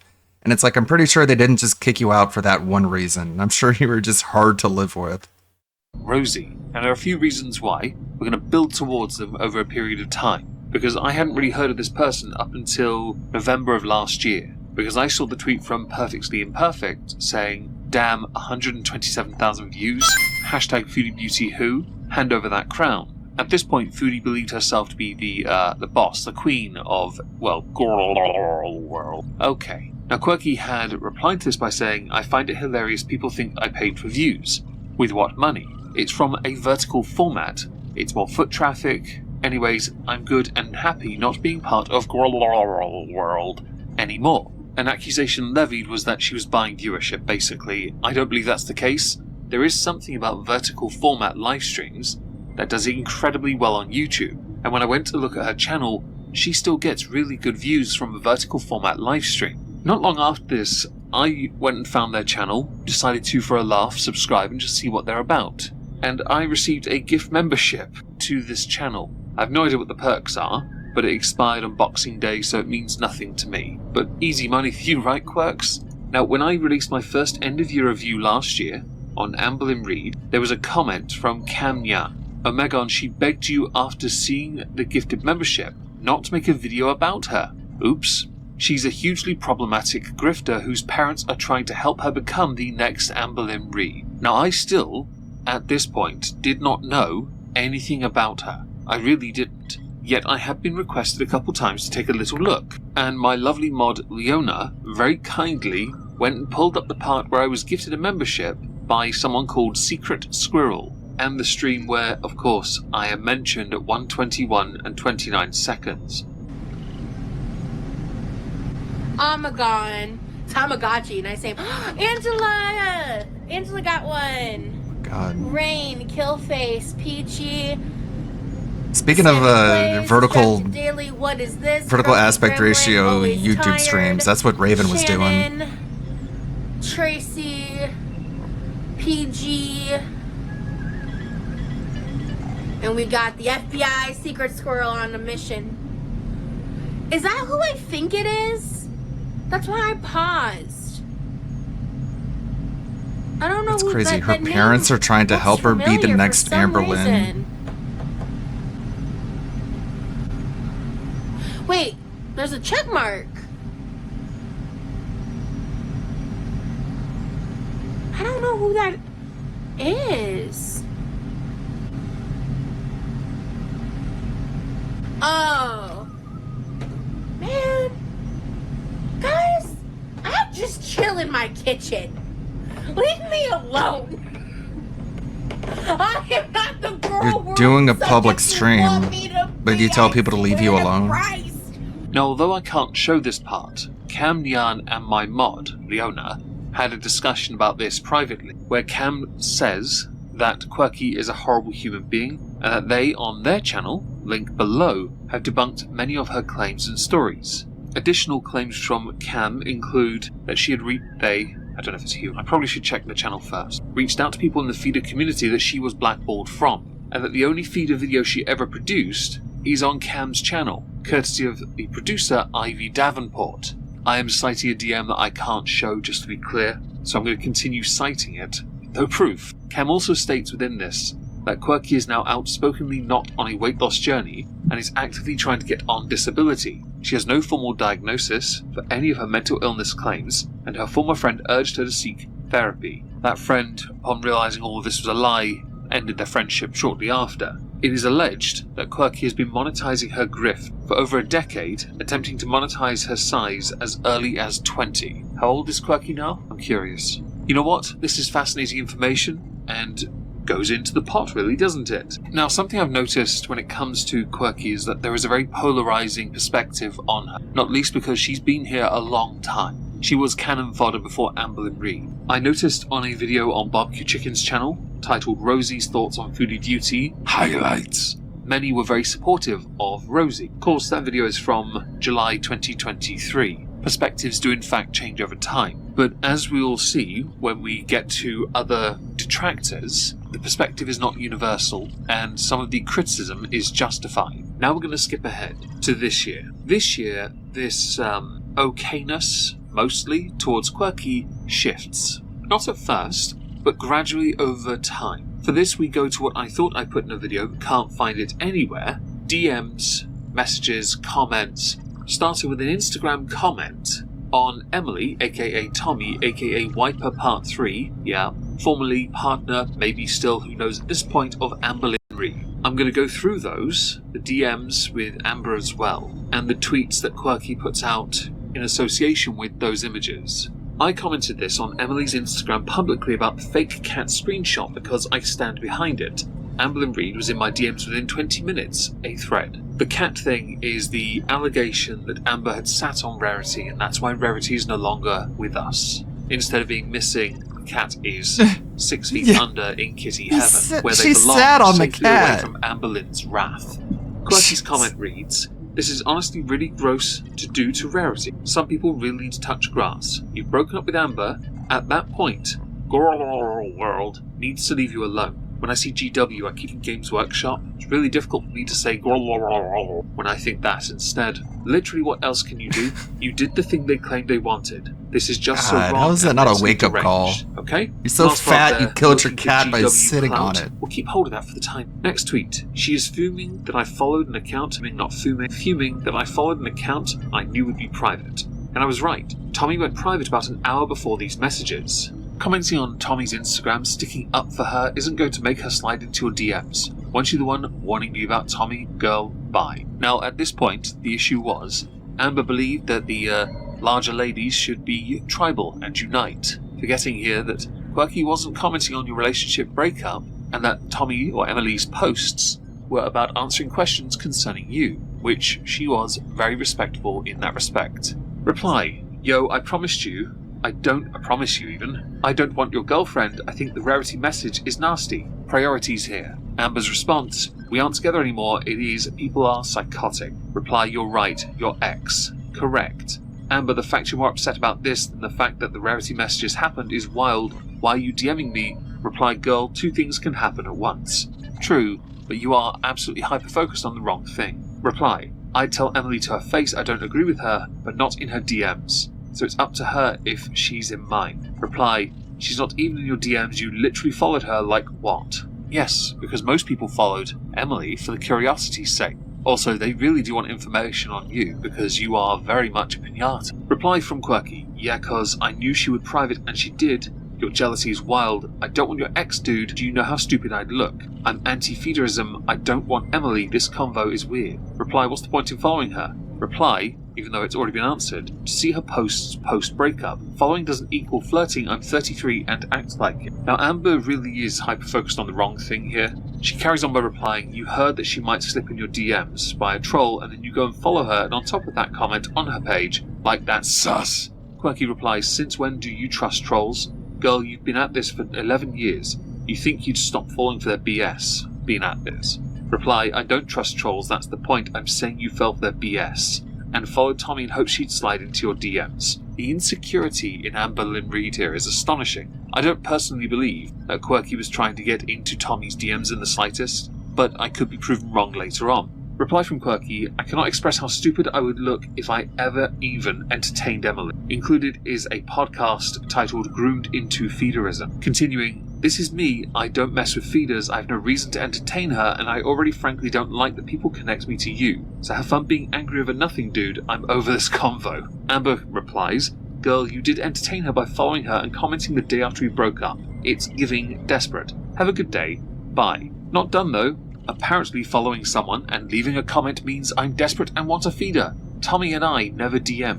Amber continues. Well, after Quirky, that is. Actually, as you notice here, well, Hectic Tommy liked the post on Quirky. Look at the timestamp. I was sent this 2 minutes ago. Take that up with Emily. Amber's reply, why do I give a about what she liked a video almost 3 years ago? Lamal. 1.5, but I'm sure math isn't your strength. You're the one getting bitchy in my DMs about a comment like a teenage Amber. Other SSBBWs, I don't know what that means, are in her comments right now. I don't see you messaging them. Reply, yes, let's belittle each other. And this is why I know Amber thinks that all larger-than-life ladies, so I assume SS is supersized, they are there believing, she is, believing that all you SSBBWs must unite as one blob. Think like Blobulon, the one from Enter the Gungeon? Yeah, that. You must be a collective. Okay, tragic. But Amber does like the gaslight, so obviously the reply is, alright, gaslight Lynn. Reply, girl, there's no gaslighting happening right now. Amber doesn't really understand what gaslighting. I'm not gaslighting anyone, you're crazy. Definition and use it unknowingly as well, I might add. She's just not smart enough to be able to employ it properly. I just think it's odd that you are anti-Tommy, Emily, so hard that you sent me novels and then a day after we break up you try to get her attention. It's weird behaviour and I wanted to call it out. Well, that's what you do in DMs, of course. Now, I do not agree with sharing DMs. I'm going to be clear on this. Unless you have the permission of the other person, don't do it. It's why I haven't shown Camnyan's DM with the owner. Because I needed the information, but I can't show it. I don't have the permission. It's as simple as that. The final tweet in this thread reads, I don't have F all to hide because my intent was to be nosy like the rest of the people that follow reaction content. I just don't hide behind troll accounts, stay mad, do. Now, at this point of these tweets going out, the support was very much on the side of Quirky, 100%. But things did change over time. That was on the 29th. I had seen tweets from Charlie Gold vehemently against Quirky. More like Charlie and Cole, others, in am I fact, right? calling Quirky out for milking this as a grift, because there were many live streams hosted on Quirky's channel taking full advantage, whilst also simultaneously claiming to want to be done with it. But, and I'll admit, if an opportunity presented itself to make as much as you could, or to get as much attention to grow your brand as possible, you should take it. And we all know it won't last long because we know the level of pull Amber now has. It's minimal. The law of diminishing return is at its highest now, because Amber's pull is so much lower. So if you make content on her, you are getting short-term, not long-term. I'd say it's a shame, but if anything, that's the nature of the landscape created by the likes of Amber. Quirky will undoubtedly fall prey to this as well, given enough time. Because of the accusations of feederism, a day later, Quirky had tweeted, I just want to say, I have a past in feederism. When I was a worst person of myself, worst version of myself even. I appreciate the people that give me the chance to show them who I currently am. This thing, blowing up, has had people bringing up things I've done in the past, and I've been separated from for years. I'm just kicking with people in chats, spelled really badly, because this is funny. Sorry, funny. Her behaviour was unhinged, and it landed on my internet doorstep. I appreciate the people supporting me, but I have very openly atoned and apologised for my past in every way, unlike some people. Some of you might remember that I have a dedicated, creepy stalker of a reactor who sent booze to my house, who makes things up about me, so if you have questions about anything from my past and want to have a respectful conversation, I'm down. I'm already seeing lies about me, which is to be expected from If I'm not your cup of tea, that's totally fine. I'm a fat, neurodivergent person on the internet, and some people just like to make fun of that. But I don't mean any harm, and nowadays I just cook and vibe on my stream, take care. Now this thread, compared to the original tweets, don't have the level of traction anymore. People aren't as interested in what she has to say. That's not a dig, it's just what it is. Now I'd already alluded to the fact things have started to shift a bit. Some people have started getting blocked by Quirky because of accusations they've levelled at Quirky. For example, Quirky had recently said, can I also add, if I'm such a clout chaser, why are you talking about me on your largest platform? Are you stupid or are you dumb? Hashtag Amberlyn Reed. Might notice there that the likes, retweets and comments are turned off. Well, they're not turned off per se. It turns out that Persephone Peach got blocked. They had tweeted out that image by saying, you are absolutely a clout chaser. You tried the same stuff with Chantel, and when you didn't get only positive feedback, you backtracked. Let's be real, you love to be inserted into world. You love when people give you attention and ask. I admire his dedication to that bit. The main accusation that came from all of this was that Quirky likes to trauma dump, going into other people's chats to try and panel up to discuss people within world. I'm not against people wanting to do more for themselves to expand or branch out. The problem really is trauma dumping in chats, if that's true, which is possible. I listened to a couple of your live streams. There is definitely a lot of trauma dumping onto the audience. You say chilling and vibing, that's totally fine. But when you overshare that amount, it's like you want to be kept on a thread, you know, on a forum somewhere. I can't imagine where though. Who'd have thunk it? Sometimes you have to learn when not to share. We all go through struggles, we all have pains. No one is different, truly.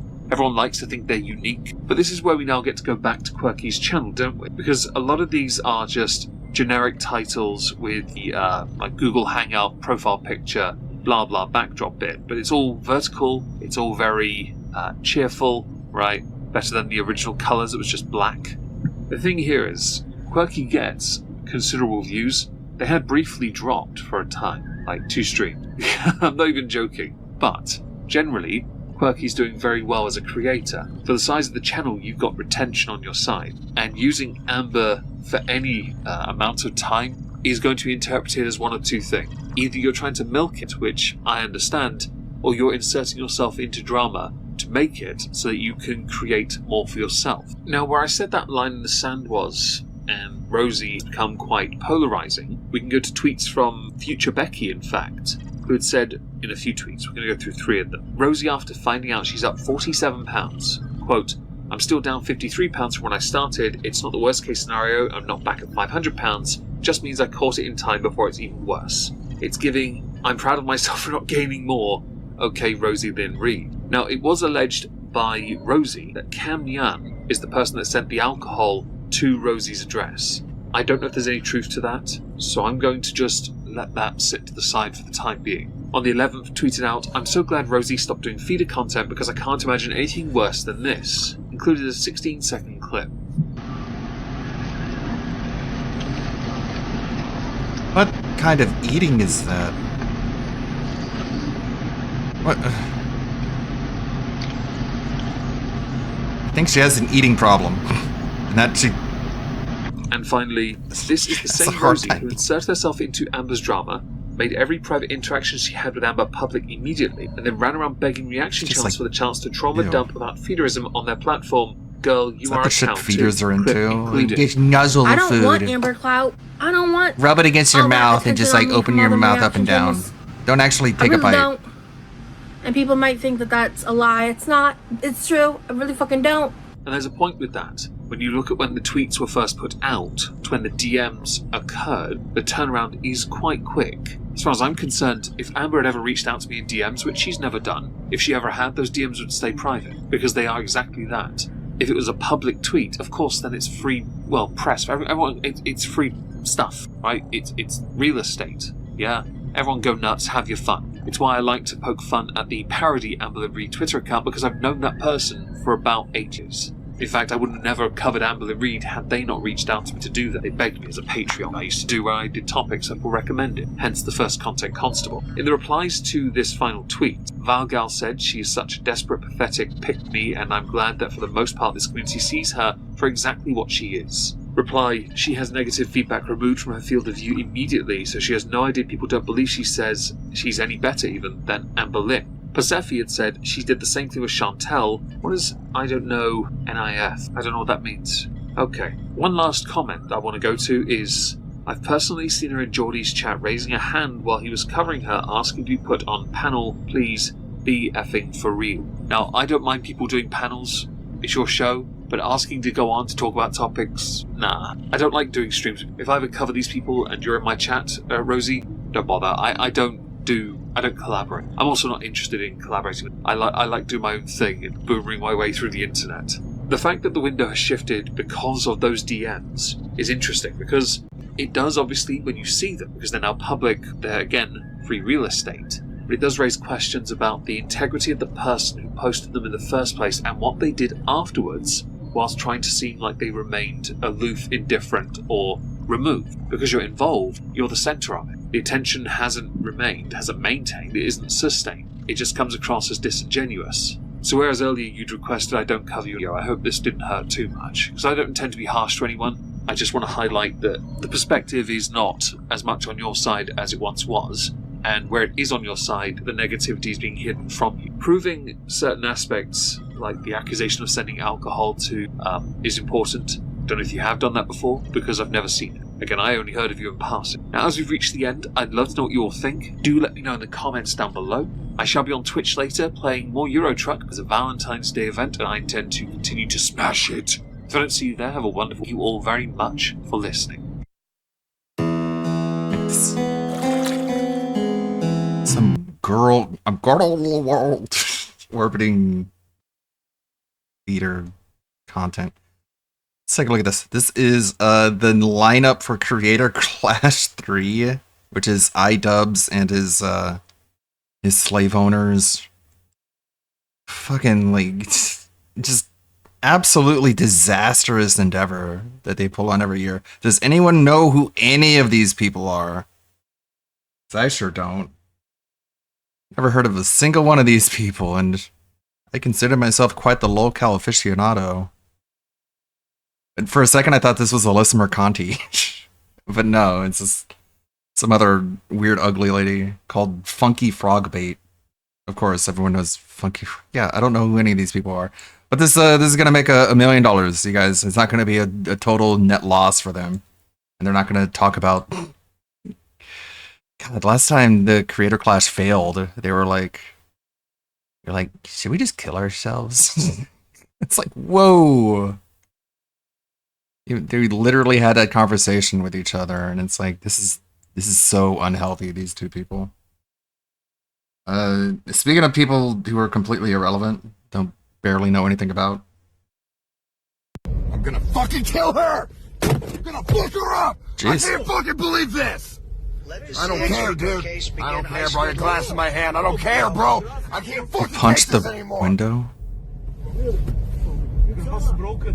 Every day I wake Glass up in my fucking hand, man. This is the most and have to make $1 million filming myself. IRL. period in human. Give a fuck, man. I need to get the fuck out of this car, man. Are you okay, bro? I'm fine. I'm fine. I'm fine, bro. This is my real voice. I don't have a fake voice.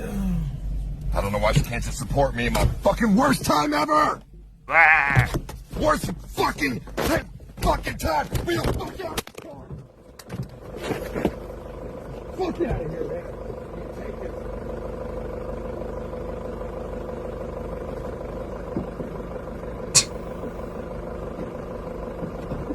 How do people look up to this guy?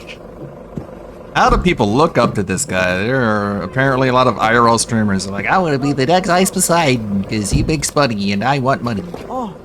I'll have a complete meltdown on camera and just sacrifice all my dignity for $1. That's cool. I'd love that. I want to be the next Vandy. Because of him. The way he's treated me, I don't want to be friends with him. Bro, he told Kimberly he asked Kimberly if she got an abortion and shit. When I went to his house a few years ago, like being a fucking dick to her. What is that on his head? Okay. Oh no, the steak logo. I don't know why you can't just support me in my fucking worst time ever! Worst fucking time! Be the fuck out of this car! Get me the fuck out of this car! Open the door and get out, retard. What? Fucking time! Worst fucking time! Be the fuck out of this car! I can't figure out how to open a door. Let me out. Look at him like fiddling with the door handle. Like I can't finish it out. Fucking worst time ever! You have to solve a Rubik's Cube to get out of the car. Fucking time! Be the fuck out of this car!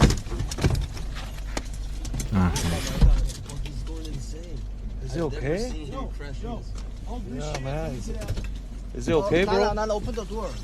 Open the door. Bro, is he okay, man? Go out.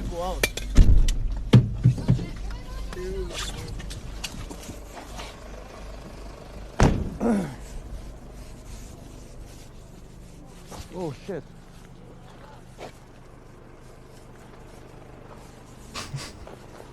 Bunch of losers.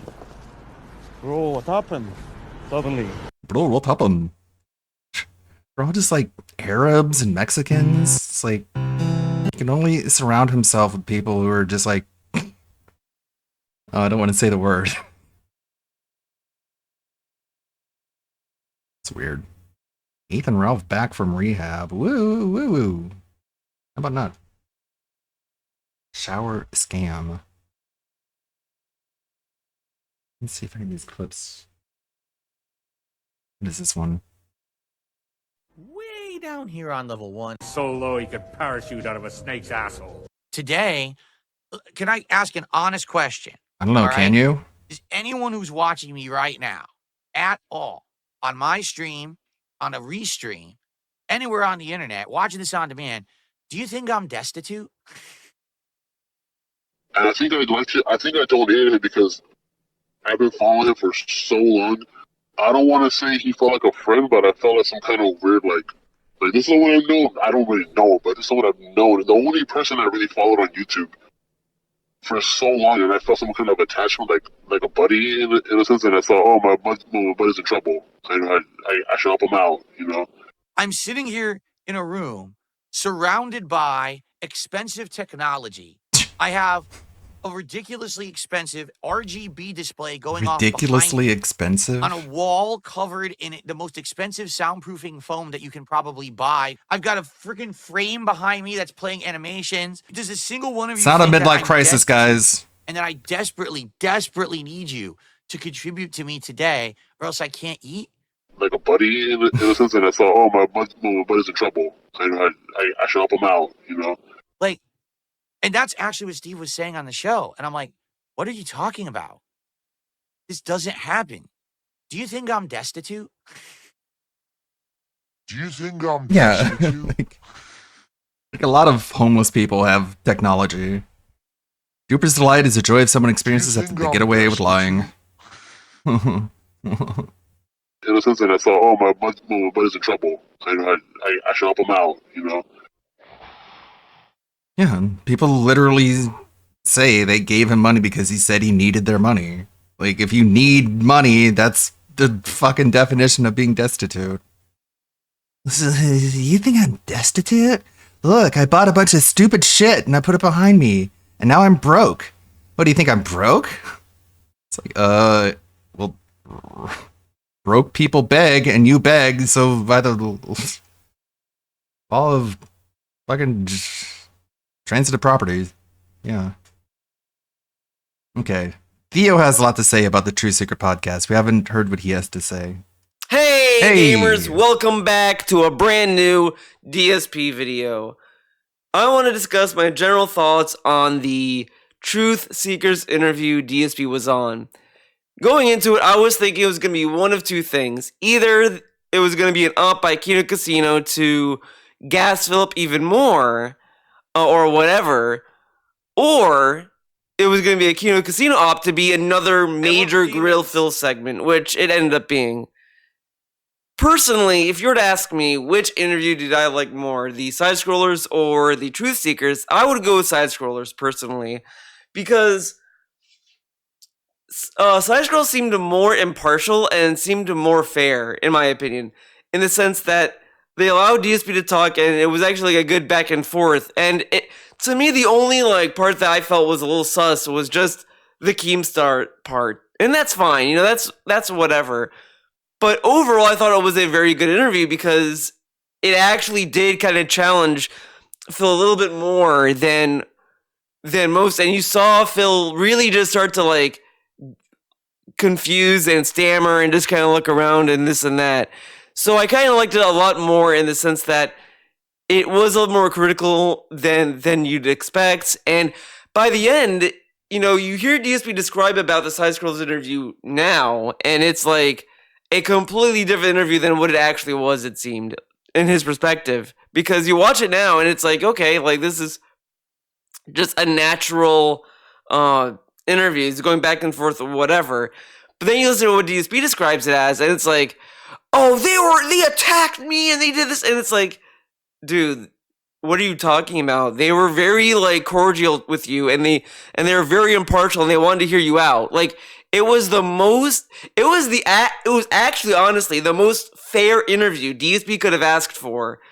Despite how he feels about the debriefing they did the day after, I think he should have been happy with that interview as a whole. Because it wasn't like they sat there and said, you're full of shit or whatever. Compare that with the Truth Seeker show. And, you know, I didn't know much about this YouTuber, to be honest. I heard, he talked about aliens, and I heard here and there that he also targets scammers. So it's like, okay. So that's why I thought I could go one of those two ways initially.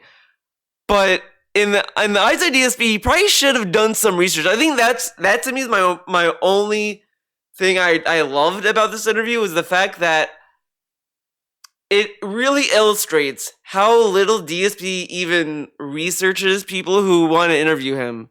He probably does very surface level research because I kept describing him as a alien guy, and maybe he said one time or something that he also goes after scammers or whatever, but he never once thought that maybe he thinks I'm a scammer or whatever. But I think that he was also encouraged by Kino Casino to go on a show, so I think that's also another aspect of it. And I left thinking, I wonder, because obviously Kino Casino's not going to do another thing like this, like right after or a month later. Like, but I wonder if they're going to do it again at some point in the future. And if they do that again, I wonder how long it would take for DSP to slowly start to question their intentions. But that's yet to be seen. Because as everyone expected, after the interview, he was already like, well, PPP is on my side. He said that he didn't know if Steve was going to do this or whatever, despite that PPP was the one that came up with the lie detector test idea. The interview itself with Truth Seeker, Steve, I think this is going to sound very confusing, but bear with me.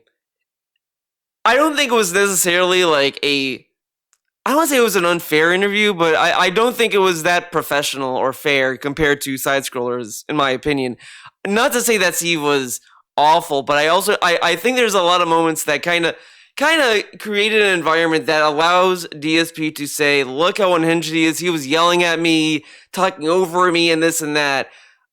Now, in my opinion, when I was watching the interview, to me, I think it's very obvious that when you get into an argument with DSP, you're going to naturally want to talk over him. I mean, I think, where I'm sitting watching this, it's easy for me to say, well, he should have been more calm and collected.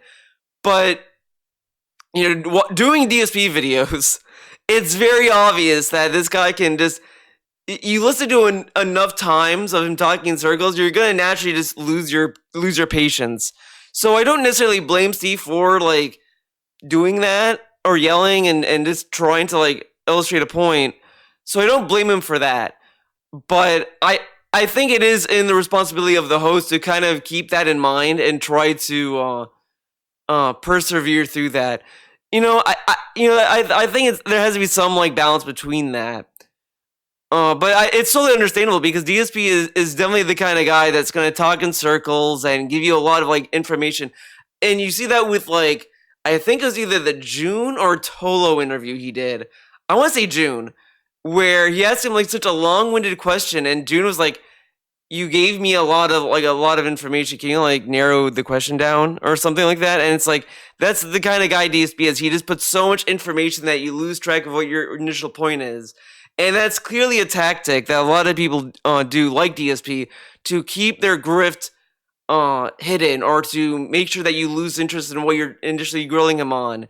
And you see that a lot in the Truth Seeker. But I think the aspect I like the most about it is the fact that, as I said before, he didn't know what he was getting into. He assumed it was discussing his past. Now, this is a little insidious, to be kind of fair, because that, in DSP's perspective, could actually mean a lot of things. Because if you were to interview anyone else, like Brad Pitt, Mega 64, whatever, you're gonna naturally ask them about their past, how they started and this and that, which is a positive aspect.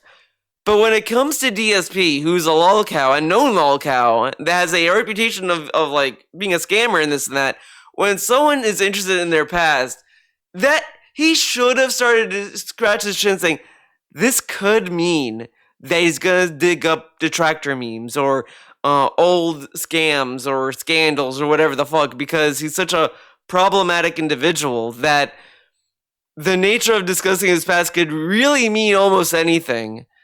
So again, that's on him. I mean, he should have probed a little bit more and kind of try to get a better structure, because I understand why DC might have felt betrayed, but when you look at the context surrounding Truth Seeker, even the email he sent him, the language is very if you read kind of between the lines, it's very clear what Truth Seeker was getting at. But on face value, it seems okay, this is just gonna be how I started on YouTube and where I am now. But that is not necessarily what it means either. There's a lot of stuff that DSP can't pick up on. As I said, this goes into the theory that he can't read, to be honest, because a lot of people will not just outright say a lot of things. They'll put stuff in between the lines. That way it's on a full way lie or whatever, or that they just assume that you can pick up on it because of social cues and stuff like that. And he can't really pick up on that, which can go into other theories people have theorized, such as him being autistic or whatever. So that could also be another instance of that. The other thing I liked the most about this interview that I was just kind of like laughing internally is this is when you look at this interview, let's take DSP out and put Wings in DSP's place, and DSP is reacting to it. DSP would definitely go on and saying, "Oh, why would Wings do this? Look at this man. Guess he goes on the show and guess what? More drama." Because that's what he said about Wings in the Wings documentary when it comes to Keemstar and this and that. And now DSP is being put in. That's a good point, Chronox. It literally doesn't matter how you treat him. You can be mean to him. You can be polite to him. As long as you're not agreeing with everything he says, he's going to have the exact same opinion of you. So you might as well have fun and just dunk all over him and just call him a scammer, call him a retarded bitch. Because it's the same outcome. In that own position through Kino Casino. And it's very ironic and funny to me to see that happen to him because throughout his career, he keeps flexing how he's not an idiot and he can't be tricked and he won't do drama stunts or anything that. And he kind of like bragged about that over Wings and Rich and Boogie and all these other lolcows. But you look at him now and he's doing exactly what he bragged that he would never do when it came to Wings or Boogie or whatever. But you could even argue this is even worse. Because at least to a degree, you could probably argue that Wings can deduce, okay, I'm doing this thing with Keemstar, this might be like drama, but I'm just gonna do it anyway. Fuck it, I'm just gonna shoot this shit and maybe whatever. Like he at least goes in expecting what's to happen, and usually the fallout is just like people just don't like the answers, basically, or whatever. Meanwhile, with this, it's really just DSP has very blind faith in Kino Casino with these little setups that they're putting him through, and it's wild just how much he is like going with it half the time. Like when you see the Grill Phil segments on Smart Guys, you could kind of argue, okay, maybe he's in on it, maybe it's a joke, whatever. But this was an interview that PPP kept encouraging DSP to go on. He goes on it, and then PPP clearly is like saying, "Yeah, I didn't know Steve would do that. Whoopsies." And DSP was like, "Oh, see, he didn't know, guys." And it's like, yeah, of course he's gonna say that, obviously. So it's another instance of like, where is DSP gonna go now with Kino Casino? How far is this relationship gonna go? Because he still believes that they're looking out for him for as a friend or whatever. So it's curious on that level, and I think that's the thing I like the most about the interview. Like, as a whole, you don't learn anything new. There's nothing damning in it or anything. It's exactly what you'd expect. It's the side scrollers, as I said, was way better because it was a civil interview that actually was critical of him, and DSP could not weasel his way out. This, I think, there is a way for DSP to weasel out of this interview by saying, "Well, see, he is yelling at me and this and that." But the other aspect that I think is very important takeaway is just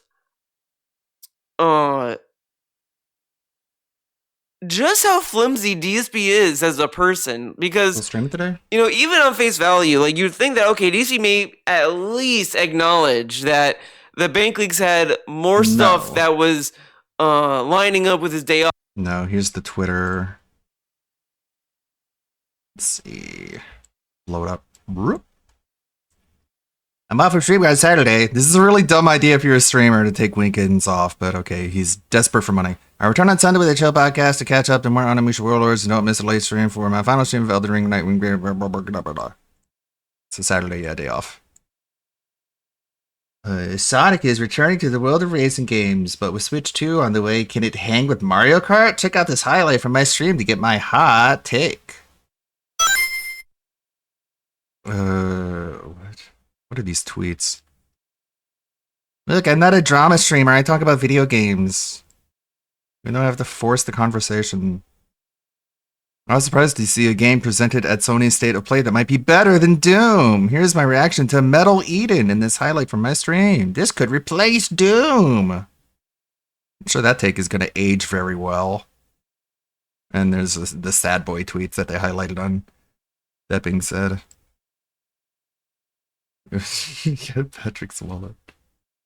Classic meme. Is your wallet? Aren't you Patrick Star? Yes. Yep. And this is your ID. Yep. I found this ID in this wallet. And if that's the case, this must be your wallet. That makes sense to me. Then take it. It's not my wallet. Oh, you gimbal! Take back your wallet or I'll rip your arms off! Wrong. Classic. Yep, that's DSP's defense. Oh, it's not my wallet. Because Well, that makes sense to me. For years, DSP kept saying, well, the bank leak said that I had like a lot of dogs. I don't have dogs in my basement. And it's like, okay, but there's other stuff that is like very like connected to your day off and other circumstances. Like there's a lot of stuff in there. Like if Steve focused on like the other aspects, like because I think you saw the 2 Comcast bills or the 2 Comcast lines in the bank leaks, and he could have brought that up because that is something DSP did say before and other things. But he kept focusing on curls and trolls, which, you know, again, I get it because that is something that's very like tied and connected, and the person on that page was definitely Kat. It's just funny to me that DSP like saw that and didn't even acknowledge it. He just kept saying, "No, man, they're fake. You can't." And he kept trying to die on the hill of you can't prove it's real. You can't prove it's beyond a shadow of a doubt. Meanwhile, like even Broside Phil kept trying to bring up that like, look, we're not saying it's 100%, but with what you're telling us on your streams and what the bank leaks show, like there's at least over 50%. Like it's not far fetched. Like this isn't a outlandish thing to believe in the scheme of things. But he kept saying, well, it could have been manufactured or this. And I was thinking about this too, because, you know, you could argue, he said like a day before, I'm going to get my haircut tomorrow. I mean, of course, you know, that would imply that there's going to be a charge for the haircut that day. Like, those charges are not like, you know, hidden either, because he's telling us it's just where he's getting his haircut is hidden. But at that point, he could just say who it is, because even if you take it down, why would they lie about where you're getting your haircut? If he says where he goes, that place will be harassed, right? We just got to say no, it's not. People right now think he's going to Curls and Twirls. It's not true. That business is still operational. We're gonna find out in a few years. You're gonna be like, yeah, the bank leaks were always mine. I just said they weren't just to fuck with people, and it worked. At least from what I remember, and it's still getting like business. You know, there's been nothing. Of course they were. You think I'm stupid? Of course they were by bank leaks the entire time. But people wanted me to say they were, so I just said it wasn't, because I'm fucking oppositional defiant freak. But again, he just didn't want to acknowledge anything. Like he could have at least said like, he could have even said like, yeah, Kat if I said it was, they'd be giving the detractors a W, you know, and I can't do that. That may not be easy to believe because, you know, he said before that Kat arranges the haircuts. So, like, the bank leaks is an interesting aspect of it. I kind of wish it was more than just that, because I feel like, you know, bank accounts and bank information is very sensitive data. Like, I don't think anyone... And of course, they're missing the point. Sorry. They're missing the point that one of the reasons, in my opinion, the bank leaks are so important is because nobody took money from him. So this whole thing where, oh, they took money out of my account, that's all lies. You do it to accuse detractors of criminality, and you do it for pity. And it's all bullshit. No one took money from you. They just found out what you're spending your money on. But, of course, he makes more money if he pretends like he's been a victim. It's all a lie. In any circumstance would be comfortable, even if it was behind the scenes, would want to go over their bank account with a random person. Like, I that's why I was like, you know, the bank leaks is like, it's interesting, but this isn't something that I'd chase personally. Again, that's why I like about the Side Scrollers podcast. That at least was like a little bit more like fair in where it was going, because asking for a WWE Champions account isn't that damning. Like, you're not going to magically know his personal information by if you know his username was down from the rafters or whatever. So that's why the Bank Leaks is like, it's interesting to see him like kind of just like in his reactions to it and his defense to it, because it wasn't convincing and it wasn't strong. But I can understand on a personal level that, like, yeah, no one is gonna feel comfortable like just saying, yeah, let's open a bank account, guys. And I know that's not what like people are asking. They're just asking for like old statements that, if he changes bank account now, that he should be fine showing that. So but I still think just in the nature of bank accounts, like I don't think anyone would be comfortable just going through that personally. But again, like a lot of this stuff that was going on in that interview, I thought was just funny, in just how obvious it was that Diaz was just talking in circles and what he wanted to do to Steve when he was pressed on something. Because, as I said, like, I understand why Steve was like talking over him and like cutting him off, because if you're just gonna talk in circles, there's no use in like hearing it out. But I kind of wish that he was more direct in saying, can you get to the point? Like, I'm going to let you speak, but just get to the point. And then if he starts saying, okay, so when I was 1 year old, I was in diapers. And he's like, oh, okay. Like, I don't need to know. Like, can you just like, get to the point you're making? Like something like that, I think would have gone a long way. And then let him talk a little bit. And then maybe get to him to do this whole like song and dance. Then said, okay, so, I understand like what you're saying, but I didn't need this preamble to get to that. Why can't you just get to the chase or whatever? Which at this point, I kind of wonder if it would be more interesting if there was an interview with DSP that confronted his behavior and how he acts, because you're not going to get anything out of him when it comes to confronting him on his begging, confronting him on this, because he's always going to say, oh man, I'm saying an observation, I'm joking, I'm doing that. Like, you're not getting anything out of him that's going to be an epiphany to him. But if you start questioning his attitude and behavior, I wonder how that would play out. Because there is stuff about his behavior that I think would turn people away just by nature. Like, yeah, the begging would turn people away and this and that.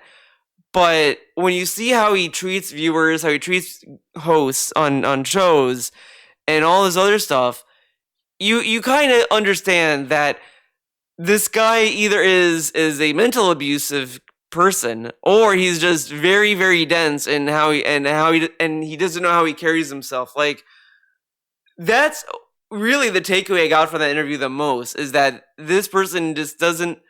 He thinks that his evidence is like enough to clear any issue, but the evidence he brings are like happenstance, or not really happenstance, but just like, trust me, bro. Like, there was this big like debate about the detective where he was like, well, okay, Bro Seinfeld had the case number, but the detective I talked to was a woman. He talked to a dude. But like, I feel that there is specific context in that, because there's always more than one detective, and who knows, maybe there were two detectives working that case, or that more than one detective knew the file. Like, you can assume. I don't know. I'm not an expert in this field, so maybe I'm talking out my ass, but I'd assume that the person that DSP filed with could have been a woman detective. Okay, she files it and puts it away.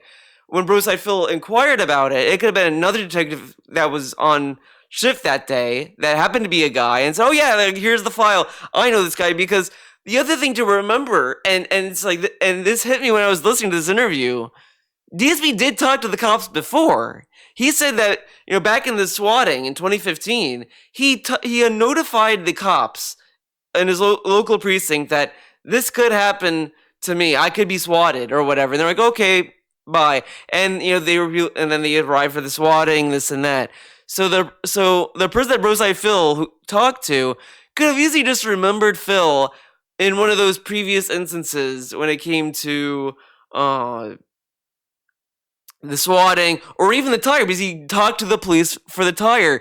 Like, the fact that two detectives may know who he is and the male detective may remember him, that doesn't necessarily mean he remembered him from the case, from that specific case. He could have remembered him generally. So that is very circumstantial. Like, oh, see, I talked to a different detective. Like, yeah, but you have the same case file. Like, that's more than enough to connect it. But there's all this other stuff that is all circumstantial, and obviously he's not going to budge on it because he doesn't want. Because the one thing to take away to remember is that he didn't want side scrollers to have any proof if he was or wasn't down from the rafters. He clearly did not want them to have clickbait for that interview. He withheld it so that interview can get his views, his initial views, and this and then whatever DSP sends him may not get the same amount of views versus the interview. So he's very sneaky in that way. Same with June. Like, June was doing a documentary, and he waited until that documentary was live on YouTube for him to announce that he was down for the rafters the whole time, which is a behavior I feel is when you don't want someone to have any nugget in their little video to get views. So he didn't want Steve to really have anything to work with, so he could have a massive successful interview off of him. To say, see, I got DSP, he is a scammer. Instead, he wants these people to have this ambiguous, is he or isn't he kind of things. Nothing conclusive. The only person that's allowed to give you conclusive information is DSP on his own videos, in his own streams, and this and that, which is very selfish, because technically you could argue that if he came clean on any of these shows, Side Scrollers, Truth Seekers, or whatever, he could use that as a benefit. Like, because the guise of what Truth Seekers was trying to get at was saying, oh, well, if you come clean here, you're paving your way to redemption, this and that. And sure, like, you could argue that Truth Seekers is going to get the views on that or whatever benefit, be it through exposure, because DSP really thinks exposure is very lucrative or whatever, but that could also, like, trickle down to him or whatever. But he shouldn't matter necessarily if Steve would get that kind of attention, despite the fact that he always says that these people always are going to get money and success for grilling him anyway. So if it doesn't matter one way or the other, why not just clear the air about this controversy that is surrounding you? But again, DSP doesn't want these other people to have anything that they can profit off, clickbait or whatever. So he defaults to trying to give them half answers that are just responses. They may not be truthful, but they're an answer.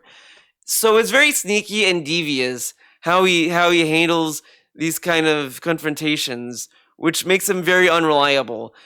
And he gets upset, and that's kind of what was going on in that interview. The whole time they kept saying, you're unreliable, you're not really proving anything, you're not really telling us anything. You just keep saying, you just keep asking us, can we prove it 100%? But we obviously can't. But this is enough to make a case that there could be something there.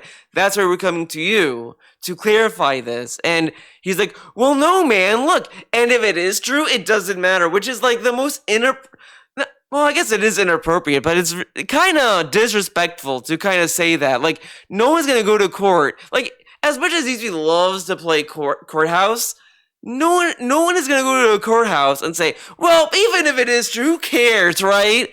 And then get away with it. Like, and then even outside of the courthouse, it's just a sign of disrespect that you're not respecting the person enough to even, like, acknowledge what they've shown is at least something to think about. Like, he's not even, like, thinking, I can see why you think that, but, like, look, there's other, like, salons or hair or barbers that I go to for my hair. Like, I could see why you think it's curls and twirls because of that, but I don't go there. Yeah, you saw that picture of Kat, but that could have been, but that could have been that one time, and maybe it's something else or whatever. Like, he wasn't even willing to even empathize or, like, understand that how some people can see it that way. And I think Steve even tried to say that to him, like, you don't see how people can like make this connection.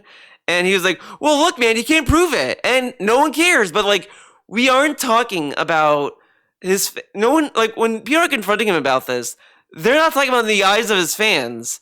They're saying like, people are bringing this up and you're not answering it. And it goes in a lot of directions. Like you watch this and the whole time, like DSP, like in the past, always says, no one believes me. No one's giving me the chance to say my case and this and then talk back. And he's given these opportunities, and then he's like, this is how he handles it. Like, you can argue all you want about like, as much as I said, like, well, I think Steve was kind of like losing it and like yelling at DSP in some cases. All I want, I can make that case, but at the end of the day, DSP wasn't going in to even understand what Steve is saying. Like, he didn't even acknowledge it. So as much as I can say that, and how much DSP could also say that, it wasn't even that DSP was even reliable as a narrator there, because he wasn't even giving the stuff that he was showing the benefit of, like, well, I can see why you think that, but this is why it isn't. Instead, he just defaults to nobody cares, and you can't prove it 100%. But he says over the years that no one's giving him the opportunity, but he's not explaining why this is a misunderstanding. Like, he's just saying you can't prove this is real. And it's like, okay, but look at this. People are going to say that this is damning because the coincidence is just too much, and you're not saying anything that is changing that belief. You're just saying, who cares if it's true, and we can't prove it 100%, which is stuff that like guilty people say a lot half the time. Like if someone knows that they're guilty and the other person's trying to prove it, they're gonna say, well, you can't prove it. Like, sure, you have the knife, and you don't have the fingerprints. How do you know it's me?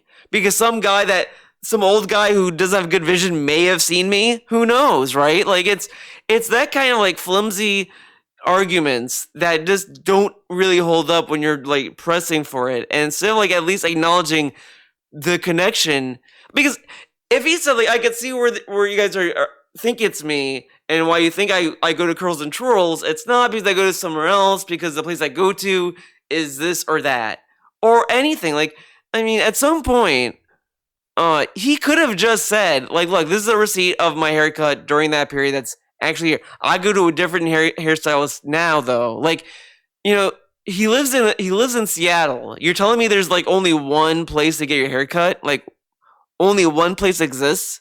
I mean, I get it. Like, once you find someone that you trust to cut your hair, like, you don't want to like risk finding someone else. But there might be someone that may do a better job. Regardless, I mean, there's multiple places to get your hair cut. It's not Curls and Twirls isn't the only business on the block. So it's all this stuff that leads into this, and I just think at the end of the day, this may not have been my favorite interview, but it was definitely an interview DSP deserves, because when you start telling people a hard line, guys, you gotta prove your point, bring evidence. You're kind of opening the door for this kind of interview to happen. Because, and it's so idiotic too, because it's like, show your evidence, and then they show evidence, and you're like, why are you showing people this? It's like, well, you told people to show you evidence. It's like very typical for Phil. Do this, and they do thing. Why are you doing that? Of that very thing. So it's very or like, give me one reason, or like, give me one example, and you give him one example, and he's like, see, you only have one example, and it's like, you asked for one. Does that a lot? Very like. It was a very interesting interview in that regard, of just more of just like how he reacts to it and onwards. And then the Cope podcast he did over it was kind of funny, because in the interview he says like, no ill will. Then the next day he's kind of shitting on Steve and saying that he snaked me and this and that. But he went on there anyway. Like, he should have been more thorough with the people who wanted to interview him anyway. There was things I wanted to talk about, but I can't think of it now. I had it like earlier, and it escaped me. Whatever. I mean, it was overall a whatever interview. Like, I don't think it was the worst interview. Like, it's not as bad as the quartering, where the quartering did like no research. Oh, now I remember what it was. And it's because it's something in the Code podcast. He really made it a big deal that Steve stole or plagiarized the spreadsheets and the data that Kiwi Farms made, which Steve just said, I researched. I looked into this, which is very generic. These statements can literally mean, because I can say I researched cancer. I looked up cancer.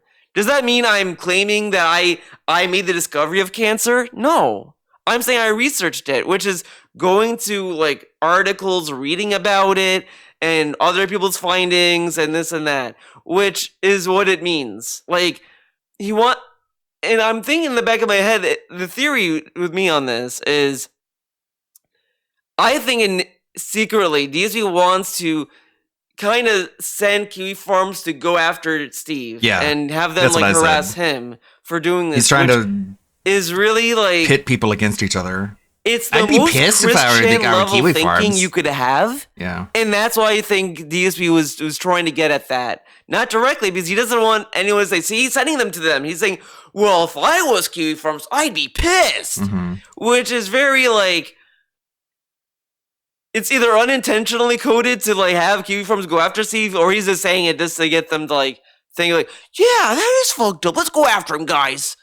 Because that is kind of how DSP thinks. Like, he has very, like, questionable thinking, which I think a lot of people make the argument that he might be autistic, because this is kind of like Christian level thinking. We all know Christian's headspace, right? So it's very clear that DSP didn't really care. Like, he goes on to thinking it's gonna be about his like history as a content creator, which is why the first like 30 minutes. That's a good point. Yeah, man, I love. He thinks everyone is just like him. He thinks they're all just spiteful little angry rage babies who will go after people over the smallest thing, and he just expects everyone else to be the same way as him. Video games when I got laid off, and Yeah, I was I'd be like, I gotta pissed. get food, guys. I gotta pay the He bills. took credit for my work, even though he didn't. He took credit for my work. I better go after him. I didn't take credit for your work. Oh, well, fuck you anyways. I hate you. Remember during the interview, DSP was like, I'm not gonna like hate you for this interview. And then later when he does his decompression, he's like, the guy's a moron. He's an idiot. a condo. So You're I gonna call decided Borat, he's to gonna plan hate it him, out yeah, and say, yeah. I'm gonna record this. So it was very clear that he like rehearsed that part of it. But then when you start to see that Steve had a little bit more on the plate, he was like, oh boy. And you kind of like see that like he didn't know this was what he was walking into. Meanwhile, like, you know, leading up to it, people are like, yeah, he's going on to the Truth Seeker, the guy who does aliens and deals with scammers.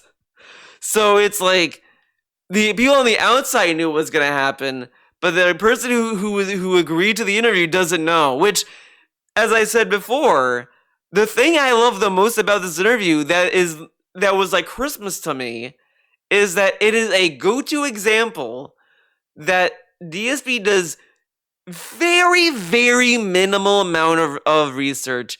Probably even less since he was sent by Kino Casino to do the Truth Seekers. Because I guarantee he only based his goodwill into the Truth Seeker just because he was on Kino Casino. I think if he was on Kino Casino, he would, and you know, the Kino Casino thing didn't happen. Let's say that this thing never happened. Truth Seeker was then interested in getting DSP on. DSP might have done some research, a little bit more research than he does now, and say, okay, this guy does scammers. I think he's gonna think I'm a scammer. No. But since Kino Casino was able to like season it a little bit more, he was more willing to believe it and trust him, and not do any real research. Because you kind of see that even with people bringing up the stuff Kino Casino said about DSP on their own stream, like the next day they say, "Hey, you saw that PB said that you're stupid and you should die." And he's like, "Well, he said that. Well, he must be razzing. This is probably razzing the trolls." and this and like and just coop through that, then still be tethered to them, because he doesn't have any real interest to watching Kino Casino, especially now more so, and just wants to use them as a prop to get attention. And I think like at some point, what may happen at this point is that if they try to get him to be on another show, he may just say no, and then just string PvP along just for smart guys, to the point where it's gonna go back to where we started in by the end of last year, where who is gonna like outuse the other? Will PvP get annoyed and done with? They're gonna snake Phil, and Phil's just gonna be like, I was playing them the entire time. They thought they were getting money out of me. I was getting money out of them. Clearly, ha ha ha! I'm smart. They're dumb. Using DSP as a prop, or will DSP be over PvP with smart guys and this and that? So I'm curious to see where this is gonna lead into the future. Where can PvP coerce DSP to do more dumb shit like this, or will DSP finally realize that there's no use in doing anything with Kino Casino because they don't have his best interest in mind? Like, this really is, as everyone has been saying, the bullied kid hanging out with the bully in hopes that the bully will be his friend. That's all it is. And he can't lose that because he likes that attention. And sure, you could argue that the other half of it could also be that he doesn't want the Kino crowd to go after him either, which I find that very debatable in the sense that they could do that now. I mean, there's really no reason not to, but whatever. So I'm curious to see where this is going to lead into the future of PvP and DSP and Kino Casino and DSP and this and that, and see if something like this will happen, anytime in the future, in the distant future even, but we'll see. But my general thought, if I were to rate this interview, I'd probably give it like a 7 out of 10. Maybe a 6, but as I said, it wasn't a bad interview in the sense of like it being boring. But you don't get anything new out of it. You just get more. You get to watch DSP squirm a little bit more and get a little bit more frustrated. And then you see him do a massive cope segment where he assures us he's not mad, which is epic win, guys. When you're mad, the best thing you can say is, I'm not mad. Especially, and act as if it doesn't bother you, because that definitely is like what normal people do. They just say it doesn't bother them. When you could just simply ignore it and not even give it that much and say, yeah, I was on it, yeah, it's whatever, and then barrel on through, and then just ignore people in chat talking about it, or just time them out or whatever. But again, just like anything else, this was, unlike the side scrolls, I'm glad he admitted, by the way, I'm so happy he admitted that it was on him, because I kind of want to go back and see his reaction to the Side Scrolls interview onwards, because I'm positive DSP said that they set him up in that interview. I'm positive he did. And then for him to say, oh yeah, I walked into that, it was my fault. So all that time of assuring us that they set him up, now he admits, well, it was my fault, I did it. So he was lying back then, right? So it's all bullshit with him. You're never going to get a clear answer from him, which people were expecting anyway. They were not expecting DSP to suddenly come clean and be like, oh yeah, I get it, guys. Instead, you just see two people get like frustrated. It was honestly just a genuine argument throughout that stream. That's probably the best way to describe it. It's more of an argument than an interview. Because I think the key point I almost forgot to mention, when DSP kept saying, are you finished? So that way I can like respond and we can move on, which kind of tells Steve that, okay, so he thinks I'm done. I'm not done. There's more stuff I want to go over. So I guess I have to go over more and show him more, then he can respond. And that's Steve's interpretation of what DSP was saying. But he's going to say, oh, wow, you're talking over me. Can I respond? And then we can move on. Okay, well, then look at this. Oh, my God, Steve. And it's like, neither of them clarified their point. Like because that's how I at least took it. I mean, obviously, in the moment, it's very different than when you're watching it happen unfold in front of you. Because I was like, man, Steve should have just said, "Okay, DSP, like I'll let you respond, but I have more to say. So can you respond? I'll let you respond, but I'm going to show you more then, right?" And then he's like, "Okay," and then he can respond. Then okay, so that's the case. Okay, then what about this? Whatever. But it's very clear that there was that miscommunication between the both of them, and DSP kept saying, "Well, you're not letting me talk." So it's a very clear miscommunication that neither of them corrected, which I thought was funny. It was funny for me because it's like, because in the moment you're not going to be thinking that necessarily, but just watching it unfold, I just knew that's what was going on. But yeah, it was a genuine argument more than anything. The other thing that made it very ironic to me was, I remember to bring up DSP politics. There was that one interview that DSP was reacting to with the Black Lives Matter leader and that one news host, where they're both yelling at each other in that, and DSP is like, "Wow, yeah, this bitch was just yelling and saying things, wasn't even acknowledging what the interviewer was saying." And you watch The Truth Seeker, and it's exactly the same shit. In DSP terms, DSP was just yelling and not listening to what the interviewer was saying. He was being a dumb bitch, right? So it was very like poetic that he watches an interview where the interviewer was like yelling at this other person was yelling back at them, and they were having an argument over the situation. And now you look at this, and it's two people arguing at each other. It's the same kind of interview show as he was reacting to, and it's like, you know, and it's ironic to me because you see that interview with the Black Lives Matter thing. I said this in my politics channel. I didn't really like that clip because you don't really get much out of it. Like, you can glean something from it that may make you like look more into it, sure, but it was just two people arguing. Like, I would much rather like listen to like someone else or just read an article or something like that than just seeing people like just yelling at each other, where one was antagonizing the other and the other one was antagonizing the other, and they were both like instigating the situation. It was basically like rage bait almost. And that's kind of what this kind of fell into. And for DSP to watch that and think, wow, you know, this is meaningful. And then he's in this, and then the next day says, this is dumb. This is drama, and it was just to get views from my detractors. So it's like, okay.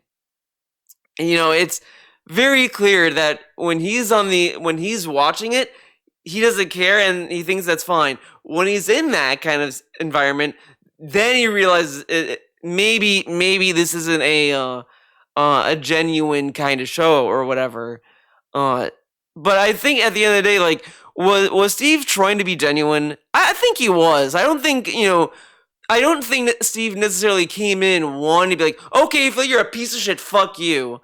But I do think that as it went on, you definitely feel the lack of patience that Steve was starting to get from talking with DSP. And I think that's kind of what was going on mostly. I think any host should be able to kind of keep that in check.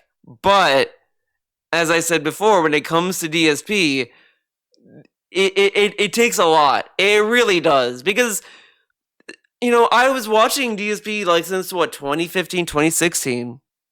And since then, I've gotten more and more like impatient, and I've lost all like patience with DSP because you've heard the same stories before, and if anything, it's just been getting worse when it comes to him just saying stuff to get people to get off his back. So I do think on one hand, it's like, it's quite natural for anyone who talks to DSP to lose their patience and just be like, you know, and get angry and start yelling. On the other hand, like, you know, people should kind of like try to be more patient and be a little bit more like critical. Like, that's why I think the Side Scrolls interview was probably the best interview that we could have asked for, because it never dissolved into that, where, you know, you can't, like, DSP can't really say that interview was in bad faith or unfair because they did let him talk. they did hear him out, and they were asking him reasonable questions. They weren't like, it was never like, oh, they had insidious schemes behind it or anything. The only scheme I think that they wanted to do was have Keemstar on the call. I think that was the only thing that was somewhat planned to a degree. I mean, I'm not saying that they planned this like for months, but just like maybe in the interview they were thinking, well, since when he got offline, it's like, oh, we could get Keem on, and then maybe we could get him back on when DSP reconnects or whatever. I think that's like the most that they set up, which is a natural thing, obviously, when they had Keemstar on, but it was definitely more than fair, in my opinion, and it only looked bad because DSP just could not really answer because he didn't want to. This, I think, like, it wasn't that, like, Steve necessarily went in wanting to shit on him, like, 100%, but he definitely wanted to go over the bank leaks. He definitely wanted to, like, kind of press DSP for these things. I think that's, like, the most that was set up. But it was very clear that he at least wanted DSP to kind of state his case. It was just, when you're having him, like, talk in circles, you're going to naturally lose your patience. And I think anyone would in that circumstance.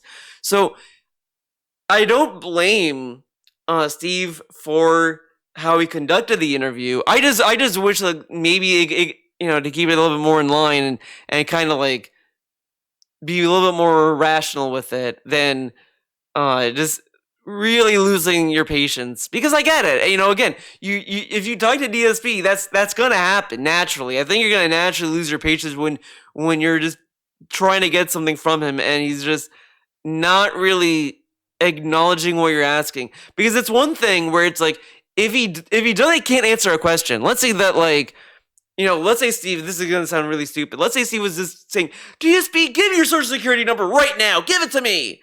Like, yeah, he's not going to do that because it's very personal information, obviously. So he's like, say, no, man, that's personal information. No, give it to me now. Then, like, that's like ridiculous, but this is like, okay, so, like, explain curls and twirls. How is this on the bank leaks? And then you went to a haircut and he would just say, dude, you can't prove that 100%. Where did you get the information? Oh, Steve Kiwi from? You don't know where that's from. Oh, you can't. Do you have hard evidence? Can you show me the phone that was used to call this? Like, he wouldn't, like, acknowledge it fairly. He would just say, no. Like, and it was not a good excuse. It was just, you can't prove it, which is like, dude, like, we have this is the proof I have. Like, yeah, this isn't 100%, but you're not explaining why I shouldn't believe it's you, other than it could be fake. But you're telling me that someone hacked this entire thing, and you try to say, well, someone tried to be a different person on a Twitch stream to become a mod, which time-wise and effort-wise is very different. Very different. Because, first off, to make a Twitch account and to talk in a chat, it's very basic. Anyone could do it. Secondly, at least from what I remember from the person Marl, I don't think this person ever said that they were a woman to begin with, by the way. I don't think they ever said anything like that. They never, like, did anything, like, hardcore as DC wants us to believe. I think he was just there just, like, chilling. Like, oh, yeah, Phil, I love Overwatch. Oh, yeah, you're so cool, Phil, and that's it. Like, they were like, oh, yeah, man, I'm a girl. I love you guys. Anything like that. Nothing like that. At least from what I remember. So, DC wants to make it seem as if it was some grandiose operation, but it really wasn't in reality. But to imply that that's similar to taking the time to modify a bank statement, modify a phone call, and all this stuff, that is a little much. I mean, the only thing he could say is the Comcast thing, but even that may not even have the same effort put into it, because that person might not have worked in Comcast specifically to target DSP. Like, you don't know the motivation to why he got a job to begin with. So that's another thing that he would have to prove, basically, is the intent. But he just looked at his evidence and he didn't even acknowledge or even understand why people would say, that's you. That's your bank account, and said, you can't prove it, and even if you can, who cares? Like, these aren't defenses. So that is my general thoughts on the Truth Seeker interview. I hope you guys understand where I'm coming from on this. It wasn't bad. It wasn't amazing, but it was probably better than what I was expecting. I was expecting to at least that. I was afraid generally that it was gonna be another like gas up operation, like to another thing to feed his ego. I was a little bit nervous about that, but I'm glad it was what it was at the end of the day, because I can't think of this interview happening to a nicer person such Aka DSP. You know, DSP is the one person I think deserves this kind of treatment because he's such a piece of shit. So, thanks for watching. I hope to see you in the next video. Have a good weekend, everyone. Bye. Yeah, that's some good points. Some less time could have been spent attacking his lack of evidence, and more time spent on just attacking his lack of logic and his logical fallacies. That would have been more entertaining. Just like dissecting his argumentation and just the demented, idiotic way he tries to get its point across. That could have been dissected more than just like, we know where you got your haircut. We know you got a Burger King. That would have been more funny. But you want to see this Andy Ditch? You want to know who Andy Ditch is all about? Because I keep talking about him. But this one. I want my dad to leave me alone and not cause me issues. Yeah, people are too nice to him. Well, people just expect people to act like they act, which is totally normal and totally understandable. A lot of people project their own thoughts and emotions on other people. It goes both ways. But you just have to understand, and you only understand it after quite a bit of time of observing Phil, is that he's not like a normal person. He's not like you. He's not like us. OAO. I didn't know I did that. If it's the case, show me what I did. I didn't know I did that, and it scares me. And I think I'm pooping myself, damn it. I'm pooping Oh, myself. God. You won't Try listen and to ignore the that part. doctors. You won't do anything that I need help with. I'm scared because I don't understand why you won't help me. And he records himself thinking this all makes him look good. Constant emotional meltdowns, destroying property, wasting police resources, and claiming he has autism. If you haven't guessed already, I'm talking about Poop Squatch, aka Andrew Ditch. Known for his notorious reputation and involvement with defending Nova Online, his drive to get attention, all for the sake of getting his diaper change, begs the question, what went wrong in his life that led to this current state? Andrew Ditch is a 39-year-old American YouTuber known for his channel My Autism Life Story Andrew D. This is just one of many of his channels, often featuring AI-generated thumbnails with unsettling themes. Andy claims to be autistic and insists he is incapable of performing basic tasks without assistance. However, he has a long history of wasting police, hospital, and legal resources without an ounce of remorse. Whenever his feelings aren't validated, he enters the same meltdown cycle, falsely claiming abuse without any evidence. His nickname Poop Squatch stems from his obsession with diapers, and you guessed it, poo-poo stinky. He has reportedly soiled his father's truck and smeared filth on the walls of all of his living spaces. Absolutely vile stuff. Sit back, relax, and let's dive into the bizarre world of Andrew Ditch. I want to throw up my diapers. I don't want help anymore because he said I used to do all this shit. So please throw it away. Why are you forcing me to have Obvious, those Joe, a things? lot of it was destroyed. Yeah, I destroyed my medicines. He He opened said I them up don't and need threw them. them I out. don't need help. So, good. I don't need your It help. makes it you easier said. for me to get it out. You said that I don't need help. I used to do this stuff all myself. What are you going to disturb the neighbors? Because if you're misbehaving, Yeah, Andy, I'm uncontrollable recording too. Crap. Yeah, well, I want that thrown away. I don't want it. I don't want it. I don't have autism. I fake. I think fake. Can you please let me throw it out? It's my. He does that weird thing that like Daniel Larson did. You know, where people are like, you can't go on stream and say you're gonna bomb people. You can't like leave the state because you're under probation. And he thinks that by violating what people say, that he's getting at them, that they're gonna get angry at him if he does those things. So he does it just to piss people off.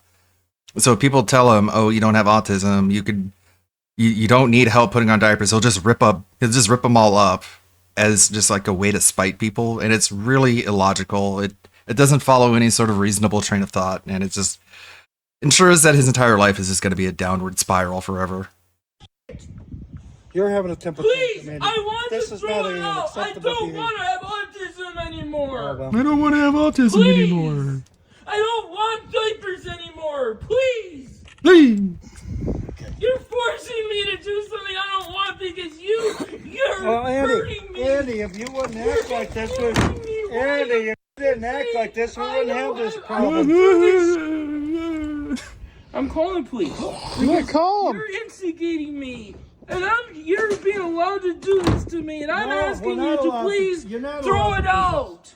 You're right. I don't want it anymore. For context, Andrew insists on wearing diapers and claiming autism despite medical professionals refuting his diagnosis. His father, Thomas Ditch, mentioned that after a car accident, Andrew's behavior changed drastically once he started wearing diapers. I'm starting to think this isn't about medical necessity at all. This man is a full-blown gooner. His family recalls him being relatively normal before this phase. In this clip, we see him admit that his autism is an act and he's faking it, only to immediately spiral into a tantrum over his diapers being thrown out. Moments later, he calls the police, demanding assistance for reasons no one can comprehend. It's the same exhausting cycle: attention-seeking, self-contradiction, and a refusal to take responsibility. Imagine living with this every day. Let's roll the tape and witness the madness unfold. Well, you don't have a choice in the matter when you misbehave like I this. don't want we have them to do what we anymore, have to do. please. It's my stuff, please. You say I don't need it, please. Please, you're so out of control. It's not even funny. Unacceptable behavior. I'm asking for help, please, my dad. He's You need to taking be- my autism Andy stuff needs out of to the go. garbage. Andy needs I to go don't to want Western it anymore. I Mass want to throw it away. Yeah, it's very sad. Because my dad and brothers. It's sad how people like are employed to take care of them. Like they really don't have a choice if they're in adult protective services. They have to give them all the help that's possible, and he just mistreats them, abuses them. Oh god, it's so gross. I'm sorry. One of the things that he does is like if people tell him that he doesn't need help putting on diapers, he'll send them images of his like rashy crotch. So he's like sending like gross dick pics to social workers, and like they really just need to cut him loose. Saying I don't have autism, I can do all these things, I don't need any help. I don't want my diapers gross. anymore. I want my dad to be happy to throw it away, and he's still confusing me. Why do I need this stuff if I don't have if I have autism? Why do I need it if I don't have autism? Why do I not need it if I don't have autism? Yeah, why am I holding the garbage for? I'm not a fucking baby. I gotta get the garbage. I want to throw Okay, them out. Joey, we'll let you You in. say I fake. I I want to throw out my diapers. And his parents are just tired of dealing with him. I mean, they have love for their son because that's what parents do, but he literally tried to kill them. So they're at the end of their rope. He'll call them and then they'll just like humor him until he gets tired and hangs up. I'm not understanding things. Daddy's confusing me. Your dad's abusing me by not doing everything I tell him to do. This will be the third time that a police officer coming over. I don't want my diapers. And today, And so he's living in like a group home currently, I think, since a few days ago, I guess. And the person who's running the group home is telling him like, I'm looking at your YouTube videos, and it's like giving him a panic attack, I'm sure, because he doesn't want anyone to be able to paint the narrative more than he can. So he's probably watching like Smokey MCC videos, he's probably watching Kiwi Tapes videos, and Andy Ditches is like sitting in his room seething at how other people are seeing how the internet views him, and he's unable to control how other people view him. is Wednesday, It's kinda funny. January 3rd at 12:28 in the morning. You heard the cameraman, likely his brother filming. This was the third police call of the day over some nonsense. If you think this is the worst of Andy's antics, brace yourself. Recently, Andrew posted pictures of his new living situation, implying he may now be in a group home or assisted facility. While this should offer some relief to his family since he's no longer talking with them as much, his outbursts and bizarre behavior still persists online. He pretends to be confused in this next clip here, acting as if he didn't know he was filming himself. The planning that goes into these videos makes them almost comedic, although we still gotta look at them at a glance and realize they're really degenerate. How can I forget weather and how can I forget weather, remember everything and facts and I can't simply put a sentence together and be normal and do things myself. Sounds like you're putting sentences together right now. How can that be possible? How can I not have autism? I'm sorry. I gotta calm down. I gotta relax.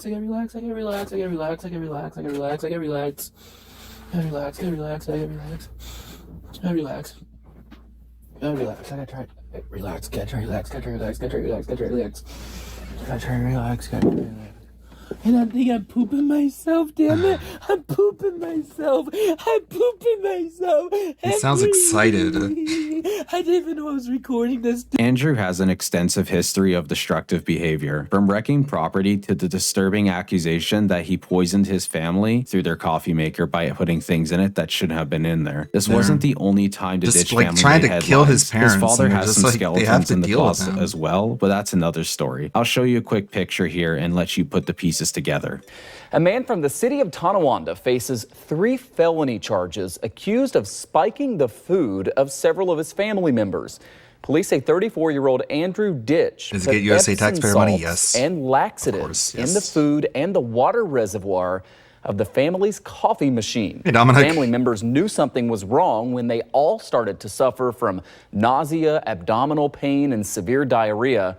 Ditch was arraigned and is being held on $5,000 bail. He will return to court tomorrow for a felony hearing. The news reported that Andrew had faced multiple charges, including 2 counts The of parents have to attempted just keep assault, taking care of him after aggravated that? criminal It's so contempt, unfair. and violation of an order of protection. It's so weird that like the state, I don't know, it's so crazy. Like if your son tries to kill you and you still have to take care of him, that's kind of unfair. It's not right. Like it's like he's near 40.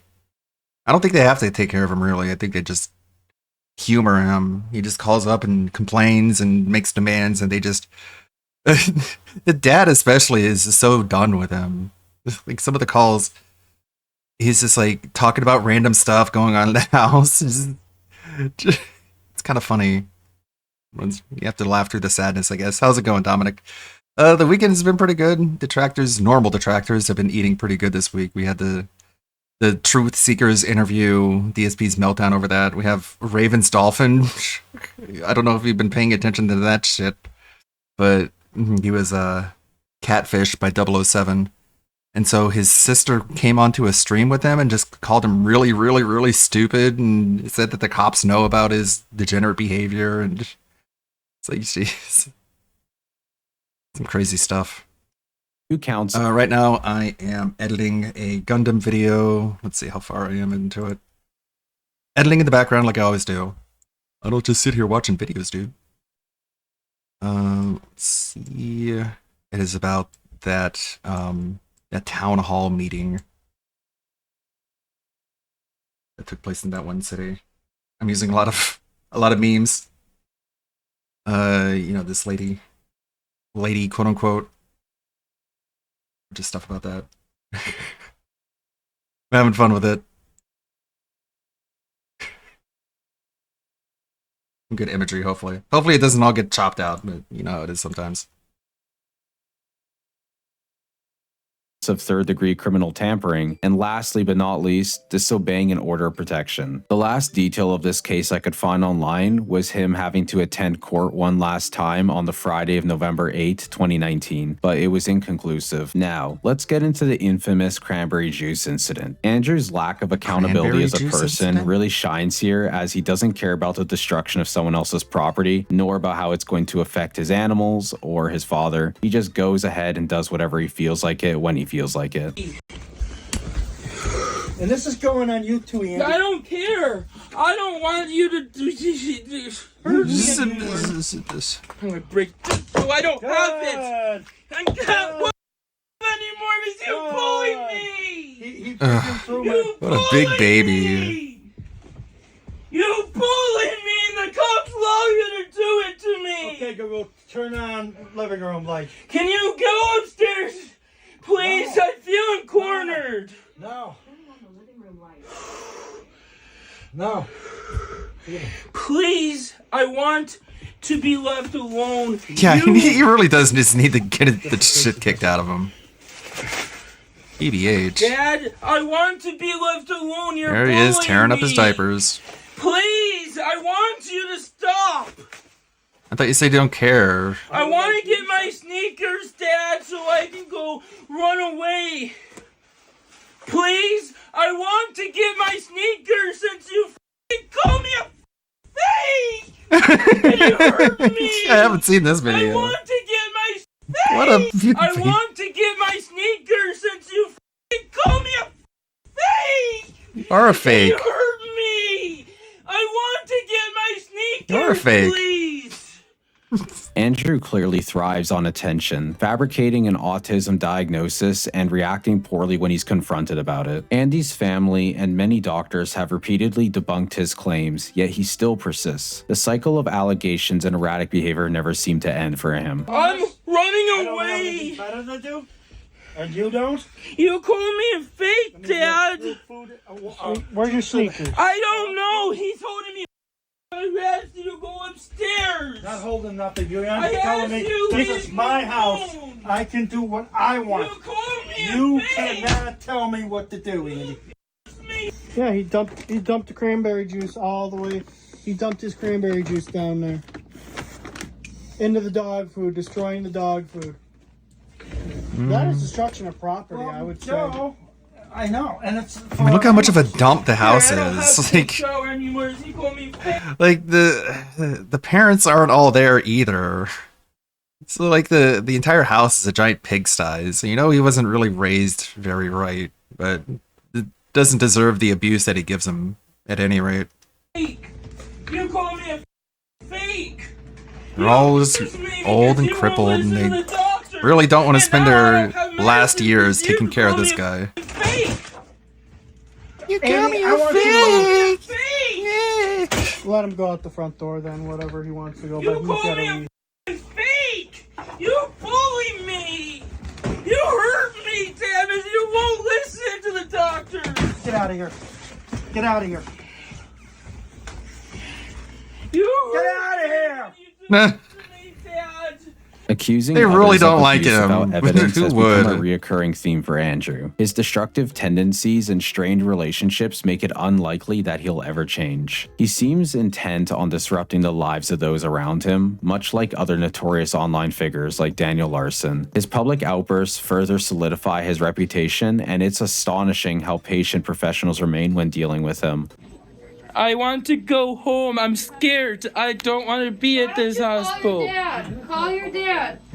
I want to have a ride to go back home, please. Call your dad. So he knows you're here. I want to go back home, please. Okay, can you call your dad? Why? So we can talk to him and say hi. You can call him.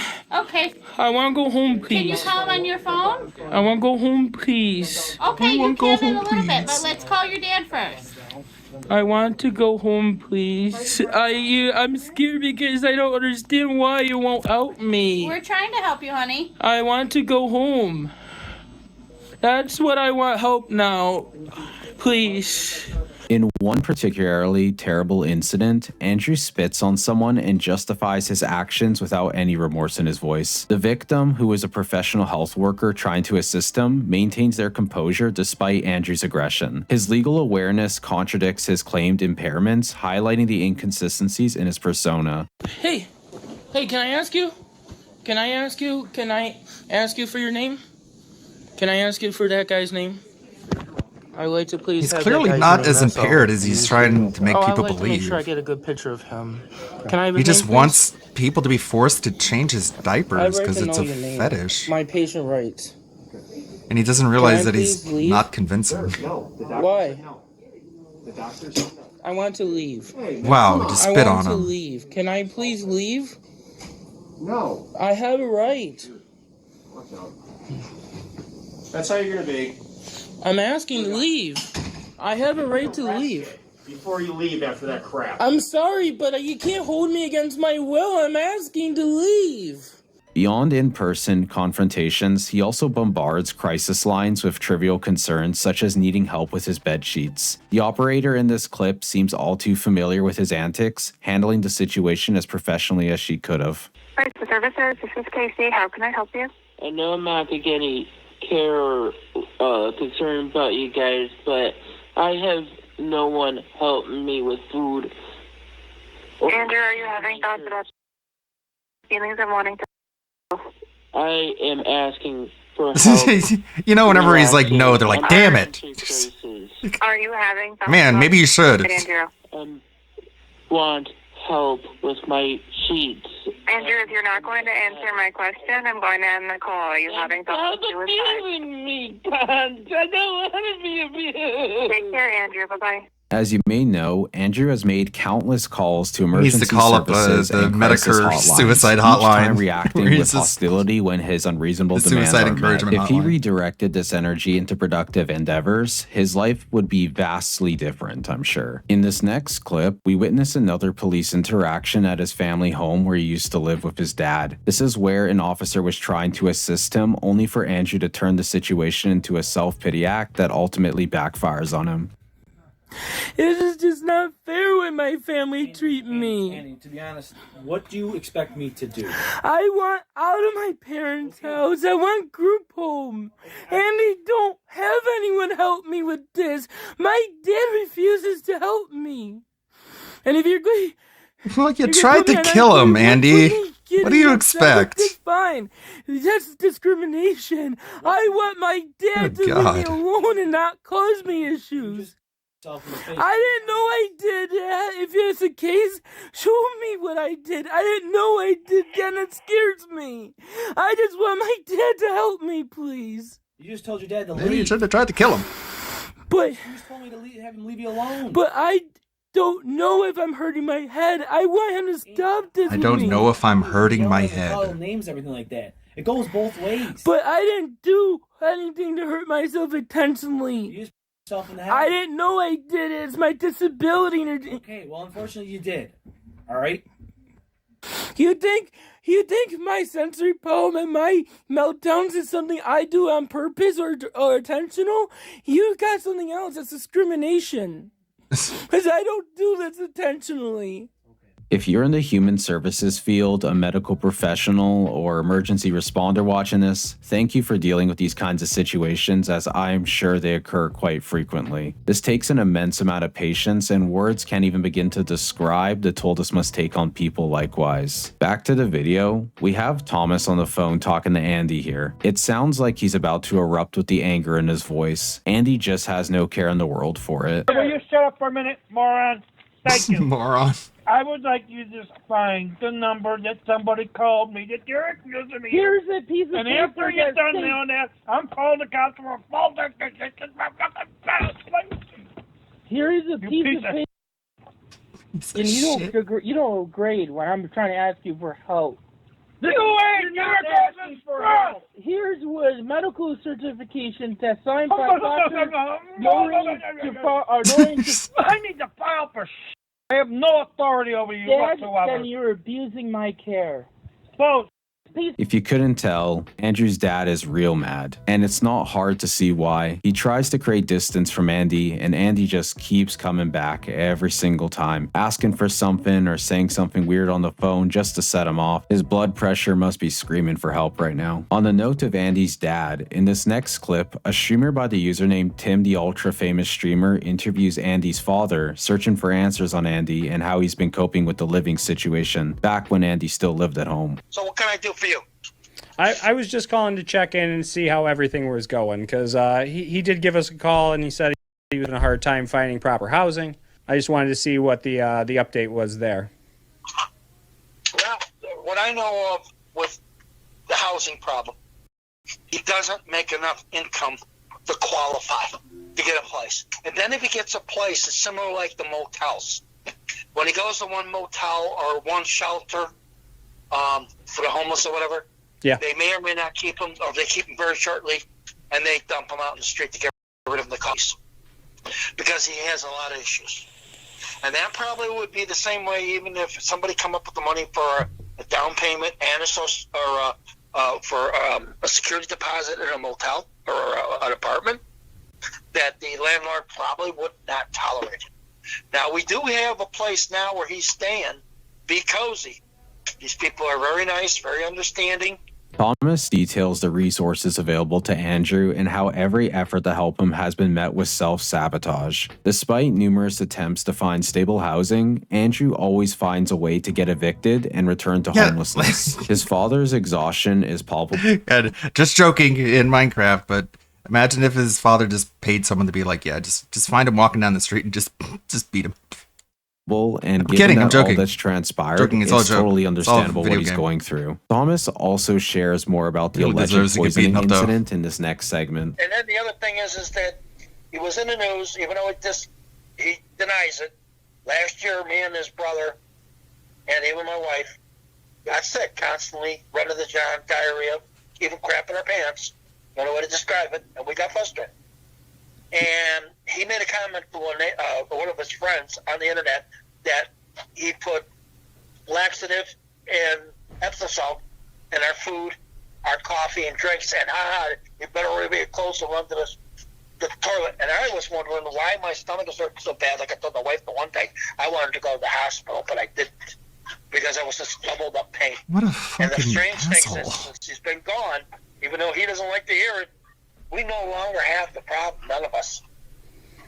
And it was going on for at least 6 months on and off here and there. And with that, we conclude this chapter of Andrew Ditch's saga. Of course, this is far from the end. His pattern of behavior suggests more incidents will follow. Eventually, the legal system may hold him accountable for the countless resources he's wasted. Until then, his cycle of destruction continues. If you made it this far, thank you for watching. Your support makes content like this possible. If you enjoyed the video, consider liking and subscribing, and I'll see you all in the next one.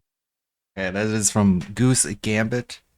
Smokey has put out a more recent video detailing more of his recent antics.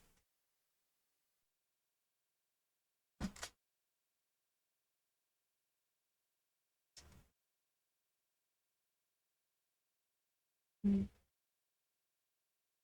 course, it's not going to show up quickly. This one right here. Ladies and gentlemen, today we are back here on the channel covering Andy Ditch yet again. Andy is somebody who is the worst son of all time, maybe one of the worst people of all time. And if you don't believe that, I'll link down in the description the video I did on him just a few short weeks ago, where he is just being horrible towards his father over the phone. And in today's video, you're going to see a whole lot more of that with a whole lot more people.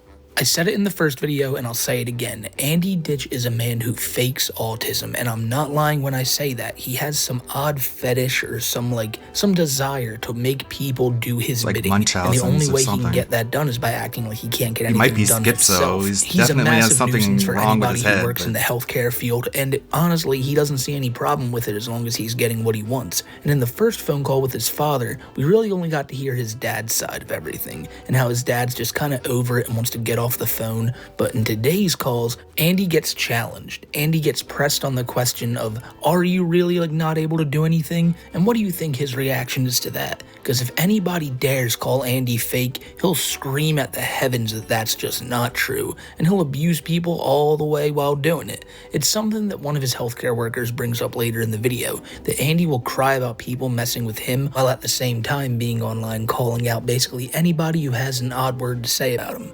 Everybody today has had enough of Andrew's shit, and Andrew has had enough of theirs. So my friends, be prepared for some rage, be prepared for some gaslighting on Andy's part, and also be prepared to be very confused, because Andy sometimes goes on long tangents talking about just nothing. But with all that out of the way, try to enjoy this one. I know it's really hard to when the voice that's about to come up next is going to be maybe the worst one you've ever heard. And we start with what seems like a guy coming into Andrew's room, maybe one of his healthcare workers, trying to talk to him about something. And Andy just has no time for it. And you can really not hear much of the conversation because all you can hear is a Stephen Hawking type like computer voice that Andy, I assume, uses whenever he can't get his words out, which it's just so unnecessary, but it's there anyway, and you're going to be hearing a whole lot of it right about now. Hey, Andrew, can I talk to you? Nope. Well, without a Sometime I need a push, but I am not going to be pushed around when I can only handle one thing at a time. You ignore me and refuse me my limitations and You work for me at this point, and I'm firing you. Sometime I need a push, but I... So deal with it and get a lawyer at this point.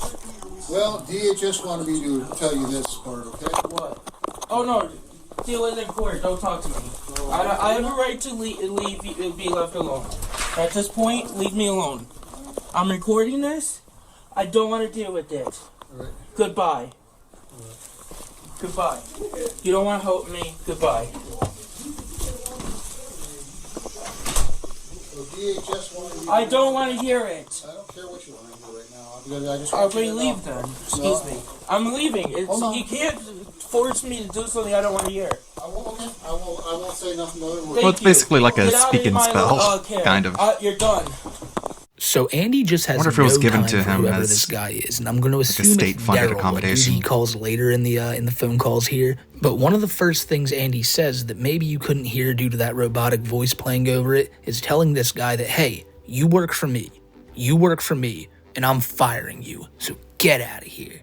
Get out of here. I'm assuming the guy told him something earlier in the day, such as, Andy, you don't need help for this, or something like that, because it'll come back up later in the call. But it clearly pissed off Andy enough for him to go, you know what, I'm leaving, you're fired, I don't want no help from you or anyone anymore, goodbye. And as you'll notice, it's a constant throughout this video and basically all of Andy's history, that when he doesn't get what he wants, it's okay, I'm running away, I'm gonna hurt myself, something bad's gonna happen, and it's all because of you not giving me what I want. And you know, I love how the guy's just trying to talk to him and be like, Andy, they just told me to say this, and no, I'm getting my lawyer. You can tell it to me then. He's never getting a lawyer. He just wants to put on a show, put on an act. And then when they actually walk out the door, he's kind of just like, oh shit. Well, they did it. They left me. Well, I don't know what to do now. It's happened time and time again for Andy. If he was really about it, he'd be on the streets right now and not under these people's care still. He then starts calling his dad, and his dad doesn't answer the phone, so he leaves some voicemails, and he's sure to record them too, so we'll be hearing them in just about a second here. But it's, of course, it always goes back to old Tom. And really, he doesn't look at his dad so much as a dad, but as somebody who he can call whenever he has to bitch and moan and try to figure out some problems. Because he loves to tell him, you know, you're not my caretaker, so you don't get to tell me what to do. But whenever he has an issue, he's like, Dad? Dad, what do I do? Like he's always lost without this guy. And it's so sad to see because for somebody who he clearly, deep down like in his mind, has an ingrained respect for, he treats him like shit because he's trying to push this narrative that he's autistic so badly that even if the dude who he technically respects most in this world tells me he's not, it's just like, away with you. I got no time for you anymore, and all that respect is thrown out the window. Hey, Dad. February 1st, I'm moving out of the Royal Care. You don't get that choice. I do. APS gave me that permission to do that. I also had asked APS to cancel, and I'm going to be throwing out everything of mine because I can't carry it around with me. I'm only carrying what I can on the streets, not going to a hospital. I'm not signing anything. I'm not going to a doctor. I don't want, and I will not be going back to your house. I'm a resident of PA, and they made their choices, so I don't want that help, and I told them already I want to go to any court hearings. I mean, what's the point of this voicemail? Hey, Dad, just calling to let you know that don't need your help, won't be coming home, don't want their help, and if they want me to go to court, then I'm not doing it, and it's just him being, like, defiant. Like, what are you gonna do about it, Pop? What are you gonna do? Don't you care that your baby boy Andy's gonna be getting into a lot of trouble? Oh, you better fix this. You better fix this. At least that's the vibe I get from it, because for what other reason would he be calling him? I know he rants and bitches and moans a lot, but really this just sounds like another case of, I'm gonna do this, you better come stop me. You know, he's Home Alone. He's a Macaulay Culkin. And the robbers are Joe and the APS workers. And speaking of that, Andy Ditch's brother Joe opened up a YouTube channel here, and he's been talking about just life in general, making his own, like, single solitary content away from Andy. And I honestly think all y'all should go check it out, because Joe seems like a cool guy. And not only that, a subscribe for Joe is probably going to greatly tick off Andy. So, link in the description below, go show Joe some love. But of course, after leaving that ridiculous voicemail, Andy finally does get on the phone with his father. And the tone his dad shows is just so funny, because you can tell at this point the guy's just like, oh, really? Poor you, Andy. He don't give a shit anymore. And how could you when your son is someone like Andy Ditch, who's putting you and all these other people through so much hell? Canceling my benefits. Why? Because... I thought you can't do that according to Will. No, according to APS I can. According to you and APS, you guys give me that permission to do that. Well, I never gave you permission. Yeah, you did. I Your don't mother need didn't it. either. I don't need your permission of yes or Get no. back into things and stay there. What? He gave me permission. No, he didn't. Your medication. Right now. No. I don't need it. I don't have to. But they didn't. Andy, I had a real tough day today because Oh well, tough shit. You don't want to do guardian shit. Jesus. I can't. Oh well, tough I shit. made my choice. I'm too old. You need I to made get somebody my younger. decision to move out February 1st. It is my choice. It's my choice. Else is gonna do it at a young age. I thought Will was gonna do it. It's my legal choice to make that decision. Okay? I'm moving out February 1st, and I asked APS to cancel their service. Cause They can't. Yes, they Because they're can. responsible to make sure that you don't get hurt or injured, and you won't survive out there. It's too cold. Oh well. You don't know what you're doing. You can't. Oh well. I'll die. Oh well. Why would I care? APS made that decision. You did too. I'll get over it. If you are concerned about my safety well-being, you do something about it. Because APS doesn't want to do it. No. Matter of fact, I don't need your help. Fine, don't Because I don't need it because you don't wanna do the things that my doctors say I need help with. No, the doctors don't say that. You say that. Well, yeah, you won't do Guardian. You won't do the things I need help with. Sure I do. That's why you're there and not here. But you didn't go to court to make my decision. You have to have a court order to make that decision, according to Daryl. Whatever they say. I talked to Daryl today. Good for you. And you can't make my Good for you. decisions for me. I have every right. Well, then go on out to the streets, Andy. I give up. I'm not staying here on after February 1st. Won't be my guest then, Andy. Why don't you just leave right now? No, I'll stay here till February. No. If you want to get out, you might as well just leave early. Leave all your stuff behind and everything, like you said. Yeah, I am. That's why I don't want to come down and waste my time bringing stuff down to you. I'm not that stupid. Well, Dad, if you're so concerned about me and you think it's not safe for me, do something about it. Don't blame me, Andy. It's your fault. No, your fault because you said it's not safe for me, and I have you on tape saying it. I don't care. Why don't you put your brother Mike's address and where he lives in Vermont and his phone number on? Why? Because you said he thinks it's funny, him and the other family members. I didn't say. Yeah, you did. You don't even listen. So you do it then. You fix that issue. Goodbye. What a prick. Like, what? He's the worst. Did you hear that at the end? It's like, hey, Andy, why do you keep leaking your brothers and, like, his other brother, I think, or another member of his family, Michael? Why do you keep leaking their, like, location and their phone numbers? And all Andy can say is, oh, well, you know, your problem now, bye. They think it's funny. They think that I fake, so now the whole internet can know where they are. Deal with it, Dad, not my problem. Like, what? He's really the worst son ever, but he's just one of the worst people ever. Because really, it's not like anything is causing this. He's a man who doesn't have autism. It's out there. It's documented. No doctor has ever said, oh yes, this man has autism. And that eats at Andy. So he wants like that feeling that he feels when he feels that he's been wronged to go to everybody else. Like his brother, the guy Michael, his dad right here. Because what is this phone call? He's basically like, hey, APS isn't doing what I want to do, so you better get down here and do what I want to do, or else I'm going to seriously do something drastic, Dad. Like go out into the cold and who knows what's going to happen then. And his dad knows this. He's played this game before, and his dad's just like, go ahead and do it, Andy, I don't give a shit. And it's also like, no matter what he talks about, he's constantly trying to shift the blame back to his dad or the APS workers. With his dad, it was like when he was doxing his family, and he's like, ah, your problem now, deal with it. Or like when his dad says, Andy, I don't know, do what you want, and Andy immediately jumps to, oh, so now you're telling me I can make my own decisions? Okay, now I have this recorded that my dad's telling me I can make my own decisions. He's always trying to be like, okay, it's your fault now. If anything happens to me, just know it's on record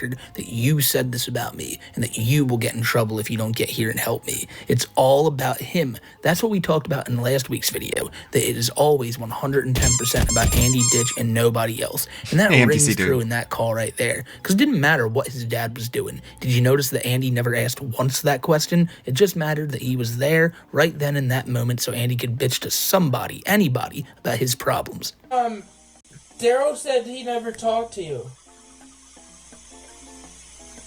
So you fucking lied. Do you like it? I threw up my diapers because of your medicine, because I don't need it, you said. Well, I didn't tell you that.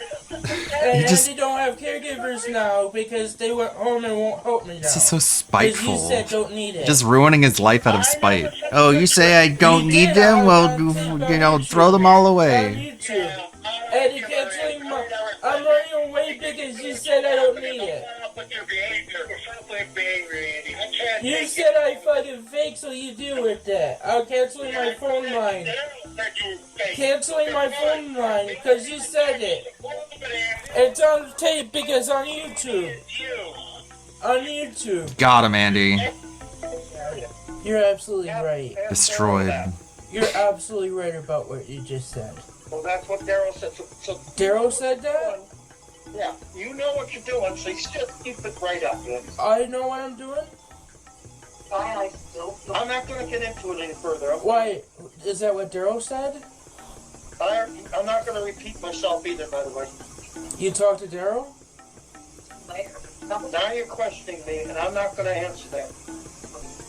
I'm asking to help understand what you said. Yes, you do. I'm not understanding fully what you said about that. You're away by doing this. What? It's like your attitude and refusing help, right, Mom? I'm not refusing help. I need a guardian, and I asked for one. Guardian crap off. They tested you and stuff and everything, and if you needed a guardian, they tested me and they said I needed one. They said I needed one.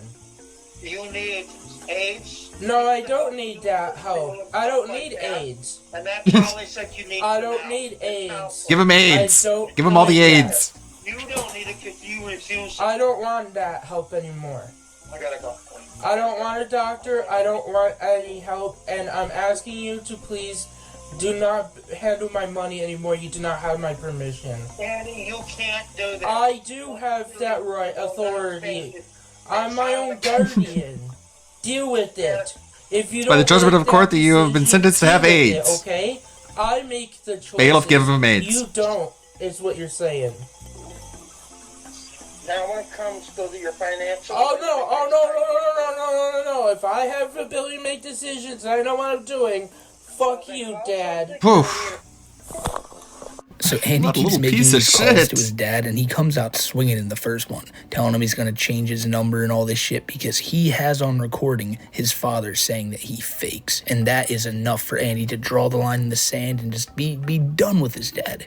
They continue trying to talk about Andy's situation, although Andy's just talking over his dad constantly. But that's when his dad brings up Daryl, one of Andy's handlers or something. And Andy, you can see, is just trying to bait something out of him by going, oh, you talked to Daryl? But oh, you said Daryl said that? And just take a wild guess who Andy's going to call next. I'll just say that. And then he calls back, and he's so mad about everything going on that he's like, look, he doesn't want to be in his dad's care anymore. He doesn't want to be in APS's care anymore, despite them saying he does need a legal guardian, which his dad quickly refutes and is like, no, you don't, and they've never said that. And Andy's so quick to be like, yes, the fuck they have. And his dad responds with a classic line saying, Andy, you need AIDS. And Andy responds with an even better line of, I don't need AIDS, Dad. And no, you don't, Andy. You don't need AIDS. You don't need a guardian. You don't need anybody. So you could just greatly live on your own and be fine. If you can write out these paragraphs and paragraphs that you do every day on your community post, I'd imagine you can get a job somewhere typing up some shit. But again, it's like now that he's been refused what he wants, and like he wants a guardian, he wants people to wipe his ass, and they're telling him he doesn't need it, now he's pissed off. And he's like, if you don't give me this, bad things are going to happen. Not to you, but to me, and they'll be your fault. I may have brought that up already, but it's the recurring theme Andy's trying to pull here. And all of these complaints get a whole lot worse when he's on the phone with the healthcare workers. Now, let's just say something right here. That the way Andy got off the phone right there, just going, fuck you, Dad, he's already heated up. So, as the calls go on, you're going to notice that more and more. And when he finally calls this hotline, there's some number he has where some woman answers the phone, just seeing who's on the other line, Andy will have a whole lot of mean words for her. But before we get to that, we got to see what the homeboy Daryl says, because now Andy's going to call him and question him on the stuff he heard from his father. Tom Ditch. I haven't talked to your dad. You are. Can I say something? Why, you said I know what I'm doing. I don't need any help, according to Tom. Okay, well, you're twisting this all around and you're making up stuff that didn't happen today. So. Well, he's told me that. He's the one who said that. And you said earlier, don't need guardianship, don't need any help, and all that. Yep. So I don't need any help. Well, that's not what I said, and I will report this to. No, it is what you said. It's on recording. It's on recording because you say I don't need any help. You rather help someone else who needs it. I didn't say. You pick and choose who you want to help. God, it's, no, I don't want any you help. see the Make it logical easier loop he for keeps me. pulling. Well, that's not true what you just said. So I don't want help now. You were making stuff up and you were lying. So. What? I'm lying that you won't follow yes. my. Oh, I'm lying? Well, I better go walk in the traffic. That'll show you I need help. Like, no, don't do that. Well, there you go. I gotcha. Don't tell me what to do. You won't do that. You're saying I don't need help. So Andy don't have to have any help. Well, like I said, you're twisting this around, and it's I don't want help because. Listen to me. You're twisting this around, and it's not what happened today. It is what happened. You don't want to help me. You don't want to help me. You said I don't need it. I am done with this conversation. I told you everything I had. You're discharging me, right? No, I'm not doing a thing tonight. So you're not discharging me. No, I'm not. You Yeah, it's like pushing them. I don't want your service. It's like he's just waiting for one of them to be like, you know what, just fine, just go walk in the traffic. I don't care anymore. And then he'd be like, ooh, I got him. You're on camera telling me to hurt myself. It's like, God, it's so torturous. Okay, well then, by law, get an attorney and tell them to discharge me. Have me discharge you, but I don't have to accept your help. Waiting for their patience to wear out so they can claim to be a victim. You said that. Yep. So, like I said, but I'm not doing anything. And it's malpractice because you're a social worker, genius. Listen, Whoa. you're not even on my case. You're a social worker, genius. So why didn't you show up? Because I was asked to present. No, because you're not my caseworker, so why show up? Yeah, so why you? Because, I want to see you do well. I don't want to see you. I want to see my caseworker. If not, caseworker isn't working, I don't want to see a caseworker. And I don't want you guys' help because you guys made your decision. Okay, well, like I said, you're not on my caseload, so I can't do anything, so. Well, who is... my worker. You'll have to talk to Deanna about that. Oh, Andy threw up I ripped up my diapers and threw up my medicines, and the caregiver went home, and now they're not going to help me. Okay, well, you did all that on your own. I can't. You did that. You ripped up my diapers, actually, if you think about it. You make decisions. So you did it. You did it. I don't want any help because you said I don't need it. I'm a perfect butt wiper. Remember? That's what you said. No, I did not. Bro. You said I want a shelter. At best, I'm 6 out of 10 with butt wiper. You're making up things that you think are happening that didn't happen today. Remember, you said in the past that I'm a perfect butt wiper. I can't do anything about it. I did not say that. And you also said that I can manage my own hygiene and This is stuff. done. I'm done. I'm not, like I said, you're not listening to me, so I can't do Why? it. Because you said I fake. Goodbye. He said I fake, so I'm gonna It ruin seems your like life. he I'm called gonna. that guy strictly to be confrontational. And I know he Just did because that he said in I the don't past have few calls with his autism, I'm father gonna as be well, but as I mean, annoying as come possible on. to you. The guy got a few words in, like a minute into the call. He's like, "Hey, genius! Like they said, I need guardianship." And the guy's trying to explain to him, like, "Look, a doctor can't decide that. A judge needs to decide that." And Andy's like, "Well, then do more. Like, why are you doing more for other people and not for me?" And just like his father, Daryl here has had enough of Andy's shit because he's telling Andy that he's been lying about everything that's happened today. Andy just keeps trying to be defiant, telling him that, well, I don't want you as a worker. And the guy's like, I'm not, you're not on my list anymore. Like, it doesn't matter. And Andy's like, well, that's great because I don't want anybody. But hey, remember when you said I was a good butt wiper? You said I was a The dude's perfect just butt like, Andy, wiper. that never happened. I never said that. And Andy's like, oh, yeah, you did. Also, I throw out my diapers. And that's because you said I can make my own decisions. And there it is, a textbook definition of him trying to blame somebody for something that he sees bad happening to himself. He's like, oh, shit. Well, now if I crap myself, like, it's on you, bro. You said I can make my own decisions. So if there is proof that I can't, like when I shit my pants, it's all gonna fall on you, Daryl. He thinks he's got him by the balls. He's like, I don't need help from any of you because all of you are against me. You're saying that I don't have anything wrong with me and you don't want to help me out. So when I get out there into the real world and show you all that I can't do anything, you'll all be just eating crow. And then we get to the most confrontational call. It's when Andy, as I brought up before, calls this woman who has seemingly met him before. And when I first heard this, I thought he was just calling a random hotline and spouting all this shit off towards them. But no, he knows this woman on the phone, and he's going to go at her harder than he's gone at anybody else in this video. And I was pondering to myself, is it because it's a woman? Like at some points when he's calling his dad or talking to Daryl, he seems quite timid, but not once in this call does he really seem to take his foot off the brakes, because he's hot about this shit right now. And the only person who's about to get the brunt of it is this poor girl on the other side of the phone. Services. You said I fucking fake, so I don't need your fucking help. So why you call me? Jesus. Huh? You didn't want to help me all along, so deal You say with I it. fake, I bitch. don't want your help because you said I don't need it. Okay, Andy. Hey, is this Andy? You said you don't want to help me before, so fucking shut up. Don't call me again because I don't want your fucking God. help. Your crisis services, and you say I fucking fake. I don't need your help. Because that's what Don't Protect Your Services says. You need to go to the hospital. No, I for don't. health evaluation? No, I don't want help because I'm an adult. I make decisions. You said I don't need it, and you can't cherry pick when you want to do something. So deal with your choices.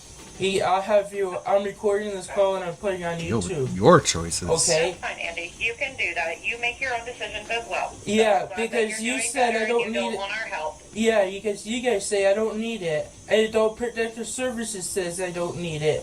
I don't want help because you say I don't need it. Okay, cool. Bye, Andy. Oh yeah, I'm perfectly able to do everything. I don't need any help according to you guys. You say I fake. You say I fake. You said it. Your supervisor said it. Are you a supervisor? I'm not the supervisor. You Give don't me- even know me. What's your name? My name's Jamie. We met a while ago. You say I fake. I didn't say that at all. That's what your bosses say. That's what you guys have always said. And you can't. That's actually not true, Andy. I actually came and talked to you in person, and that's not what I said. We No, worked on your problem bosses together. says that. Your bosses say I don't need help. Your I'm not my APS says. Well, Okay, well, I'm not APS, and I'm not the boss. So I'm just offering you services. If you I don't don't want want any, it. then we can. That's fine. We'll end this call. Have a great night. Yeah. This guy called Crisis Services just to argue with the girl on the other line. And listen to how many F-bombs he was dropping. Like, that's not out of Andy's repertoire, you know, to go, oh, you fucking this and fucking that. You know, he was pissed off. He was really pissed off that they dare say that he doesn't need any help. And that's what it's all about. He's just like, you guys keep saying this shit and it's not true. Like, he wants that help so bad. That's why he's calling these guys and just going, oh, you said I don't need it. You said I don't need it then, so I'll just do whatever I want, right? Right? You said I can make my own decisions? Okay, yeah, I can make my own decisions, right? Like, he's frantically just trying to get someone to be like, Andy, you're autistic, bro, and we need to get you that guardian immediately. And he would calm down in a heartbeat. But the girl even said Adult Protective Services said you don't need the help. Andy said Adult Protective Services said you don't need the help. And yet this phone call is still happening right now. And more like this will probably happen to the end of time till Andy can get anybody to agree that he is in fact autistic and he needs help. And shout out to the girl on the line just trying to help him out. And Andy being like, you know, again, I can't make my own decisions. She's like, well, that's great to hear, Andy. You know, like, good for you. And he's like, no, it's not a good thing. It's not a good thing. You guys aren't going to get me the help I need. And like I said, she's going through this like a trooper. She's very good at her job. But, you know, she probably thought, okay, this guy's wasting my time. I'm going to get off the phone here. And she did the right thing. But what she probably didn't expect was that Andy would call back shortly later with an apology, saying, I'm so sorry for what I did, but it was a faux apology. Because before you know it, they're right back in the boat they were in right here. Crisis Services, this is Jamie. Hi. Sorry about what I said earlier. I'm mad. Why are you mad, Andy? Because I need help that I'm being denied by Adult Protective Services. But you just told me that you don't need any help, that you're an adult. But APS said that I don't need a guardian and that I can make decisions, but APS isn't able to make that decision. Only a judge can. But I don't have anyone to help me with that. Even though I need that help and I wanted that help. Yeah, but literally not even a few minutes ago you told me that you don't need any of that you can take care of yourself. So how are people supposed to interpret that? I am confused if I really need that help or not. Would doctors say I do? And I'm hurt my caregiver's feelings because she wanted to help me with things that I didn't want because API said I don't need any help making decisions for them, even though I can't make these decisions and I don't understand things. And I was told by an attorney I can't sign paperwork if I don't have capacity.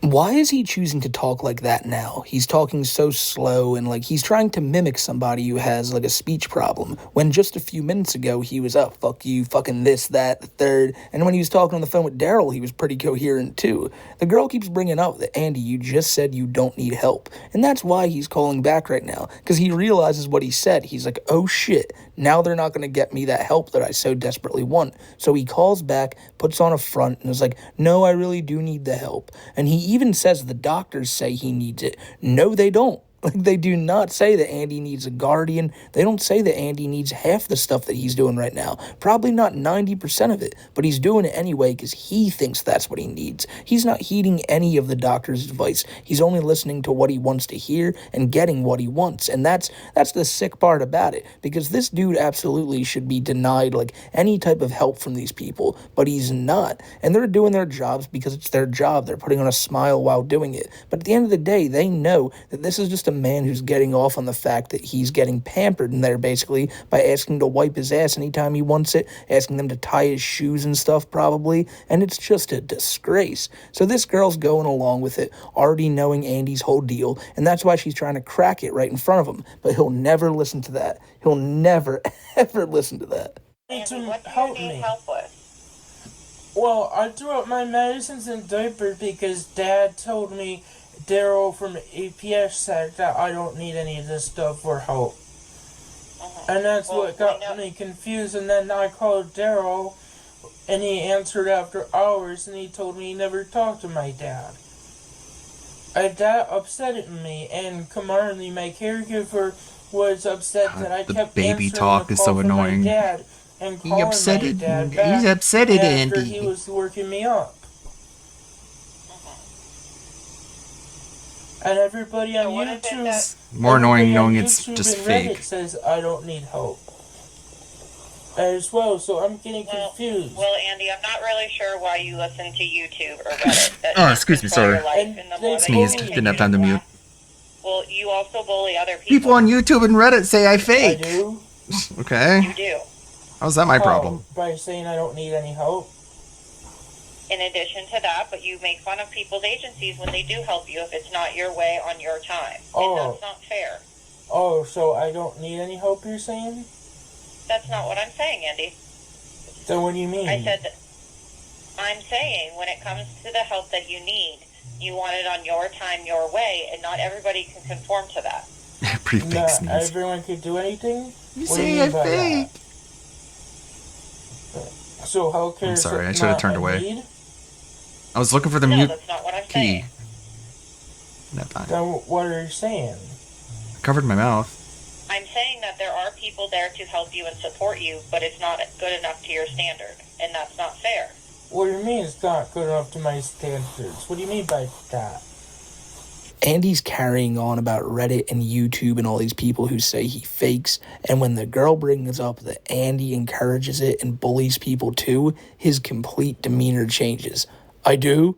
Oh, well now, so you're saying I don't need health care? Like, dude, get the fuck out of here. Like, you're saying I don't need any help? Oh, so is that what you're saying? Like, no, she's saying you're a piece of shit and you go at people the same way people go at you. And it's like ever since that was said, he doesn't understand a damn thing. He's just putting on a front again because he doesn't want to talk about this specific topic. He doesn't want to acknowledge that he's in the wrong as well. And again, you just gotta love how the girl on the phone is putting Andy in his place, saying, no, I'm not saying that you don't need help. I'm saying that if you want help, you can't just demand it the way that you want it. If you want help, you actually have to work with the doctors. You can't just do whatever, like, they can't just do whatever you want them to do on your time schedule and expect everything to go swimmingly. That's not how this shit works. And Andy, again, is just so confused by this because, like, what do you mean I can't get what I want? What do you mean do it their way? That wouldn't work because it's not the way I think. He's so stuck in his own ways that that's really the only problem Andy has. He's egotistical. He's a douche. And he's not that bright. That's clearly there. But he doesn't have all these disabilities that he's claiming to have. And as this girl's trying to explain this to him, it's just making him freeze up because he genuinely doesn't have a way he can respond to this. You get upset with the help that's being provided to you. I'm not sure why you get upset. They were helping me.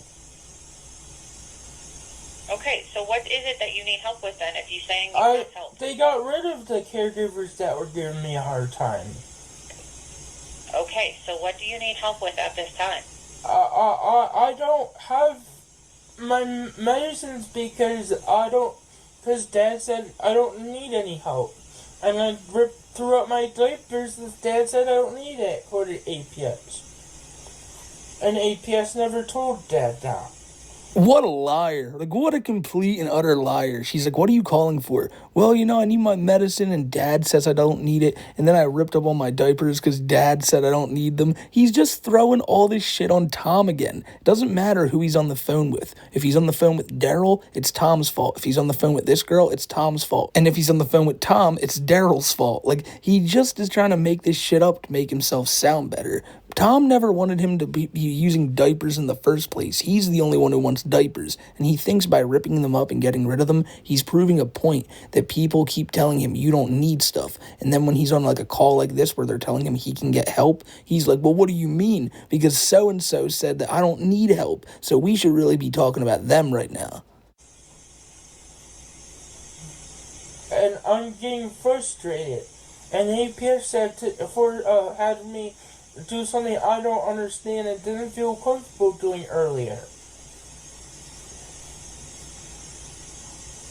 Because I can't make decisions, I don't understand things, and I need someone else to do that for me.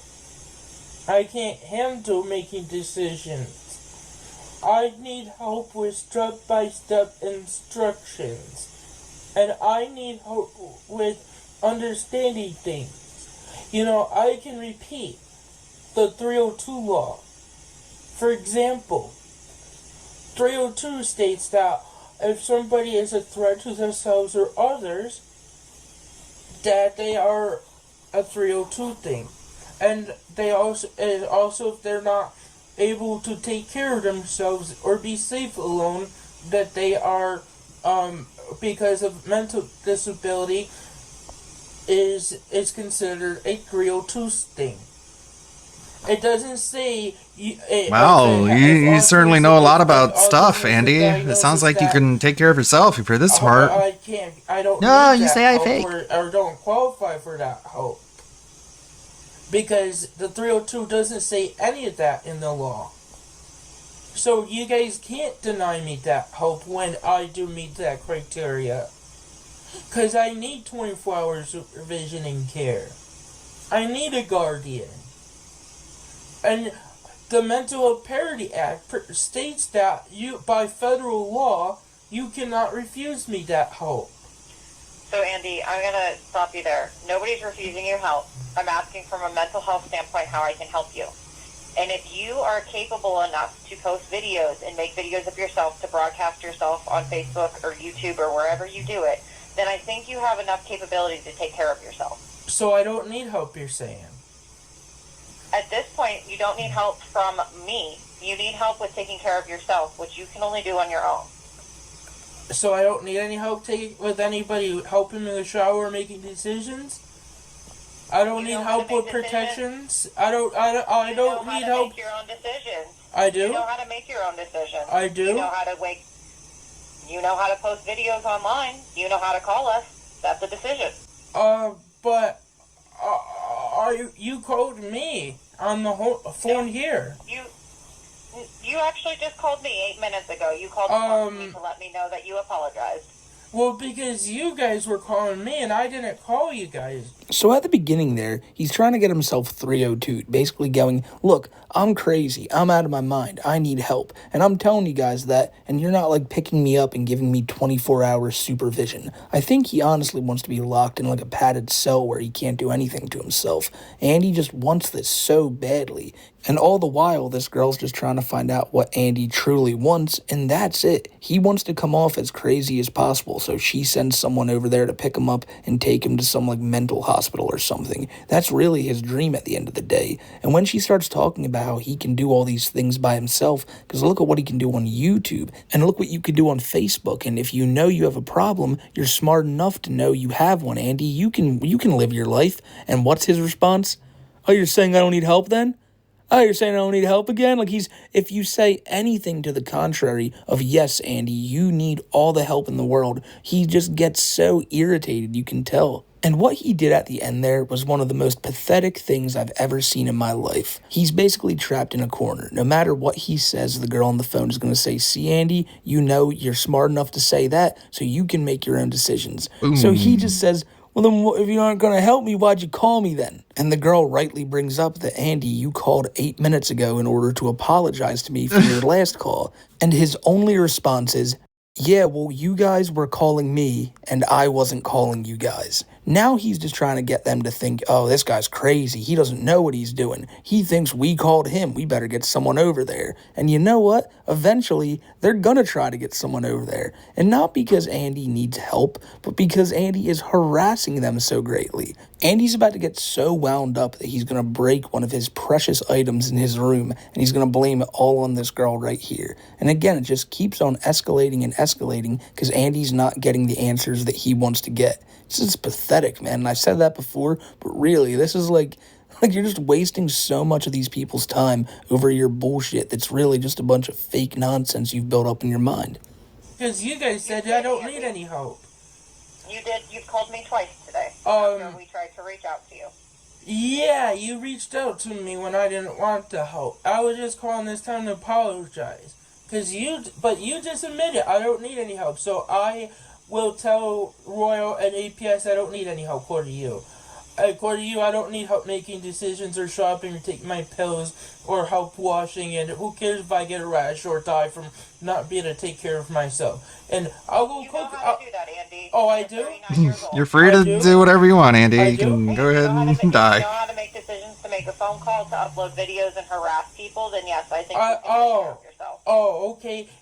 So, can I cook something in the microwave, even though I know that'll start a fire or could start a fire, and I can't evacuate?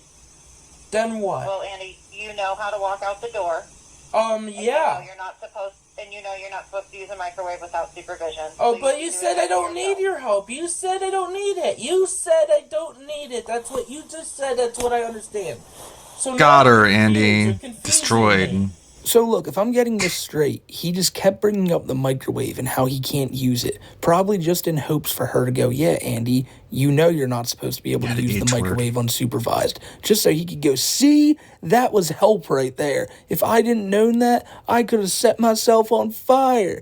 And like the girl's just constantly trying to tell him, like, Andy, again, you can do all this other stuff, right? You can harass people, you can go on YouTube, but you can't make decisions for yourself. And he just can't handle it. He's so pissed off that they're not just kissing his ass and wiping it too. And I'm glad I'm recording this. No. No, you said I don't need it. I'll have you on tape. So now this is something else you know how to do. You know how to record. You know how to tape things. Yeah. So there's most autistic people know how to do that. Well, it sounds like you have the capability to do these things, so you should have the capability to take care of yourself. It's all in what you choose. Oh, so I choose not to take care of myself. Correct. So I don't need any help.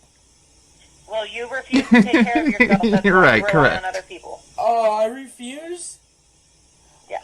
I refuse to take care of myself? Brutal. Savage. Correct. Who said? It's evident.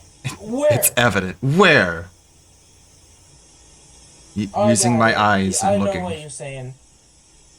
Then okay, Andy. I don't need. I'm gonna. Here, guess what? Guess what? I'm gonna run away. The home here is. You said I don't need it. I'm not going to stay here. You can't do anything about it. You said I don't need it. Leave that home, you will be homeless and you will be on your own. Oh well, you said I don't need any help. You said it, not me. You made that decision. And you deal with it, and guess what? Andy can get hit by a car because I can't cross streets. And then what? You do know how to cross the street. I do. I have the ability to judge which way cars are going and where the things around me. I know how to protect myself from stranger danger. You do. I do. If you can talk about it with me, then you know. I'm able to repeat it. It's part of my disability, ma'am. Jesus. I can repeat things because of my autism. It's called echolalia. And because I also have Tourette's. And these are the diagnoses that you have continued to do the research on, and that you. Oh, I'm faking it? Okay, I just broke my tablet. I broke my tablet and my earmuffs. I'm running away now. Bye. You can't do anything about it. Man. 1 second. You said I faked. That lady You said destroyed him. My doctor. Broke his tablet and then he ran away from home. All because she's like, looks like he can take care of himself. What? Where are you talking to? Hey, Andy, due to the harassment that we have, we're going to be calling the police in on you, so I will hopefully be able to see you. Good, because Andy has my great. doctor on the call. Oh, wow, he can't even fucking... I'm gonna just call the being cops told on that your he ass. fakes, Andy broke Love it. his goddamn tablet. He's really trying to get into character here because hearing that word fake, just drives him up a wall. It's like he's a pro wrestler in the 1980s. Well, yeah, How dare you TBS call was him at 10. Fake. today. Like, he's not fake at all. Don't you hear him on It's the earlier phone? in the stream. And what's so crazy is, I think the girl knows it too. He's just doing so much research on autism and trying to follow the patterns. Going, oh, you know, all autistic people record and post a lot of stuff, don't you know? And you know what, Andy? Maybe that's This is a good true, one. but that's where you Had got the it from. True Seeker You Steve only guy do on it it. now to try to push this agenda that you are what you say you are. And this girl and most of the internet can see right through you. And he is losing it over Yeah, that's that. pretty good. Like, he's been pissed off the whole video. But the fact that this girl is now telling him that, Andy, you don't need help. And then he goes, well, then I'll just run out into the rain then. I don't need this house. She goes, okay, No, if you do that, no. you know you're going to That's what he wanted. You're He wanted her to be probably like, gonna have a no, don't horrible do time." it. I And he goes, please, I thought beg said you. don't need help. When all she's doing is So she's telling like, him all to right. just stay indoors so he literally doesn't go out and freeze on the Tonawanda streets. Or is it Erie, PA streets? I don't know where it is, but I know it's fucking cold there. So Andy, he can't take any advice. He just has to scream and fight with this girl. And now she's had enough of it, and she said they've called someone, I believe the police, to get there. And Andy, again, after a few minutes of them not being there, he decides to call up and ask, hey, are you a woman of your word? Where are they? So where's the cops? Or is that a threat just to shut me up so I don't call for help? Cause you. No, we just don't have availability right now. I'm just waiting on officers. We actually cover all of Erie County for things that are actually very serious, like suicide and homicide, so we're dealing with those cases as well. Oh, well, I don't want your help. Okay, then stop calling my office and harassing us. But you said I don't need it. You said I fake. I don't have Holy autism. shit, dude. You don't need it if you're telling me you don't need help. So But stop you're the harassing one our said it. You're the one who said it. And when it goes to my primary care doctor's office, you don't have the balls to tell him what you said. It was actually a voicemail, and we didn't. I called my primary care doctor and he didn't pick up yet. Right. You hung up It was on a me. voicemail. No, it's not voicemail. That was my APS worker, genius. Woof. And I was waiting for an on-call. What an asshole. I don't want to talk to you. I don't want to talk to you.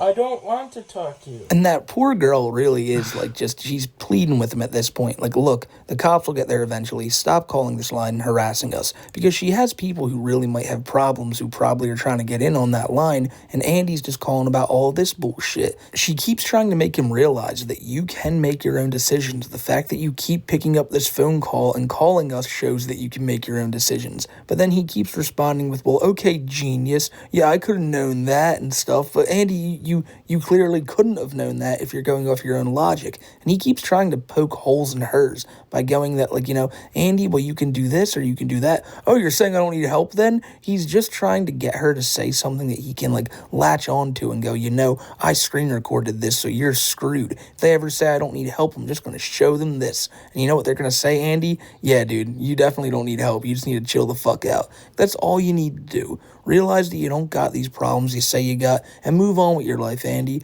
As I brought up, you're pretty good at typing, so maybe you can do that. You shouldn't spend all your days harassing APS, that dude Daryl, your father. You should be nowhere near your father, because that family does not need the stress that you bring into their lives. That's something people say on a daily basis, but these people telling Andy that he doesn't need help, his family telling him that he doesn't need help, is doing nothing but building more and more hatred in Andy's heart for each and every one of them. We've already seen what he's done to his family before with poisoning them and not helping them when they're genuinely in need, like when his mother was on the floor and all he could do was laugh at it. This is a dude who has no feelings for anybody else other than himself, and it's kind of scary to think of Andy ever going back home again, or even being around any of these like health workers, because if they say something that might piss him off, or like say that God forbid he fakes, who knows what this dude could do. Andy can probably be a pretty dangerous guy. The only reason we don't see that is because he's locked away in that home down there, and the only time we ever get to hear him is when he's recording phone calls. And in the times we do get to see Andy, it's videos like I think what this he where really he's wants walking is around. just like he just wants to file a malpractice case.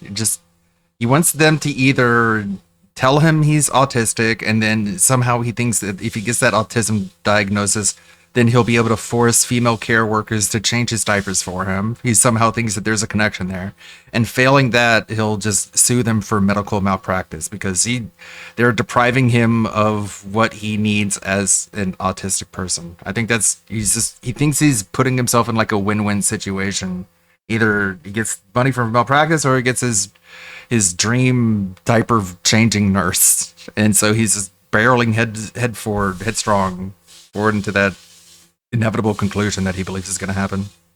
Out his house, screaming about his family, doesn't want to do anything they ask and only wants to do what he wants to do. And so when they don't just agree, he freaks the fuck out. When they don't agree he needs help, it's game over for them. It's time to lose his mind. And I'm just really happy he's not in a place where he can torture this family anymore. But now it's all getting like pushed over to those caretakers, and his dad still has to hear about all of it. So they still get a piece of the Andy annoyance action, but really it's just all driven at these APS workers and stuff.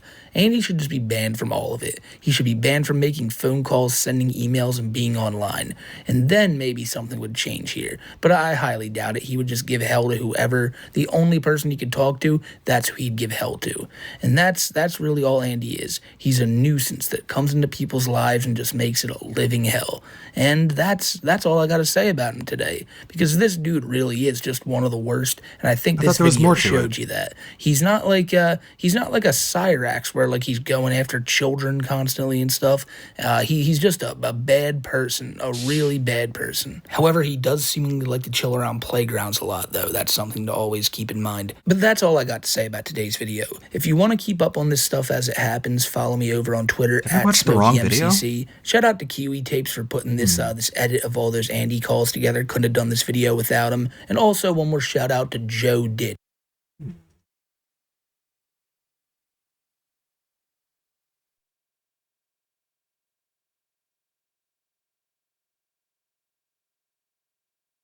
Oh, is it this one? I think it's this one. Like, for real, guess what? This is probably the craziest Andy Ditch video we've ever done now. Okay, I know I say that, like, every time we do one. I swear, I know it sounds repetitive, but he is screaming and freaking out at his caretaker today, because this guy's just trying to do his job, trying to see if Andy's alright, and Andy is under the belief that this guy has said that he fakes his autism diagnosis, a diagnosis that doesn't exist, by the way, because this man does indeed fake. So this guy, so the orderly or whoever, Andy's caretaker, he didn't call Andy fake, but Andy sees all the negativity online, all the other people calling him fake, which he is, and he now lashes out at his guy who's with him there, and it's just a mess. He storms out, he leaves the room, he goes and lays in snow again, he calls APS,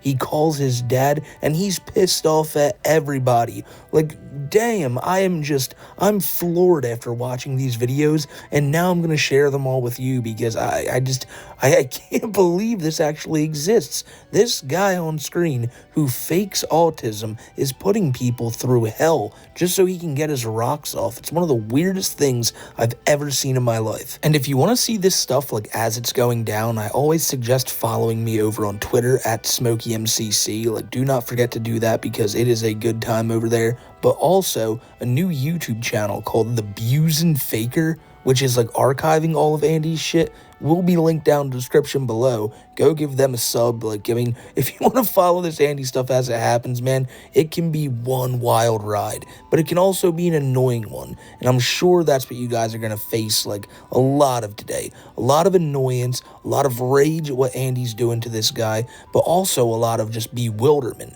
at how mad Andy gets at this man simply just not leaving the room. Andy shows his worst and true colors here in the video. When he doesn't get what he wants, he freaks out like a petulant child. And the thing is, he fakes. He fakes. This is all fake, and he doesn't need to do this. Like, YouTube, everyone listening, this is not an actual, like, this dude doesn't actually have problems. Like, the police know it. His doctor knows it. And he's doing it to these guys. Like, for what?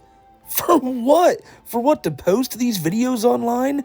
I don't get it. I do not get this, but Andy freaks out at this dude, makes his day horrible, makes the days of everybody who he comes in contact with, like, on this day terrible, and it's just horrible to see Andy Ditch in this scenario that he's put himself in and that he now puts everybody else in. There really is no other words for it. let's just watch and you guys will see for yourself. If I run away, would you call cops? Would you? Because I know you don't think I need help. I'll do that just knowing I can get hit by a car and die. Oh, by the way, anybody cook a hamburger knowing it's not safe. Because I know it's not safe for me, and I used to work at McDonald's so I could do it. Is that fake? And if I get hurt, it's on you, because you're allowing me to do something that's not safe. Because I don't need any help. So you do that. I fake. You say I fake, I don't need any help. And if I run away, it's on you, because you say I don't need any fucking help. No, I'm cooking, man. I'm cooking. You say I fucking fake, man. I don't need You say I'm fucking fake, man. Come on, bro. Sounds really nonverbal, doesn't it? It's my kitchen. It's my house and my food. I'm cooking. It's not your house. You have a roommate. It's not your house. So this is past February 1st now, when he said he was going to run away from home. I guess now he's in a group home, and he's already making it miserable for everyone there. Any kids don't need help cooking. You don't repay the bills. I don't need any fucking help cooking. Fucking help, man. Go back to your room. No, I'm not. I'm cooking now because I'm an adult. Sounds really mentally impaired, doesn't I'm an he? adult. I can cook that. Go back to your room. I'm an adult. I can cook that. Go back to your room. I'm an adult. I can cook that. You're an adult, right? I fake, remember? I used to work at McDonald's, remember? Yeah. I'm watching your videos right now. And you fake. I know. So, can I cook? So he's mad that the guy's watching the videos on YouTube about him. I want to cook that, please. I already fed you. I want to cook a hamburger, please. I already fed you. I want to cook a hamburger, I already please. fed you. But you can't deny me my food. And you can call Grow that you're denying me food. I already fed you. No, I want to cook that because I fake, remember? The crazy thing is that he records this stuff himself. So he's having one of his fake fits. And when I say that, I mean, when somebody calls him fake, he goes, oh, well then, I can just run out into traffic then, right? Because I'm all good. I'm a real person. I can live on my own and I can cook things even though, it's really dangerous for me to do so, right? Because I fake. And he wants this guy to be like, oh shit, this dude really doesn't fake. He's super serious. He's trying to prove a point as Andy, and it's just not working. It's like the second that word is uttered, the word fake, Andy just breaks down and he's like, look, I'm not going to do anything now. You've said I fake. So now that means that I am a man who can do anything that any normal person can. I don't need diapers. I don't need to be here and under supervision and stuff. I am a normal person. All this stuff I say about autism, I guess I fake it then. So now anything that happens to me is on you because you said I can do it. And he twists it in this way that he makes them kind of have to go, no, Andy, we didn't say that. And you can tell they're kind of being quiet at first, not saying anything despite him ranting and raving. But the second he starts trying to put the blame on them is where they actually have to acknowledge him. And this is just the calm before the storm. Andy's trying to prove his point by making a cheeseburger that he would inevitably mess up. Because he would go out of his way to cook it wrong just to prove, see, you said I faked when I really needed your help, you piece of shit. So, you think everything's okay, maybe it's settling down, the guy will cook his burger for him, but no, it only ramps up more and more and more from here. And you can't deny me cooking as you say I don't need any help, I fake. But you said I fake. You have me on fucking recording saying that. I'm cooking, man. You can't block me from cooking as I fake. Let me cook, man. Cook, man. Because I have a right to eat, even though it's not safe. You know what? I don't give a fuck. You're not allowed to turn on that. Yeah, I can. Yeah, I have a right. I can cook. There's nothing wrong with me, man. I fake. Do you want me to make you a burger? No! I'm doing it because I don't need your fucking help. I fake. You want me to help make you a burger? No! I don't This is what you get for telling him he's faking. It's worth noting, and maybe if you pay close attention, you'll notice it happen a few times throughout the video. Andy, when he wants to prove a point, again, will put on that baby voice like he just did right there. And it's so weird. Like, it sent a cringe down my spine just even doing that. Because you hear him there, he's like, no, man, I don't need your fucking help, man. I don't, you said I'm fucking fake, dude. Like, he'll talk like that, right, when he's a little bit upset. But when it's time to put the mask back on because he wants to get what he wants, he has to divert back to the baby talk and shit. It's so weird. It's cringy. It's lame. Most of all, it's fake. We need one, please. Andy don't want your help because it don't want me.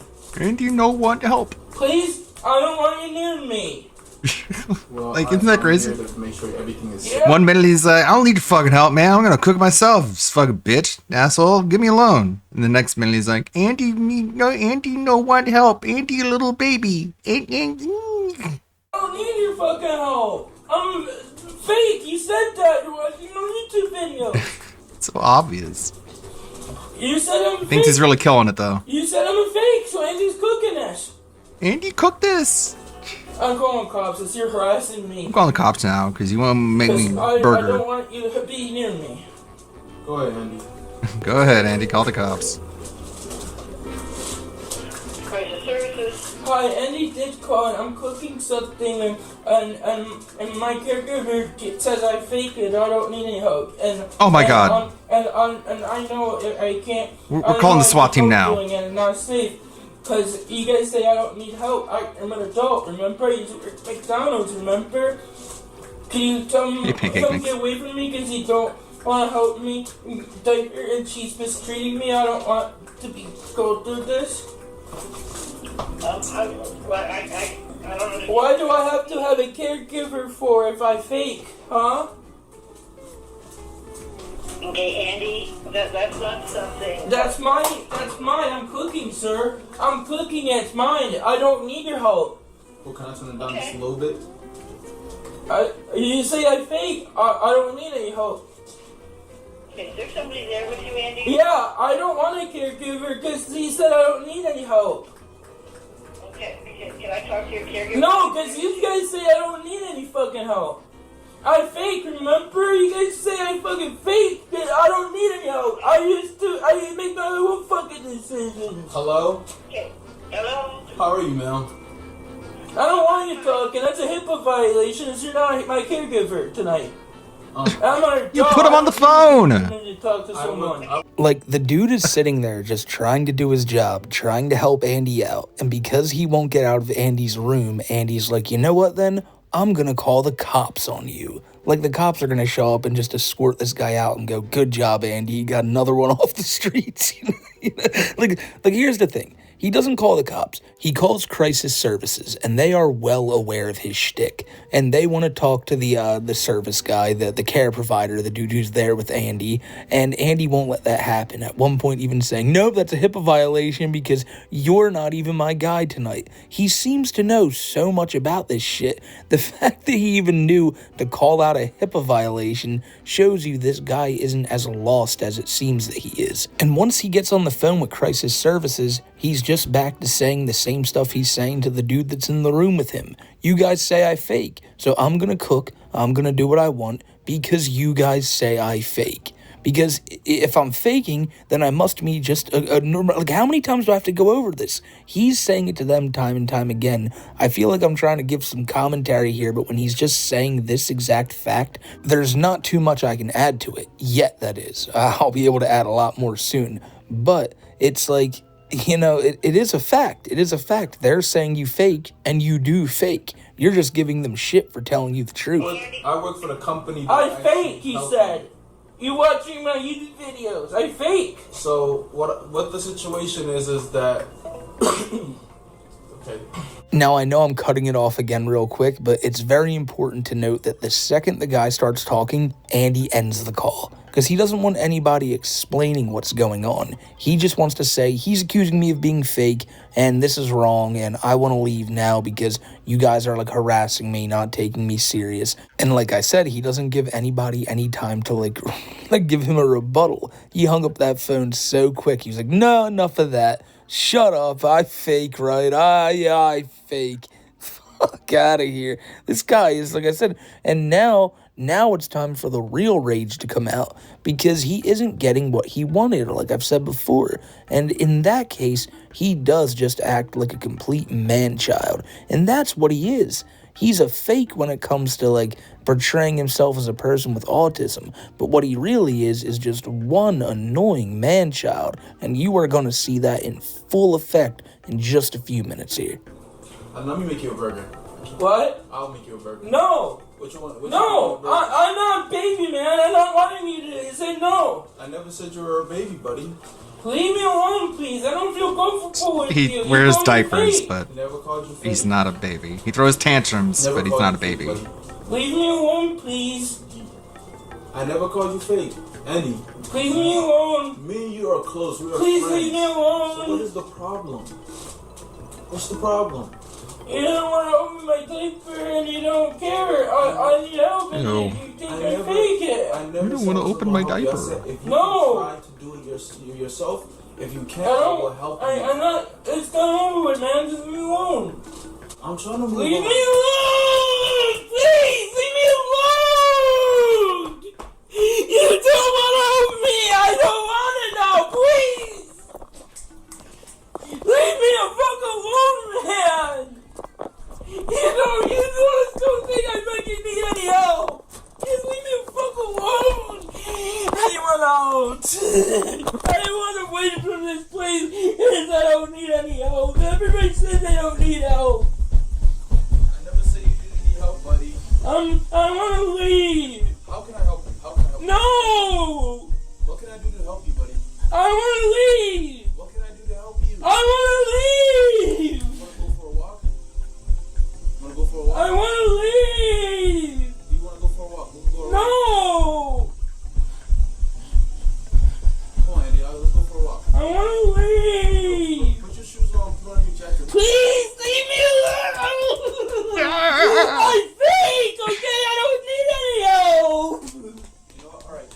I want to leave! All right, take a break. I'll close the door and you just calm down. Please!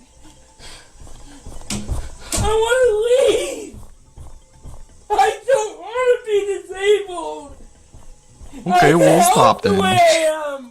I get help I used to bit of work when I had all kinds of fucking help before Mom's heart attack. That time it made me sad, cause I want to work again, but my family doesn't want to help me to do it again with all the fucking help I had. And I don't want to do this way anymore. I fucking think I fail. Before we get into anything, I just want to mention something because 9 times out of 10 when you see a freak out like that, like whether it be Cyrax, Tofiachu, Josh Block, Daniel Larson, Chris Chan, whenever that happens, it's almost always troll influenced. Somebody was doing something to them that really drove them over the edge, or somebody like maybe in their real life was just pushing them a bit too far and made them freak the fuck out. And in this case, like, none of that is happening. Andy is not getting trolled. Andy is not getting harassed. The dude is just sitting there making sure Andy is okay. And Andy just loses his mind on the guy. At no point poke and put Andy or harass him in any way. Come on, Premiere, He's let me edit, simply please. sitting there doing his job, making sure Andy isn't hurting himself, and honestly being the only person who probably has any type of best interest for Andy in mind. Yeah, it's the dude's job and he'd probably rather be anywhere else but there, but he's still there to help you out if you need it, Andy.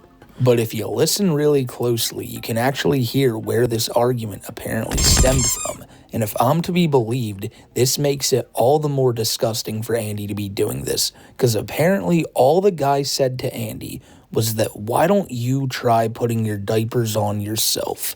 And Andy took that as him saying, you fake. I read the internet. I've seen the videos on you. You fake. You don't need my help. All the guy told him was, hey, maybe try it yourself. And Andy fucking lost it. This type of shit is full-on harassment. I get that these guys probably deal with people like this on a daily basis, but when Andy, somebody who's going out of their way to simply do this to make your life worse and to make his like some weird like fetish he has to like get that off by doing that to you, that's fucking crazy. Why is this guy being given all these chances? I get that maybe they're like, well, we can't just say no, you're good and let him out in the street, but why not? Like, why not? I've seen it happen to people who have actual mental illnesses. The fuck are we doing here? Do I think Andy is clearly 100% like mental illness free? Probably not. He probably does have something, but it's not autism, and it's nothing that renders him unable to do any like daily task that he claims unable to do. Andy might just have an anger problem, something as simple as that. That's why I'm saying he may have something, but it's not autism, and God forbid you tell him that, or you'll be on the receiving end of what that guy just got. Leave me alone. Well, I want to ask you something. I don't want help anymore. I'm not trying to help I don't want help. I'm not trying to help you. I actually want to talk to you, buddy. I don't want to talk. I'm fake. I'm a fake. Please leave me alone. I found my eyes. Ah, leave me alone. Jesus. I want to leave. I'm leaving. I'm leaving. I'm leaving.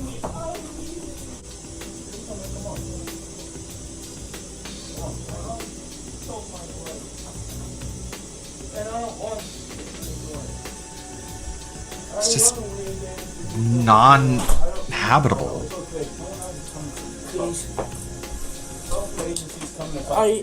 I feel better after laying in snow all that time.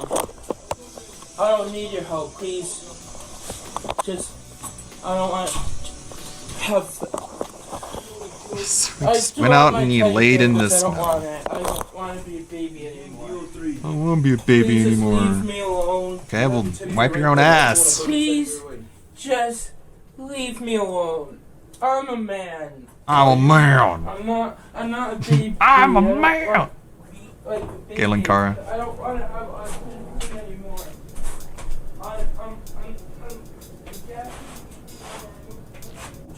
I don't want it. Please. Please. What, buddy? I don't want your help. Okay, leave again. Please, just leave me alone. If you leave this time, we will have to call the police. I don't care. There's nothing wrong with me. Please, just leave me Alright, alone. put your shoes on. We could go for a walk. No, Yes. I want to be left alone. I calmed down being in the snow. Can you please just leave me alone? I can't leave you alone. I'm your caretaker. No, I don't need a caretaker. Well, you have. I'm an adult. I don't need it. Until the company told us. I don't want it. Please leave me Well, you have alone. to talk to the company about that, not us. Please? I want to be left alone. I want to calm down. I don't want to get upset again. Please? I fake. There's nothing wrong with me. So you say you're faking it? Remember, that's what everybody says on YouTube about me. Please just leave me alone. Well, I don't believe that. Please just leave. I think he might be like schizophrenic and like the idea of, oh, everyone thinks you're a faker, everyone thinks you're a faker. It just sort of like bounces around in his head and he can't control it. I don't want it. Please? You don't be in diapers no more. Okay, you don't I have to got be. made fun of on my wife for it, so please just leave. But that's the thing. You didn't What? have What did he say? Just leave. But you didn't have. Leave. But that's okay. You don't I have to got made fun of on my wife for it, so please just leave. You got big bones. You didn't Please, have autism your whole just life. leave. But you didn't have autism. Please, just leave. Please, I want you to leave me alone. Yeah, that being said, it was pretty good. Please. They made watching PPP a lot more entertaining, for sure. Would you be calm? Yeah, I want you to leave That's me what I need you to say. alone. Yes, I'll be calm. I want you to leave me alone. I will leave you alone unless you're calm. Be calm. I will, just leave me alone. Just stop banging Keep on your waking head. me up. I want to be left alone, please. I don't want your help. You don't want to help me. You said that. Yeah, that was a long clip, but like in the beginning, Andy got something in his eye. I assume he was trying to cook, did it on purpose, and then freaked out, used it as an excuse to freak out, and then go outside and lay in the That's why you snow. shouldn't have made your own And burger. he did just that. he went out, laid in the snow, and he claimed that calmed him down. But then as him and the dude are going at it more, the guy's just like, look, I just need you to calm down. You know, like you keep saying you fake. And again, Andy reiterates, well, I fake, you know? And the guy says, really? So you fake? And Andy immediately switches up to, well, that's what all the people on YouTube say. Andy claims to be a man. He doesn't need this stuff anymore. He's not baby. And Andy also threw out his teddy bear, which he didn't do. Andy did not throw out his teddy bear. I assume he was just threatening to do so. But nonetheless, just listen to this. Was I right in the beginning? He's making this guy's life just a living hell. And it's not just this guy, because as I mentioned earlier, Andy still has to call his dad and Adult Protective Services to bitch at them. So, without further ado, let's hear him call up his pops to let him know about the situation. Because he's not on the case anymore. He's not getting involved with me anymore. Well, find out who's on the case. Deanne is on the case. Tell them. The lady that I just texted you and Joe with is my APS worker. Tell her. She told me, Dad, and you want to hear the recording on the YouTube, saying that you to call the attorney and pay for it. I'm only the messenger boy. Play the link if you don't believe, the YouTube video if you don't believe me. You know, Andy, we went through the same shit when you were here. I want an attorney, when you Dad. finally got a chance to get a guardian, you ran away. Why? Because I didn't think I was going to get any help because what Sisters Hospital did. I didn't have anywhere to live during that night. Dad, I'm sorry. You said to move here. Here, hang on. Now you got to start all over. And you're not where you're at right now, but now you have to go one more step deeper, and you got to be patient. So if you're a bit confused as to what's going on here, he basically called his dad and said, hey, I heard from one of my APS workers that there's going to be this case going on, and you need to pay for it. Like, that's it. That's it. That's the only reason he really called his dad at the end of the day. He dropped that in there so subtly, like, oh yeah, and you need to pay for it, Pops.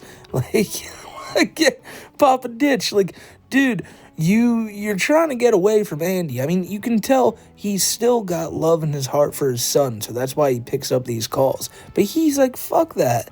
Like, no, I'm not going to do that, because, like, every time we tried to help you, you would run away, you would always do something to mess it up, and now the only time Andy calls him is when he needs something, and it's kind of pathetic, because your poor old dad, I mean, the dude, like I said, the dude seems like such a good guy, and you just abuse him. You do nothing but abuse him and just ask for things instead of ever asking how he's doing. Dad, hang on. Let me ask you this.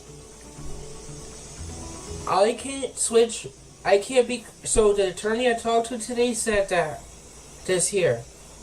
Did you give APS permission to allow me to be here? No, Andy, you did it yourself when you got off the bus and never went back on it.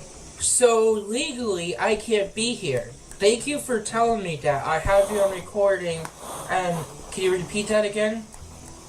No, Andy, I didn't do it. You did it. I did it. Okay, Dad.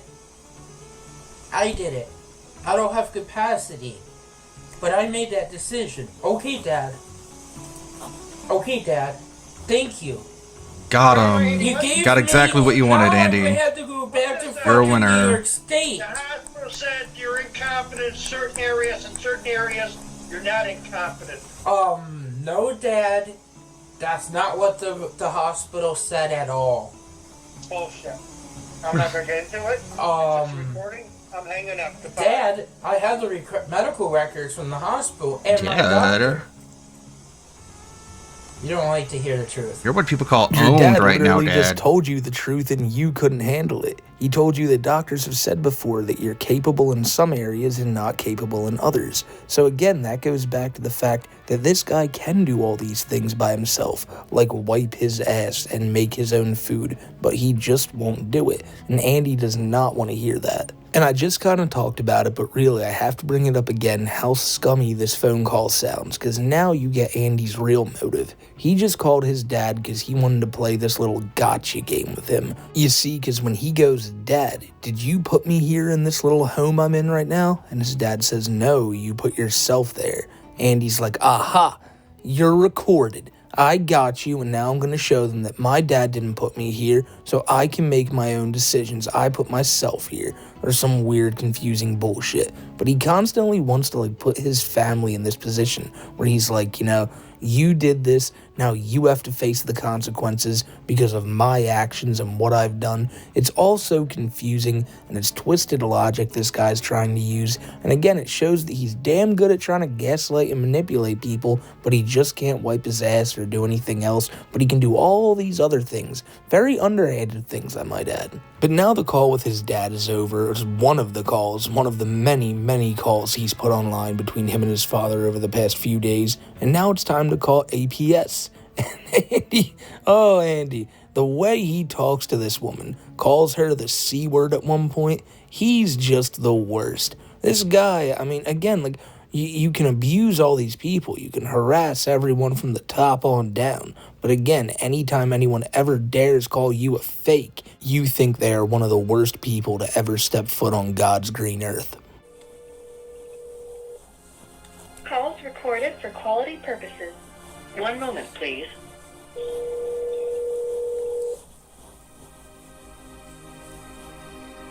Crisis Services.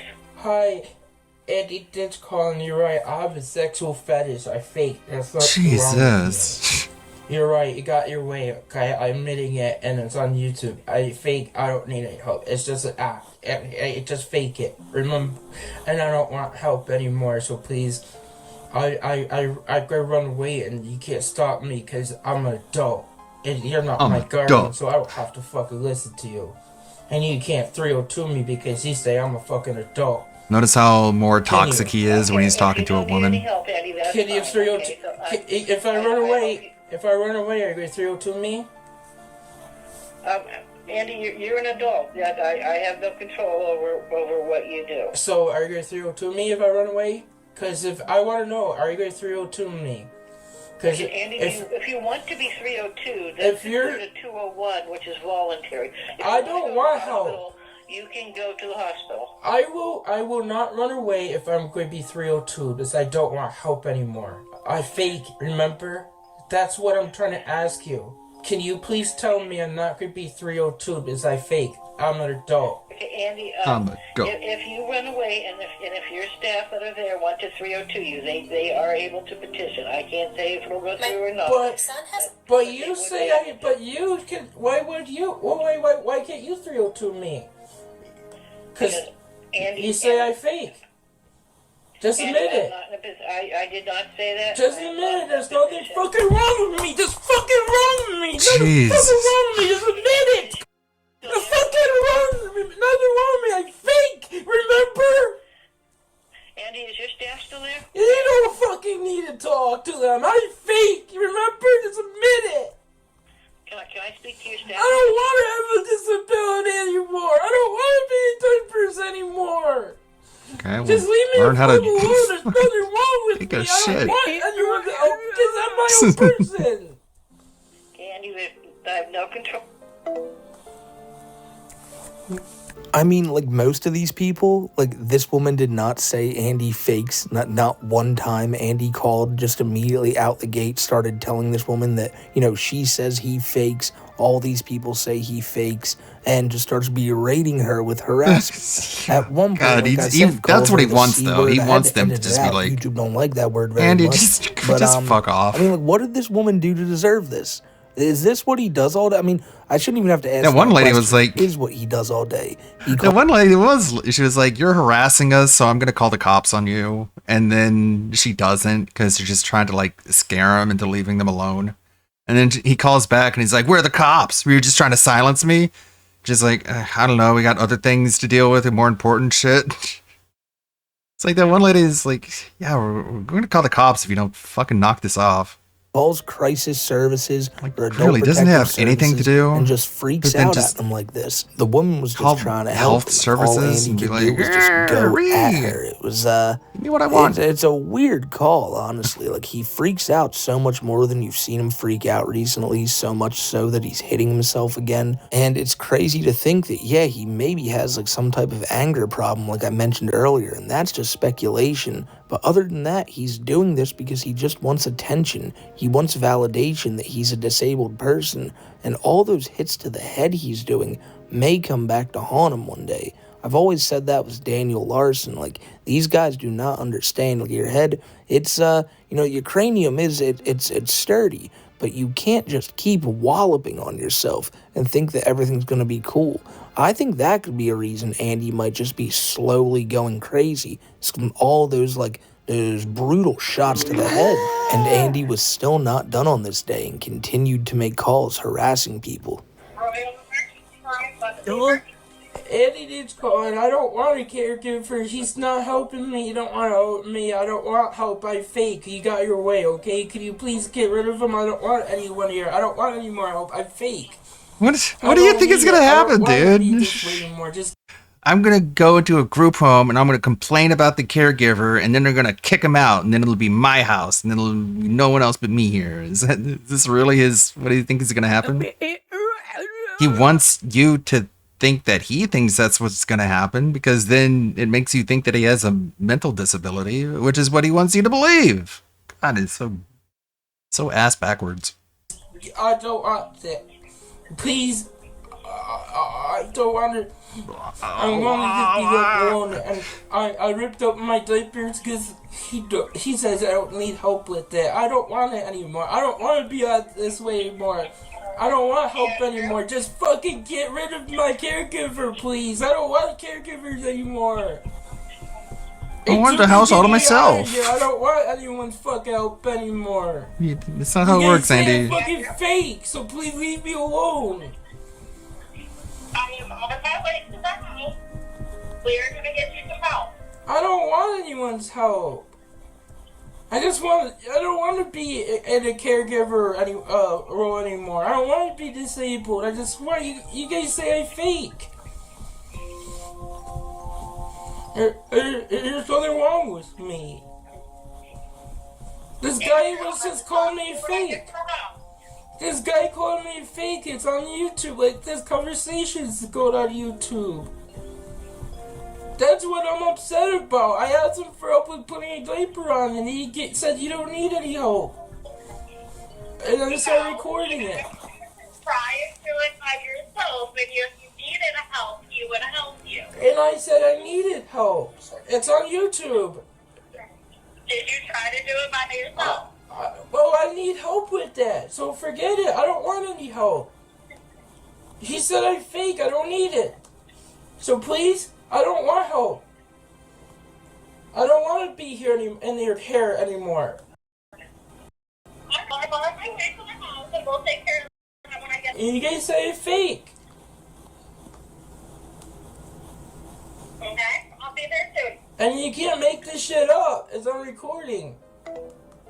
So he calls another woman to complain about this, about being called fake, and that's where he brings it up again, that the guy who was there, the former caretaker, well, he wasn't down to change Andy's diaper. And the girl even brings up, did you attempt to try it yourself? And he's like, no, I can't do it, because I fake, like you guys said, right? Because I need help. She's like, then why didn't you ask for help? Because he goes, no, fuck that, you said I fake. Like, the stubbornness on Andy. It's like, no, I actually need help with this, which he doesn't. But I'm not going to ask now because you have said I've faked. It's clear that in his mind, there is no resolution here other than them saying, okay, you don't fake and you need all this help, so we'll be over there to clean your diaper shortly. You know, it's either that or he's just calling to complain, and it's probably the latter, because he knows at this point they're not just going to agree with him. The paperwork doesn't say that, and no matter how badly he wishes it does, it's never gonna just, the ink's not gonna just change itself. And so I think somewhere in his mind, he's like, look, if I can just get a few people to agree that I have autism, I can always point to them and use them as an excuse for the rest of my days. And that's what he's doing here. He's hoping that like he gets them on recording so we can put it on YouTube and always point to it till the end of time. But it's if anyone does it, they know they'll look like a fool. They all know to watch their words around this guy because they are being recorded, and he'll try to use anything against them. Like, don't get it twisted. I feel like if one of these doctors just slipped up, started talking like nonsense to Andy, Andy would probably try to sue them. Like he just strikes me as that type of guy. That's what I calls think. The cops. He always threatens legal He wants shit. them to do what he Andy, says, or he'll sue them. Andy's a tricky one for these people, I feel like, because they probably don't know how to like operate with somebody like him, because they know that they like have a job to do, but this guy is just getting in the way with his big faking antics, and they don't know how to like make heads or tails of it. There's also more clips, and even this time some video of him going at the caretaker all over the diaper situation. And I mean, again, like how much of this does Andy have to record, and why does he put this online? I don't know what he thinks this is going to prove, but I mean, it's sure as hell not what he assumes it is. I mean, if You said I need help. And look, you rip. Why did you? Because you said I don't need any help. Okay, are you gonna listen to me? No, I'm not wearing it. Just Okay, leave you me don't have alone. to wear it. Just listen to I'm me. leaving because you said I don't need All help right, putting you it can, on. you can leave or whatever, but let me speak. No, because you said I don't need your help. So please leave me I alone. never said you. I Please did leave me not alone. need You my said I help. don't. You said I can do it on my own, and I don't need it. I said if you can do it on your own, try to do it on your own. But I need help. Okay, You but said I no, want to so see- forget it. Please leave me alone. Please leave me alone. All I want to see if you I'm can do it leaving. yourself. I don't want to put it on because I don't want to because I need help. So you don't want to put your diaper on. And you don't want to listen. just I need told you help. I would help No, you. forget But it. now I you're don't saying want no. your help. You said no, please. It's no. Don't confuse me because I'm honestly- recording you. Look, I honestly said Dude, please don't confuse me after saying no. I am recording too. You know. Please leave me alone. I am recording too, buddy. I'm late. Can I leave? That's your right. Good. That's your right. He doesn't even want to let the dude speak. He just wants to say the few like same buzzwords over and over again. I want to leave, this and I is- fake. You said I fake. You know. This is It's- why you said the I welfare don't need system help is putting this diaper abusable. on. Okay, then. Well, then I'll just leave. I'll go out in the freezing cold with no diaper, and that's on you, buddy. And I mean, like this is all he's been doing this week. Harassing these people, saying the same things over and over and over again. And really, this is the life of Andy Ditch, and what a horrible life this is to live. I mean, my God, look at your surroundings right now, ladies and gentlemen. I don't care what type of situation you're in. It's better than this. And even the people who have to be around Andy, I feel for you so badly, and I would not want to be you either, in any reality. And it's not your fault. It's because you got like assigned this particular location with this fake abuser. Who just happens to be there too. You see, Andy's another one who I'm like really starting to make videos on quite frequently, and the more and more I watch of this guy, the more and more infuriating he gets, and I'm pretty sure all you guys get that impression too. And there have been people who've been following his story for years, and I can't imagine the steam that comes out of their ears sometimes.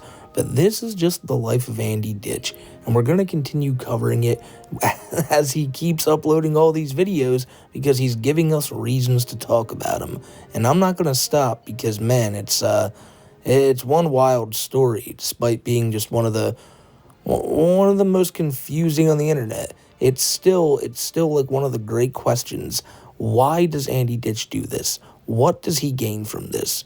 And hopefully one day we find out, but I don't think we will. But what you guys can do, if you liked this video and you want some more like content like this, tonight, Wednesday at 6:30 p.m. Eastern Time, we will be live for Too High for Stupid, coming back after a Big ups, Smokey and Kiwi. few weeks. Put on a good show. Basically just looking at lolcows. You know how we all do.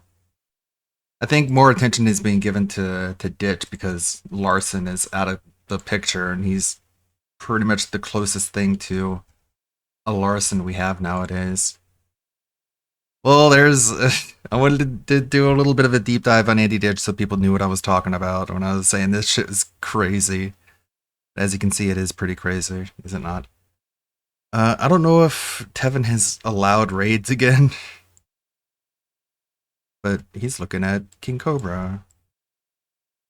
Let's see. Let me just test if I can raid Tevin. Almighty _ Tevin. Okay, raids are allowed. So we can check out what Tevin wants. Check out what Tevin's watching. I guess he's BRB. No ads. Shit. Thank you, Wizard of Plum, Lonely Sully, Deathcore Lover, Pilot Jericho, Chris Farrakhan, Pancake Mix, everybody who stopped by and hung out. I'm gonna be editing this Gundam video even more. Ian was moving. His You know fans how it goes. reacted negatively towards this news and doubting Josh's ability to care for another living thing, fearing for Watching Puff's safety. Cobra documentary. I got a little This is from Bite Size Cobra. video, but May the we're good blood gonna guide your way. I'll see you tomorrow for a lazy Sunday. I have chat turned off, so I can Oh just god, focus on the live he's gonna have a stream. pre-stream, isn't he? Oh well, we'll deal with I got it. a, See you tomorrow. bearded dragon. His Bye name bye. is Puff, and he is just so fucking adorable. Bye He's the most bye. badass little lizard you ever did see. My buddy Ian is moving, and he needed a place for Puff, so I volunteered because I've always wanted a reptile. And turns out bearded dragons are super easy to take care of. I know when I get my album money, I'm going to be stocking up on bugs and calcium powder and light bulbs and little pellets. In fact, this morning he left a nice little lizard poop in his enclosure, so I immediately cleaned that out.